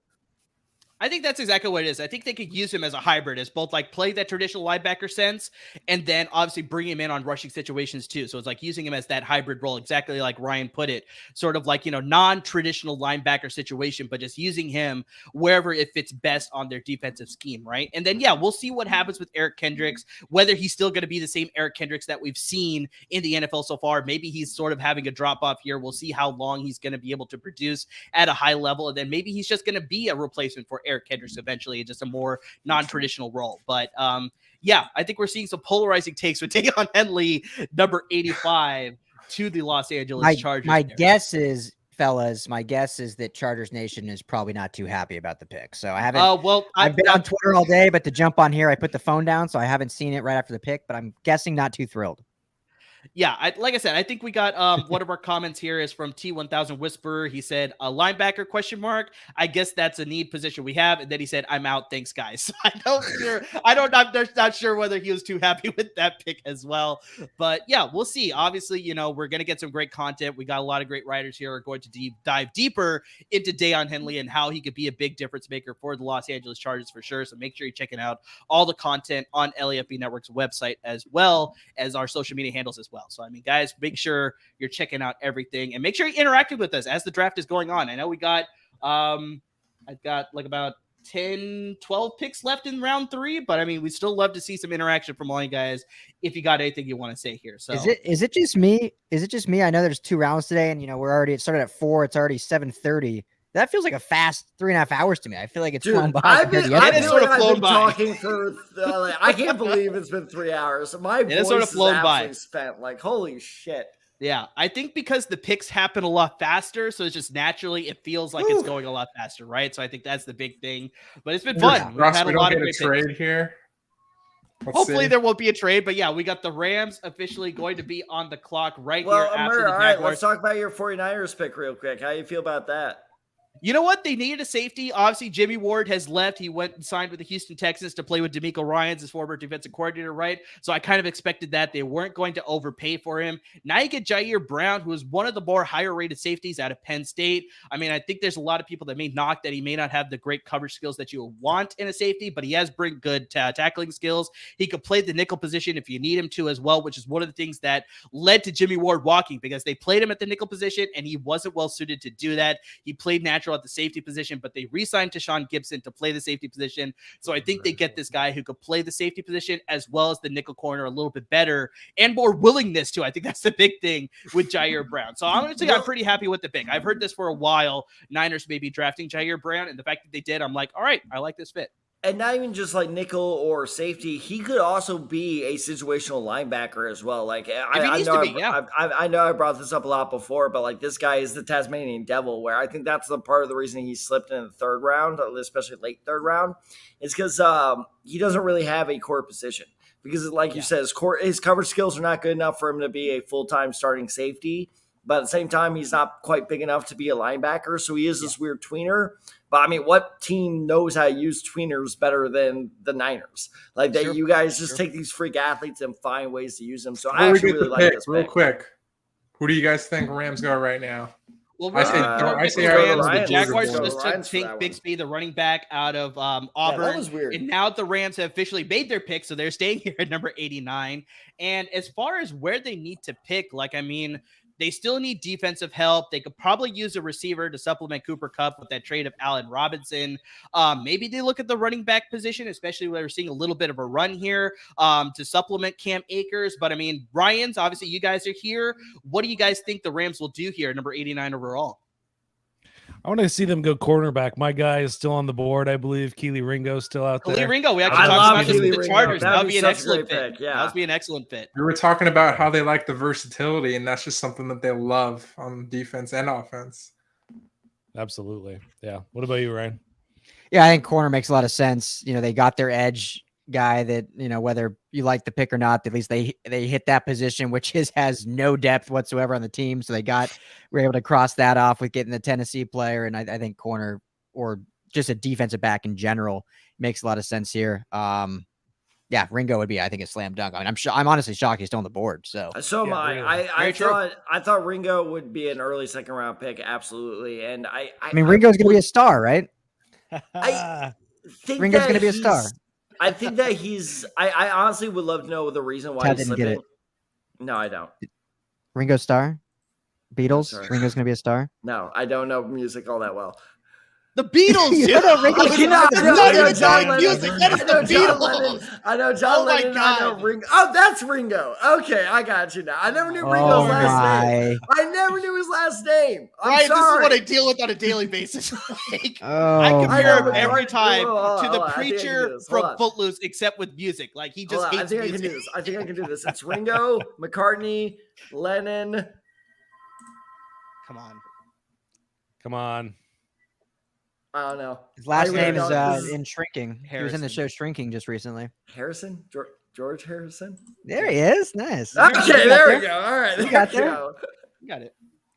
So yeah, no, it's no, my music knowledge is maybe you guys will find this funny or not, but after I watched Guardians of the Galaxy 2, I texted all my friends like, there's this awesome song called Father and Son. You guys need to check it out. And all my friends were like, that's a very, very famous song. I was just like, damn it.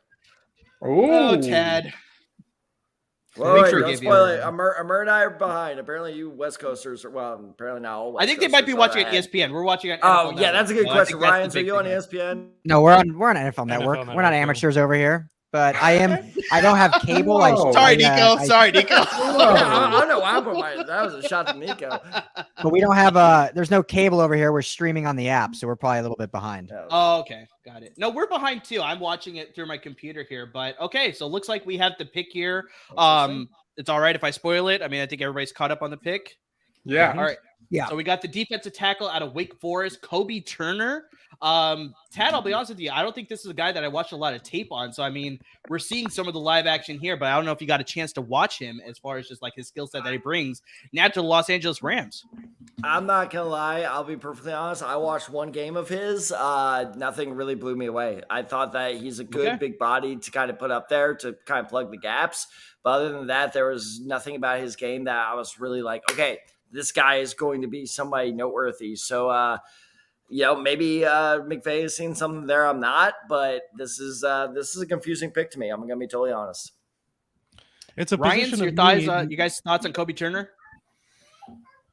Oh, I'm just looking at him now. I haven't come across. That's this. fair. That's fair. And I think did- that's the thing here, where it's like I think he may have been drafted a little bit higher than we might have expected. Okay, fine. I expected Maybe a this lot guy of, to be I a don't know. seventh rounder. That's why I was just like, okay, Wow. yeah, no. Okay.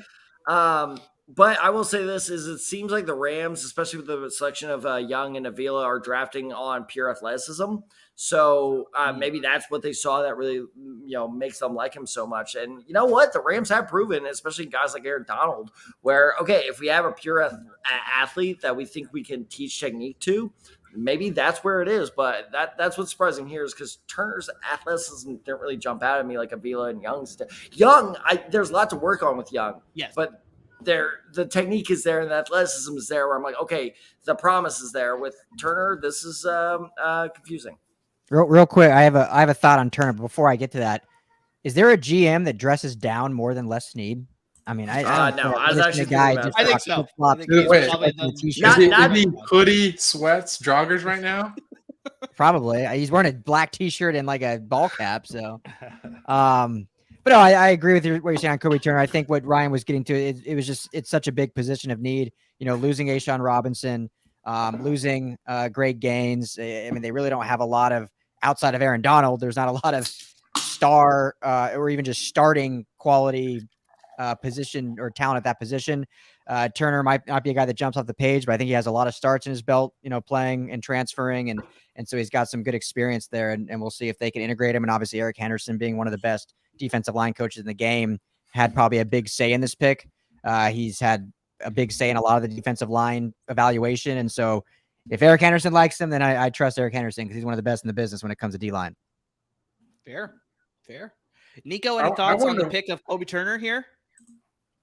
I want to know what's wrong with like Ringo. Like, why is he falling this much? I don't know. It's so weird. I think the biggest problem with Ringo is consistency. Is especially not this season, but last season he was hugely inconsistent. I think a lot of NFL teams are being very scared of, can we depend on this guy to be our number one corner? But that's why I don't understand why he's slipping now.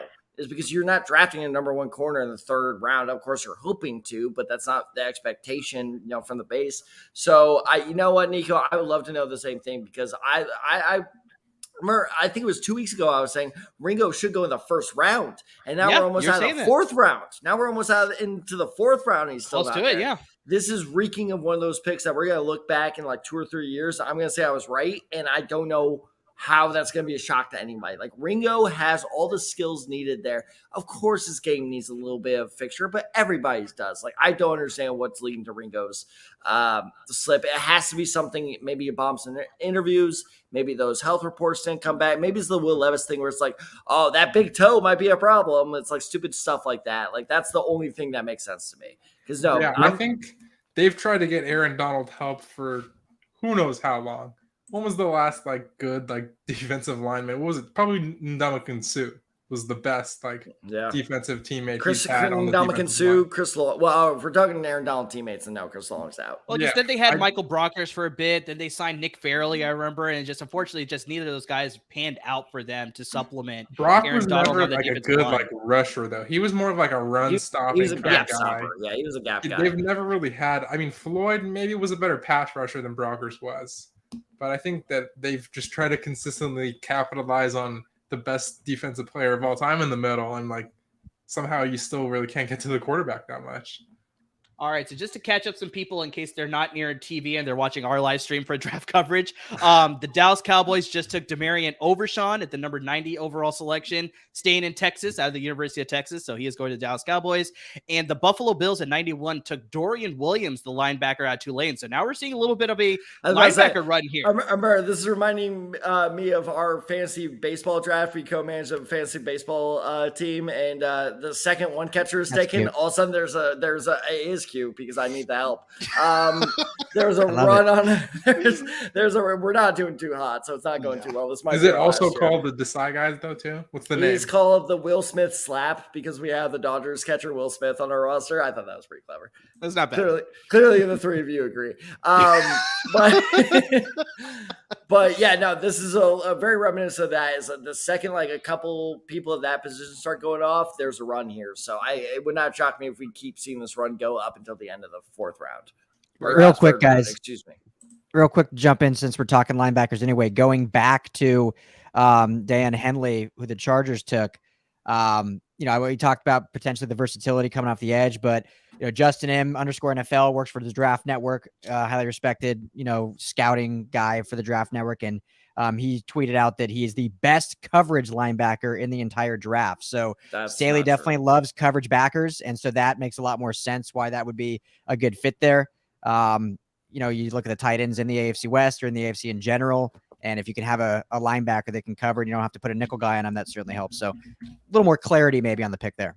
No, makes sense. Makes a ton of sense for sure. That you need that versatility to be a drop-in coverage guy, can bring in to cover the pass as well. And then obviously maybe play a little bit of that traditional linebacker as well. So, yep, we'll get more clarity on that Deion Henley pick for sure as the weekend comes to a close. And yeah, we got you covered at LAFB Network for sure with all of the picks for both the Chargers and the Rams. But yeah, it looks like we got a trade with the Kansas City Chiefs trading up here to number 92. Curious, maybe they value one of those linebackers like we were talking about with that run here. Like you see Noah Sewell is out there. Maybe Henry 2020 is available out there as well. Maybe they're looking at another position. Maybe they're going to draft Keely Ringo. Maybe they're seeing that slide and they're like, well, if nobody else wants to take him. That would be the most Chiefs thing ever. This would be the second time they traded up in this draft. This would be Trey Smith all over again, where they get a potential first-round talent in a later round. It's just and again, I know I've said this 4 times now, but they can't keep getting away with this. It's not fair. It's not fair. These good teams cannot keep getting these good players. It's not fair. There's a reason they're good teams, man. Yeah, It's true. exactly.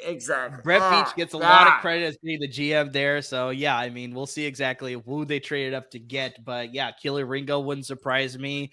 Maybe they get a running mate for Travis Kelce and they get Darnell Washington. Like, I mean, that would be pretty wild for sure. But, I mean, yeah, there's a couple different directions that they can go. And we'll see what happens here. I mean, at this rate, he might be available at the Rams' next pick if he keeps sliding like that. Honestly, maybe he's going to slip into the 4th round. Like, I mean, maybe people are a little bit Really? worried about just the raw prospect that he is, because that's one of the reasons why I had him at number 4 compared to number 3. Like Tad's tight end rankings was just like, I like the prospect, but it's like I want a safer pick at one of those earlier rounds with Luke Musgrave. That's why I had number 3. So it's like maybe teams value the same thing, because we saw Laporta go ahead of him. We saw Tucker Kraft go ahead of him. We saw a lot of tight ends go ahead of Darnell Washington. So yeah, we'll see how it all plays out, obviously. Antonio Johnson is also an interesting prospect to keep an eye out for. The more I watched of him, the more I liked him at the safety out of Texas A&M. So that's another interesting player to look out for. Yeah, he's a good Another safety lineman. prospect for sure. Interesting. Hold on. I got a pretty good line. Oh, I guess. Oh my God, let's go.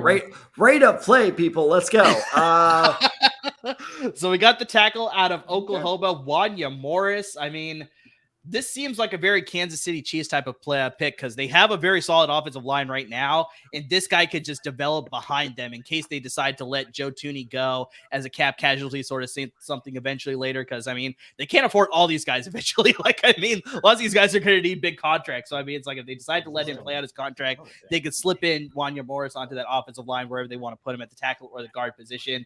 But, yeah, I mean, Well, you also got to think of they lost Orlando Brown, too, so maybe he could be like an instant starter. That is true. They did fill up that hole with Jamar Taylor, who they signed on the offseason. But, yeah, maybe they're not confident that he could be a full-time starter, which is why they went with Wanya Morris here out of Oklahoma. So, Tad, any tidbits you have here on Wanya Morris? I think you saw it in the tape that the NFL Network is showing. My biggest problem with him is when he comes off the snap, he instantly goes up. Like, and that's his biggest issue. And he's very vulnerable to like a lot of different types of pass rush moves. I think this was a pure, kind of physical, impressiveness is the reason he's being drafted this high. I think there's a lot to like there. 6'5", 307. He did run a 5'1", which is insane. But the fact that if this guy is chasing me down the street and he could catch me is just terrifying to think of. But I think that there's a lot physically to like about him. His game does need a lot of refinement. I had him go a little later, but it is an interesting pick by the Chiefs going with a more developmental pick here. But he is a very good depth piece where, like you said, if they decide to move on, because remember, Trey Smith and Creed Humphrey and all those guys, they're all due for a payday within the next 2 to 3 years. So they are going to lose some of those guys. So if this is a player you think you can develop in a year or two to take over for them so you don't have to pay them and break the bank, I don't hate it. It's a little early, but at this point we're basically in the 4th round. So I'll give it a B+. So, yeah, speaking about coming close to the 4th round, we're at the final 10 picks of the 3rd round here. And Ryans, I want to pass it to you here, guys. I want to talk about how you feel about the Chargers and the Rams overall draft picks, their draft days so far, with yesterday including, because, I mean, they don't have any picks here in the 3rd round. Obviously, the rest of them are going to come on day 3, but just how are you feeling for both LA teams here as far as what they've been doing with their draft picks? For me, for the Rams, I just find that first draft pick to be very interesting. I wrote about how disciplined they needed to be to pick the best player at a position of need, and they didn't do that. I think that they have a couple of guards and a center on their roster who are starting caliber. I think Brian Allen. Well, I think good. Tad may see differently because you're bad mouthing some TCU players here, but we'll let him speak to it whenever he decides to join us back here. But yeah, continue, Brian. I've got nothing against the player himself. He seems like a fantastic player, a really good guard or center. But I didn't think it was very high for the Rams, of a need for the Rams. I think he's got great upside. He's if he's big, I think that's the biggest thing that he brings to the table. He's the largest Rams offensive lineman now, at least guard or center, I believe, in terms of his weight. and that's something they need. Maybe that's the Cam Akers deal that they needed to make sure he sticks around and is happy or something like that. I don't know, but protecting the quarterback, you got to like that. I would have much preferred to see BJ Ojolari go there, Keely Ringo, like we talked about. There was a couple other corners I believe that were still on the table at that point. So Hey, I think Keely that Ringo's one still on the board by the time they make their next pick. Almost, I mean, yeah. So yeah, in terms of the rest of them, I really like what Byron Young brings to the table in terms of athleticism. He's good in coverage as well. The Rams need their edge rushers to do all three phases: run stopping, pass rush, and dropping into coverage. And he does at least two of the three. We'll see. He's a bit small on the small side for the run defensive side of things. So, that kind of that third down passing situation back, he's just going to use that high motor and get into the backfield and disrupt it back there. Again, I don't know a ton about Kobe Turner. Second Kobe on the team, I'll point that out. But it is Durant, Kobe Turner. Yeah. But I like it was another position of need, and I had marked Zach Pickens to Pickens. Yeah, I think so. Yeah, Zach Pickens, out of Ohio State. Yes, thank you. To go to them in the third round here. So I like the idea. I just need to get to know this guy a bit more. Fair. So I'll talk briefly on the Rams and focus more on the Chargers. For sure. First of all, Clark Phillips still available, which I think is a dog in the secondary. Yeah, so I'm a huge fan of Clark Phillips. The fact that he's still available, maybe that's a day 3 pick. Yeah. So some team's going to get a great corner there and him whenever he does go. For the Rams, Ryan said most of it best. There goes Darnell Washington of the Steelers. Great fit there. Ted, he needs to be talking about Darnell Washington here. But yeah, we'll talk about the Chargers here and how you feel about their draft so far. Yeah. Last thing for the Rams, I feel like their mantra needs to just be, we love projects. Because if there's anything they love doing, it's drafting guys that are raw that need to be developed. And, Young out of Tennessee certainly feels like that. They've done that in the last, 5 drafts with these mid-round picks as guys they can come in and develop. And if they do it right, like we've seen the likes of Greg Gangs, Sebastian Joseph Day, these guys that kind of stepped in year 2 or 3, they've really scored on it. But if they don't strike the iron while it's hot, they seem to kind of fail and have to restart, if you will. So we'll see how those pan out. For the Chargers, I think they've done a good job. I think it's a real mixed bag for the Chargers. Quentin Johnston in the first round. Quentin Johnston. Quentin Johnston. I'm sure you guys talked a lot about yesterday, Tad. I think it was a surprise pick for Chargers fan because he wasn't necessarily mocked there. When you had Addison on the board, Zay Flowers on the board, Nolan Smith on the board, a bunch of these like high premier defensive players on the board, still Brian Branch was on the board. It wasn't expected, but as I kind of stepped back and thought about it, I'd actually like the pick a lot. I think he brings a lot of versatility. A lot of people were immediately calling him like a Mike Williams 2.0. I think he's actually a very different style receiver, just similar size, does a lot of different things. They just look the same, but he's a better route runner, has more speed in its sense, a little more versatility. So I do like that pick. I love Tui Tuipulotu. I think they needed a probably more premier edge. I think Tui's a little better on the inside, but you can't shy away from the guy that led the Pac-12 in sacks last year, was virtually the only good defender on the entire USC defense outside of Mekhi Blackman and their safety on the back end, and was virtually unstoppable. So I love Tuli. I think he'll be able to play inside and outside, can complement Morgan Fox, they re-signed. And then we talked about the backer they got, who's a great cover backer. So I think the Chargers have done I think they've done good, but it's a little underwhelming, but it hasn't been a bad draft. All right. So hearing from both Ryans as far as the Chargers and the Rams are concerned. Ted, your guy has finally been drafted. Darnell Washington is a member of the Pittsburgh Steelers. How do you feel about that fit? Especially when I'm a huge fan of. Was that right? Might as well call him Darnell Desai. Just get him hey, you got the alliteration. I'll take it. Look, I am unapologetically a huge fan of Darnell Washington. Yes, he is a very raw prospect, and there's a lot to work on there in terms of refining, especially his route running. But my God, talk about, like Ryan said, with a great fit. Yes, by the way, I was just waiting for that Quentin Johnston bit. I was listening that entire time.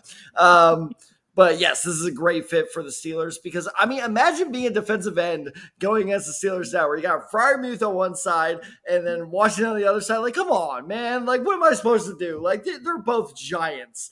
And so I really like this pick. I think that there's just pure athleticism on both ends of the tight end spectrum. This could be the start of you guys are going to laugh at me, as Cap's coming in and laugh at me as well. This could be the start of a Gronkowski, Aaron Hernandez type tight end duo for Kenny Pickett, where you just have these two freak athletes that now we're hearing the love for Kenny Pickett as well from Tad. Exactly. Like these are all players I really, really like. Don't shake your head, Ryan. But this are you a diehard like, Steelers fan now? I'm not, but I'm a big believer. He's got enough disappointed with the Colts that maybe he is a Steelers fan now. Offense between George Pickens, Darnell Washington, Pat Freiermuth, and now Kenny Pickett and now Allen Robinson too. This is out. It's Robertson. But this is. Oh God, that joke needs to die. That was such a deep cut. That was such a deep cut. But like this is a very talented offense that can compete for. I don't think they can win the AFC North division, but they are staying. They're staying competitive within a division that really feels like it's in a giant arms race right now between the Ravens, Bengals, and Steelers. Maybe the Browns too. Like this might be the most competitive division in football next year. We'll see about that. We'll see about Tomlin doesn't lose. No losing season. So we were talking about that earlier. Yeah, it's like he's gotten close to like that. He's gotten close a couple times, but he's still not there. With that 17-game schedule, he's able to get that one game above 500. So I still don't. This is the way I've talked, but I don't get how I don't know if it's hate, but like the lack of respect for Mike Tomlin. I mean, to me, he's still a top coach. I asked my friends if he's a top 5 coach of all time, and they like kind of scoffed me off. But there's a legitimate argument to be made there. All time. All time. I don't know if I could see the argument, but I would for sure say top 5 in today's coaching circles, but no one says that. There's no argument to hold him out of the top 5 of today's. A lot of people don't put him there though. So many people don't even consider him like top 10 because they haven't gone far in the playoffs. But I'm like, all he does is not lose. That's what I've said about not every single, but their first 2, especially Broderick Jones, where like he just needs good, consistent coaching. Is what better coaching staff to go to than the guy who's been there for almost 20 years now?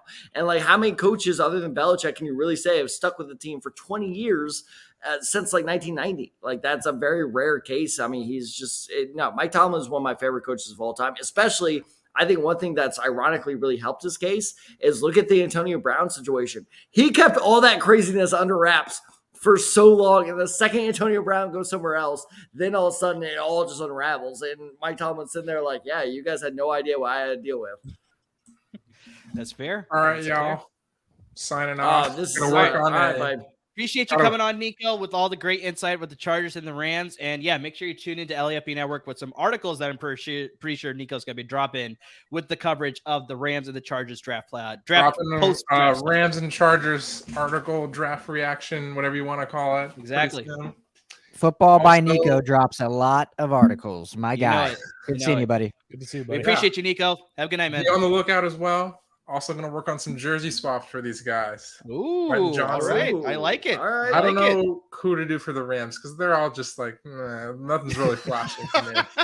You can find somebody. You don't want to do an Avila jersey strap? You could do like, all right. Yeah, let me defend Avila for a bit. Yeah, let me defend Avila for a bit. You're right. All right. See you, Bob Vila. Does anyone in this chat even know who Bob Vila is? Later, Nico. Do the Desai guys know who Bob Vila is? Oh, Bob Vila? I know who Bob Vila is. Tad probably doesn't know who Bob Vila is, but I do. I've never heard of him. All right, Ummer. You're the cooler Desai, Ummer. Whoa! Jesus. The slander. I mean, Bob Vila, that's God, shots across the bow. You joined us in the last half hour, and this is the thanks we get? No shots. Me, so I could care less. Know who Bob Vila is.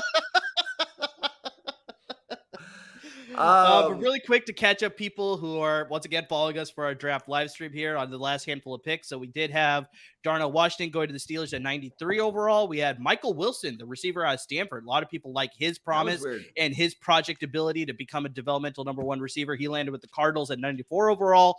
The Cincinnati Bengals landed a pretty good safety in Jordan Battle out of Alabama, I think, to replace Jesse Bates as well as Von Bell, who are both playing elsewhere. And now we just had Broderick Martin out of Western Kentucky. That's a name I haven't actually remember reading about or doing much research on. He landed with the Lions here at number 96 overall, the most recent pick. So, Tad, I listed off a handful of names here. I mean, do you want to speak about any of them? I want to ask you about one of them actually, because I was shocked. Is so Amir and Ryan's, just to let you know, is we do not bounce off our rankings off each other. Like I send Amir my rankings, he puts them in the graphic, and that's how it goes.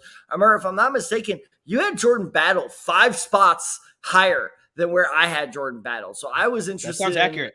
So I was interested. Why do you like Jordan Battle so much more than I do? I think you look at the safety class, and we talked about this on our podcast. Yeah, it's very top heavy. And I think based on the talent that I saw everywhere else, Jordan Battle presented a lot more skills that I think can translate better to the NFL compared to some of the other safeties.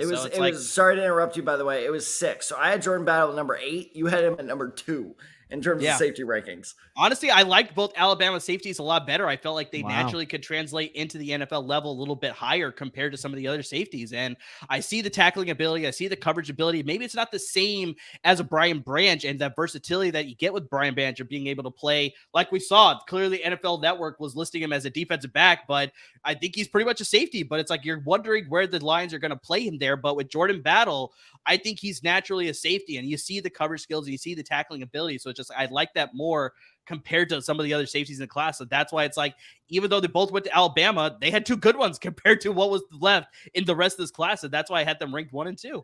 For me, Battle is just way too aggressive for his own good. Like he's a wannabe Ed Reed where he bites on way too many double moves. And it's just, I don't know if his game will translate as well to the NFL. So that's why I had him so low, is because I think he is just a little too aggressive. His tackling ability is fine. His cover skills are fine. And like I said, like really, if we're being totally honest, like you said, is like 3 to 10 in our safety rankings is just a big muddled mess. Like this safety class is not that good. Yeah. Which is not great news for the Chargers. But now that we have both the Ryans, while we're waiting for the third round to wrap up, I just wanted your guys' general opinions. Skinny T, Ryan, general winners, general losers of the draft so far, in your guys' opinion. Let's hear it. Oh man, I mean, Eagles obviously. Well, I gotta say first winner is Skinny T's shirt over here. That's the first winner. Yeah, I'm trying to figure out, are those palm trees? What is that? This is like a Hawaiian shirt day, because didn't Al show up in a blue Al Hawaiian had a Hawaiian shirt? Yeah, do we miss the memo, Tad? I think we did. We missed Fred. We missed Fred. Al and I always coordinate our shirts. That's something you need to know. There you go. Some sort of flower. I found it at a vintage shop in Pomona and had to have it. Good price. Beautiful Looks shirt. Good, man. Looking good. Yeah. Football, right? Eagles. I mean, just phenomenal. Georgia defenders adding to that. Just a scary team. So, yeah. I'll jump in and say this, and this isn't necessarily a team loser, but since this is LA football focused, and you guys probably talked about it when the pick came up, but man, my guy Zach Charbonnet could not have gone to a worse team in the Seattle. We were talking about the fantasy implications of that. Yeah. Had Walker not been there, it's a great fit based on what Pete Carroll does. It's always run heavy and what they do. I like it, but the fact that they just drafted Kenneth Walker, they have other backs on the roster. I mean, Zach Charbonnet, in my opinion, was easily the top 3 running back. You could argue top 2. I would argue top 2. I think both of them, and he may not get more than 20 touches next year. It's true. Well, we were talking about that fantasy wise too. It's very reminiscent of the Kenneth Walker, Rashad Penny situation, where especially fantasy wise, they are just going to cannibalize each other in their production, and where neither one is really going to blow up. I don't want to say until, because that makes it sound like it's inevitable, but unless one of them gets hurt. And so it's just, neither one of them is really going to succeed all that well. I was honestly kind of shocked that Seattle went running back that early. Like, I did not think that would be that big of a priority given how Kenneth Walker did. But I'm right there with you, Ryan. Like, Charbonnet, I like a lot as a prospect, but he's not going to get rookie of the year because it's just his stats aren't going to be there.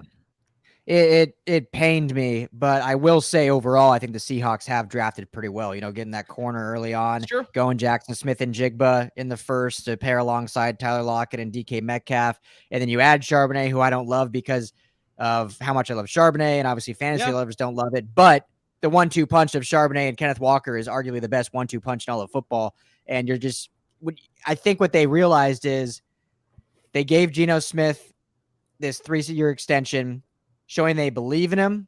But I think clearly they know that he needs help to be as good as he can be. And so they were like, let's get another star receiver. Let's add another star running back. Let's add talent around him. And then they add another corner for their old Legion of Boom days. So I think overall, Seahawks and Rams fans don't want to hear this, obviously, but Seahawks actually have had a fairly good draft overall. All right, so let's Another keep one it that's LA. regrettable that I think is a really good draft are the Cowboys. I think they did a fantastic job picking up Mozzie Smith. See, and then I thought that was a little that. too early for him. I know, but it's such a high position of need, and I think that it's such a what are the word I'm trying to think of is kind of just a solid position to go for. Just locking down the trenches is what I mean. Position of value for sure. So let's keep it LA that focus. Sorry to interrupt, but Gray Jordan Addison to the Vikings. How happy are you with that? I mean, he couldn't have gone to a better spot, I think, in my opinion. I mean, alongside me and Murr both said the exact same thing. Like, I would have loved if the Chargers took him just to keep him here in LA, because I do like Jordan Addison. But when you look at the style of offense with Kevin O'Connell, you look at the style of quarterback with Kirk Cousins, who's going to be more of an intermediate route type throwing quarterback, and then you look at pairing him with Justin Jefferson. I mean, it couldn't be a better fit. So I think for where he needs to be to excel, I mean, he's going to excel there in spades, and him and Justin Jefferson are just going to be a lot of fun to watch in the wideout position. Oh my God. I was waiting for your reaction on this pick. I was waiting for your reaction on this pick. I'm a little surprised that they did it this early as well. So in case you're watching us on the draft live stream, just catching up on the last handful of picks. Let's go. Number side, 97 overall. The Washington Commanders took Ricky Stromberg, the center. The Cleveland Browns just took Siaki Ika out of Baylor, the defensive tackle at 98. And now with LA Focus, let's discuss this pick, because I'm a little bit surprised at this. Yes, it's a position of need, but did they need to go in the third round? The Niners have selected Jake Moody, the place kicker out of the University of Michigan. All the kickers, too. That's the best part. He's it's a the weapon. guy that you've been hyping up this entire Kyle process. Shanahan special. Oh, my God. At least that it was, is well, poetic. okay, I will say they still have one more third-round pick, so they may still get a third-round running back like they've done in history, but this is a very interesting move. I mean, Tad, we've talked about this on the podcast so many times that's like, no way should you be taking kickers or place kickers earlier than at least the 6th round, I think. Like, I mean, no, this you is should not be drafting kickers or punters at all. Well, okay, yeah, that was your definition, but I was like, I could argue it if you take it to the 6th or 7th round, that makes a lot more sense. But here at 3rd round, like, I know they have a pretty stacked roster, but it's just like, no. Like, why are you going kicker? No. Like, I mean, you can find a bigger impact player. No, yeah, this is San Francisco getting too fancy for their own good. This is surprising. Rams fans rejoice. Exactly. Like, I mean, Jake Moody, granted, was my top-rated kicker. I think he's most people's top-rated kicker too, but just in the third round. Was any other team gonna take him the next 2 rounds? Like, probably not. Think so. And I really don't. If you bet wrong on that, is it the end of the world? Probably not. Like, it's I love it when teams do this, where they take a kicker or punter in the 3rd round, because it's just the dumbest thing to do. Like, it's the absolute waste of a draft pick. But at least look at it this way. At least you got a good kicker for it. Like, if you're going to do it, at least you got a good kicker for it. Like I said, it was a position of need. So, I mean, I'm not saying they shouldn't have taken a kicker, but just once again, I think it's just we're echoing the same point here, where it's just like, did you need to take him in the 3rd round? No, I don't think you needed to. You could have waited a lot later. At least you didn't. Fellas, though, it's crazy, and I don't have it in front of me. So maybe if you guys are on a computer, or we could look, or if anyone jumps in here and can correct me. But I'm trying to think of the last time, like, a high-end kicker, like a kicker drafted earlier than like this 5th round, actually panned out. Like, I think of like a Roberto Aguirre, who was taken out of Florida State, and he just busted with all the pressure. And I feel like, when was the last time a kicker that was taken early actually even lasted 2 seasons? I really think that's it might the big be thing too. Like, the track record has not been all that great as well. And I think maybe you're gonna need to look it up, because I got a little troublemaker here. It was a little tough. I can look it up here really quick. But just I think just Ryan, just going off of that, I mean, I don't think it's been in recent history that we've had a kicker drafted that high and that's panned out. Like, I mean, Tad sort of said it. Maybe it's Sebastian Janikowski all the way to the 1st round, but I mean, we'll find it here in just a second. Seabass worked out, but he was just drunk all the time, so that helped. Well, that's not a bad thing if it calms the nerves. That's what I'm saying. Good for him. Hall of Fame kicker. Okay, my mistake. So we had Cade York, who was drafted by the Browns in last year. He's been pretty successful for them, but I mean, he's still early in his career. Evan McPherson with the Cincinnati Bengals was drafted That's a good one. In the fifth round. In the fifth round. Cade York was in the fourth round. Fifth doesn't count. Fifth round's late. It's too late? Okay. We're talking Cade York was in the fourth round. 3 up. 3 and up? Okay, let's go. Yeah, days 1 and 2. Not Aguayo was round 2. That clearly didn't work out. So that was in 2016. That was a Hindenburg of kickers. Mike Nugent was taken in the second round in 2005 with the New York Jets. I actually did not know that. Wow. He had a solid career. Yeah, it's not bad. It's not bad. Yeah. Nate Kading of the Chargers. We're talking about the Chargers in 2004 was drafted in the third round. Never heard of him. Don't bring him up. He had a good career minus blowing the playoffs. That's where his career ended, basically. So that's since 2000. Now we're getting further than that. You got Martin Gramatica of the Buccaneers was drafted in the third round. It was good until you decided to celebrate a little too hard. Was that him or his brother? Oh, I don't know. I think it was Martin. It's when it was Martin that celebrated too much. Bill, I think, was able to stay healthy, luckily enough. Yeah. 97, you got Brett Conway with the Packers. I don't really know much about him. Yeah. Steve McLaughlin with the Rams in 95 in the third round. Doug Bryan with the Niners in 94 in the third round. I love Jason you're the only one that got excited about that. Jason Elam of your Denver Broncos in the third round in 93.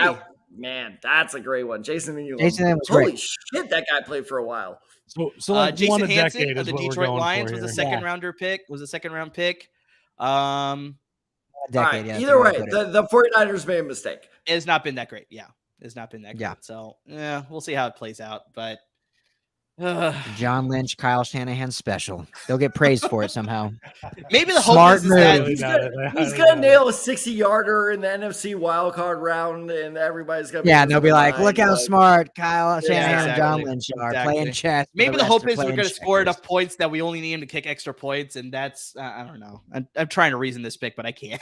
Yeah. Or they'll lose. They'll lose 12-15, and then everyone will just say, "Well, if only Kyle had a quarterback." Well, you could have taken one here in the third round, maybe, and that would have changed things. Well, this is the Raiders pick. So now we have the 100th overall pick here in the third round, and we got the wide receiver Trey Tucker out of the University of Cincinnati, speedy receiver. And I'm surprised they didn't go with Tyler Scott, who is still available, who I actually rank a little bit higher than this guy here. So I mean, curious as to this pick here, but I mean, like we talked about, Tad, they sort of been having a pretty good draft so far, and all of a sudden, I think they sort of Raiderized their draft again with this pick, maybe. Yeah, I feel like this is more of a special teams pick than a receiver pick here, where they're like, we just need a punt and kick returner because he's a speed receiver. Of course, he's going to Las Vegas. So I don't hate the pick. It's one of those things. I think he could wait another round. I don't think he. Oh, hey, Kerry. I don't think he was really going coming for the tail end of the draft here. About to say. I have to step in here. I know. All right, why you what do you want to talk about, buddy? The Raiders. Kickers. Sorry, I just gotta say one too. Go ahead.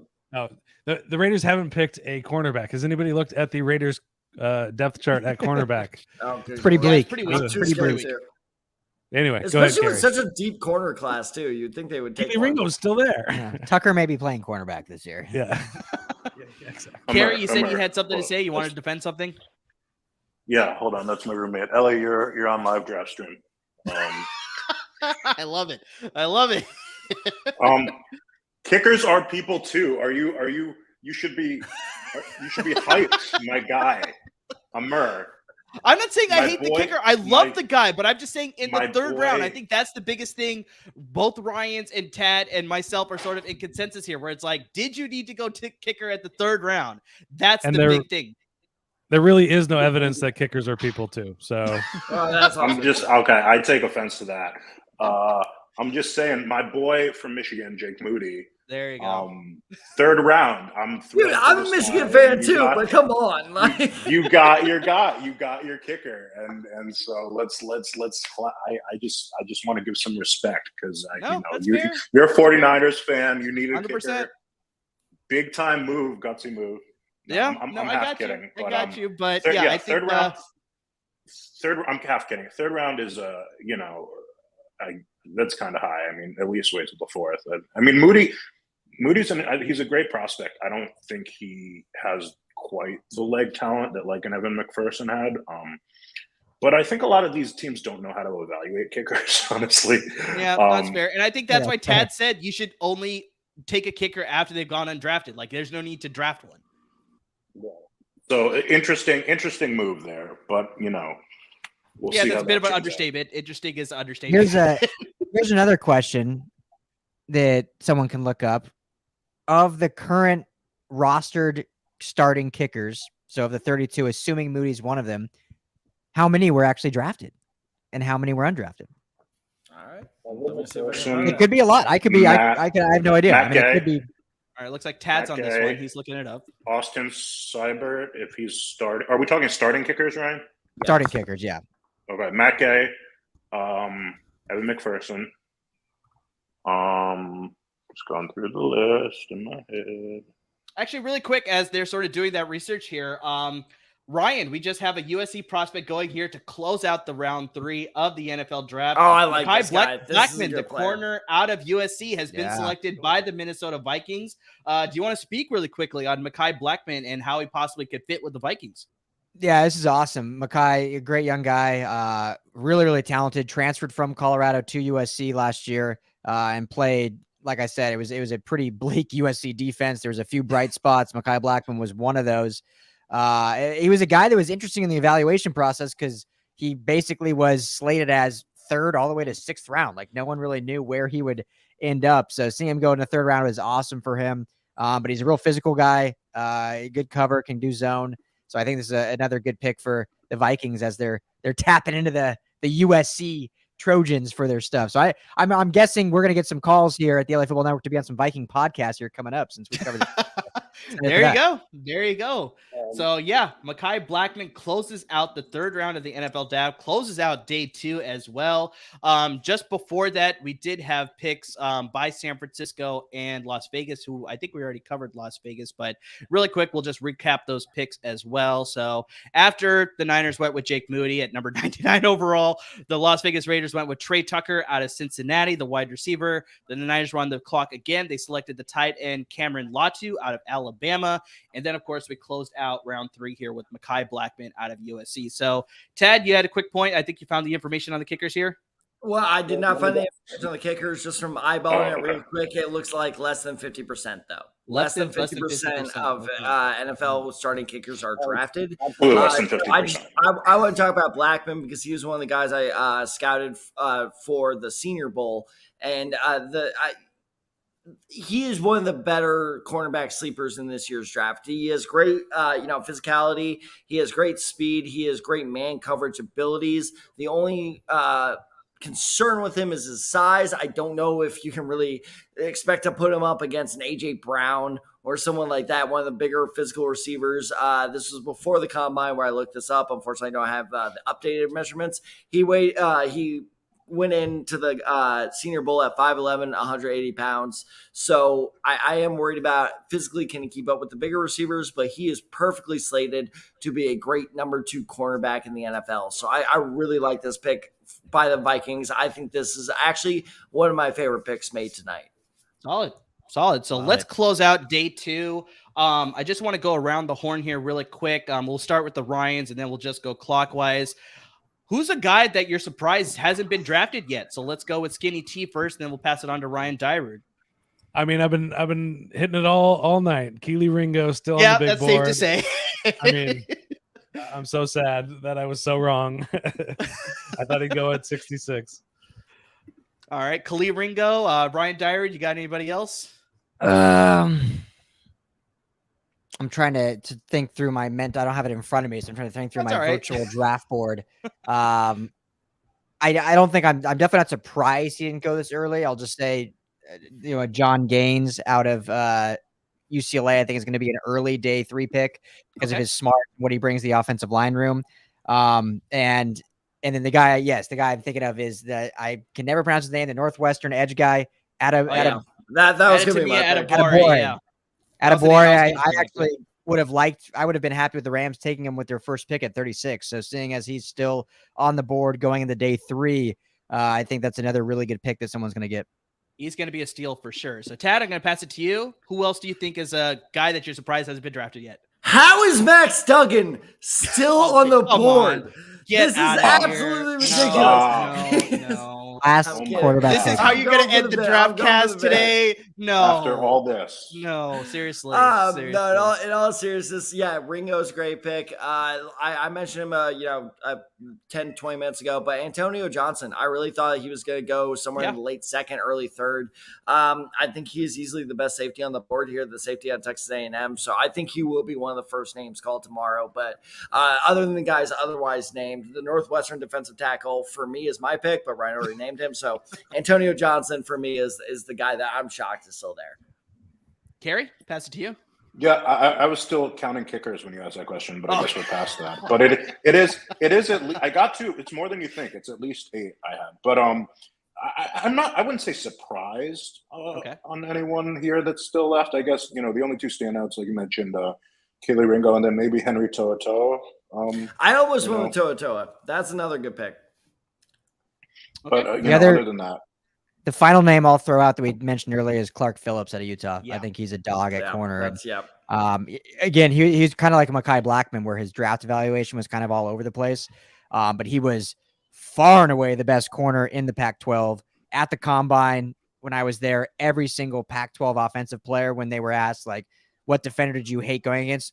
Far and away was Clark Phillips. So I think that's a guy that may not have the draft intangibles, but when it comes to actually just playing football, when he gets drafted, he's going to be a very, very good player. So I'm surprised he's still there.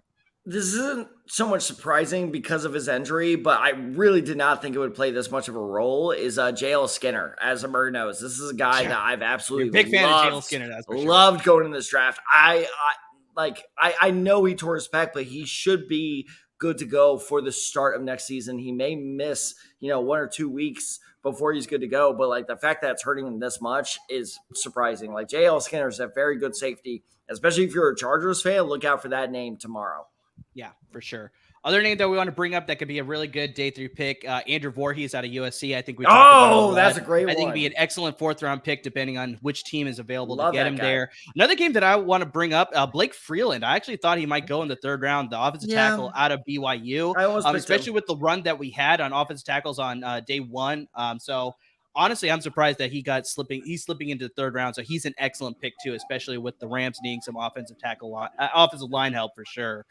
So yeah, Blake Freeland's another name to sort of keep on there. But guys, me and Tad have been on here for 4 hours. It has been a good time. We covered a lot of great analysis. Well done, boys. Well done, boys. We gave a lot of great content. We had a lot of great interaction from the crew here watching on YouTube and all the live streams that we had going on, interacting with us. Make sure you continue the conversation. Me and Tad are not going to be joining you for day 3. Ryan's, I don't know if you guys got anything planned for day 3, but I think me and Tad are officially, we're calling it. We're throwing tapping out. Unfortunately, we covered a lot of great content. We're going to pass it on to the Ryans. I'm pretty sure you guys can give a lot of great content with the Rams and Chargers. I don't know if you guys got anything planned for tomorrow. I think we're thinking about it. Okay. Yeah, it starts at 9 o'clock in the morning. It's like I'm not gonna lie, that factored into our decision a little bit there. a little bit. I think about half of the picks belong to the Rams, though, so it's true. It'll be good. Yeah, we just talked Rams the entire time. I think Well, I mean, the best way you can find out whether we got something going on or whether we don't got something going on, make sure you're following us on all our social media handles. You see mine and Tad's and our show down below, but you obviously got LAFB Network on Twitter and Instagram and Facebook, I believe, too, if I remember correctly. So we got you covered on all channels there. So make sure you're following us to be up to date if we got coverage for you guys for the Rams and the Chargers on day 3 for sure. So yeah, we'll hopefully get to you some content. But regardless of whether we do something for day 3 or not, we're definitely got you covered with post-draft content, some reactions to both the Chargers and the Rams and their draft classes, all the prospects that got drafted from USC as well as UCLA. We're going to get some great content there as well as we head into the summer and the off season as we transition into the NFL season. I know we got a couple months to go, but it's going to be a lot of great content that we're going to be generating for you guys. But both Ryans, Carrie, I mean, we had Alfred on yesterday, a little bit today too. We had Chauncey, we had Nico. Nice. We had a lot of great guests over the past couple of days, and we'll see what happens tomorrow. But it was a ton of fun covering the first 3 rounds. And yeah, make sure you're tuning into anything LAFB Network related because we got you covered for all LA football sports going forward for sure. Real quick, guys- before you guys sign off, I just want to say hats off to you two. Great job, Ummer and Tad. You took the torch to run this thing. And, I didn't jump on yesterday, but I tuned in a little bit, tuned in earlier today. So you guys are always, do a fantastic job. So thanks for driving this ship, and happy we were able to close it out with you.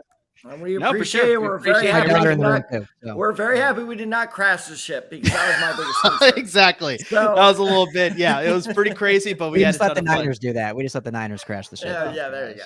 But guys, thank you so much for watching. If you're waiting for our draft reactions, hey, rate my team. Mer and I, we will have all that over the course of the month of May. Be patient, wait, and if you're wanting more Rams and Chargers coverage, God knows the LAFB Network has you covered there. So be sure to check out all the articles at LAFBnetwork.com. Chargers Unleashed. Ryan, you just name out all the other podcasts that we got because we have enough where we are covering everything. Rams Brothers. We've got Salute to Troy, Bruin Bible, the Side Guys. Los Angeles Football Show. Yes. There LA we go. Pop That's at least Confidential. 5. Fox 40 game. That Fox exceeds 40 my game. memory, so that's why.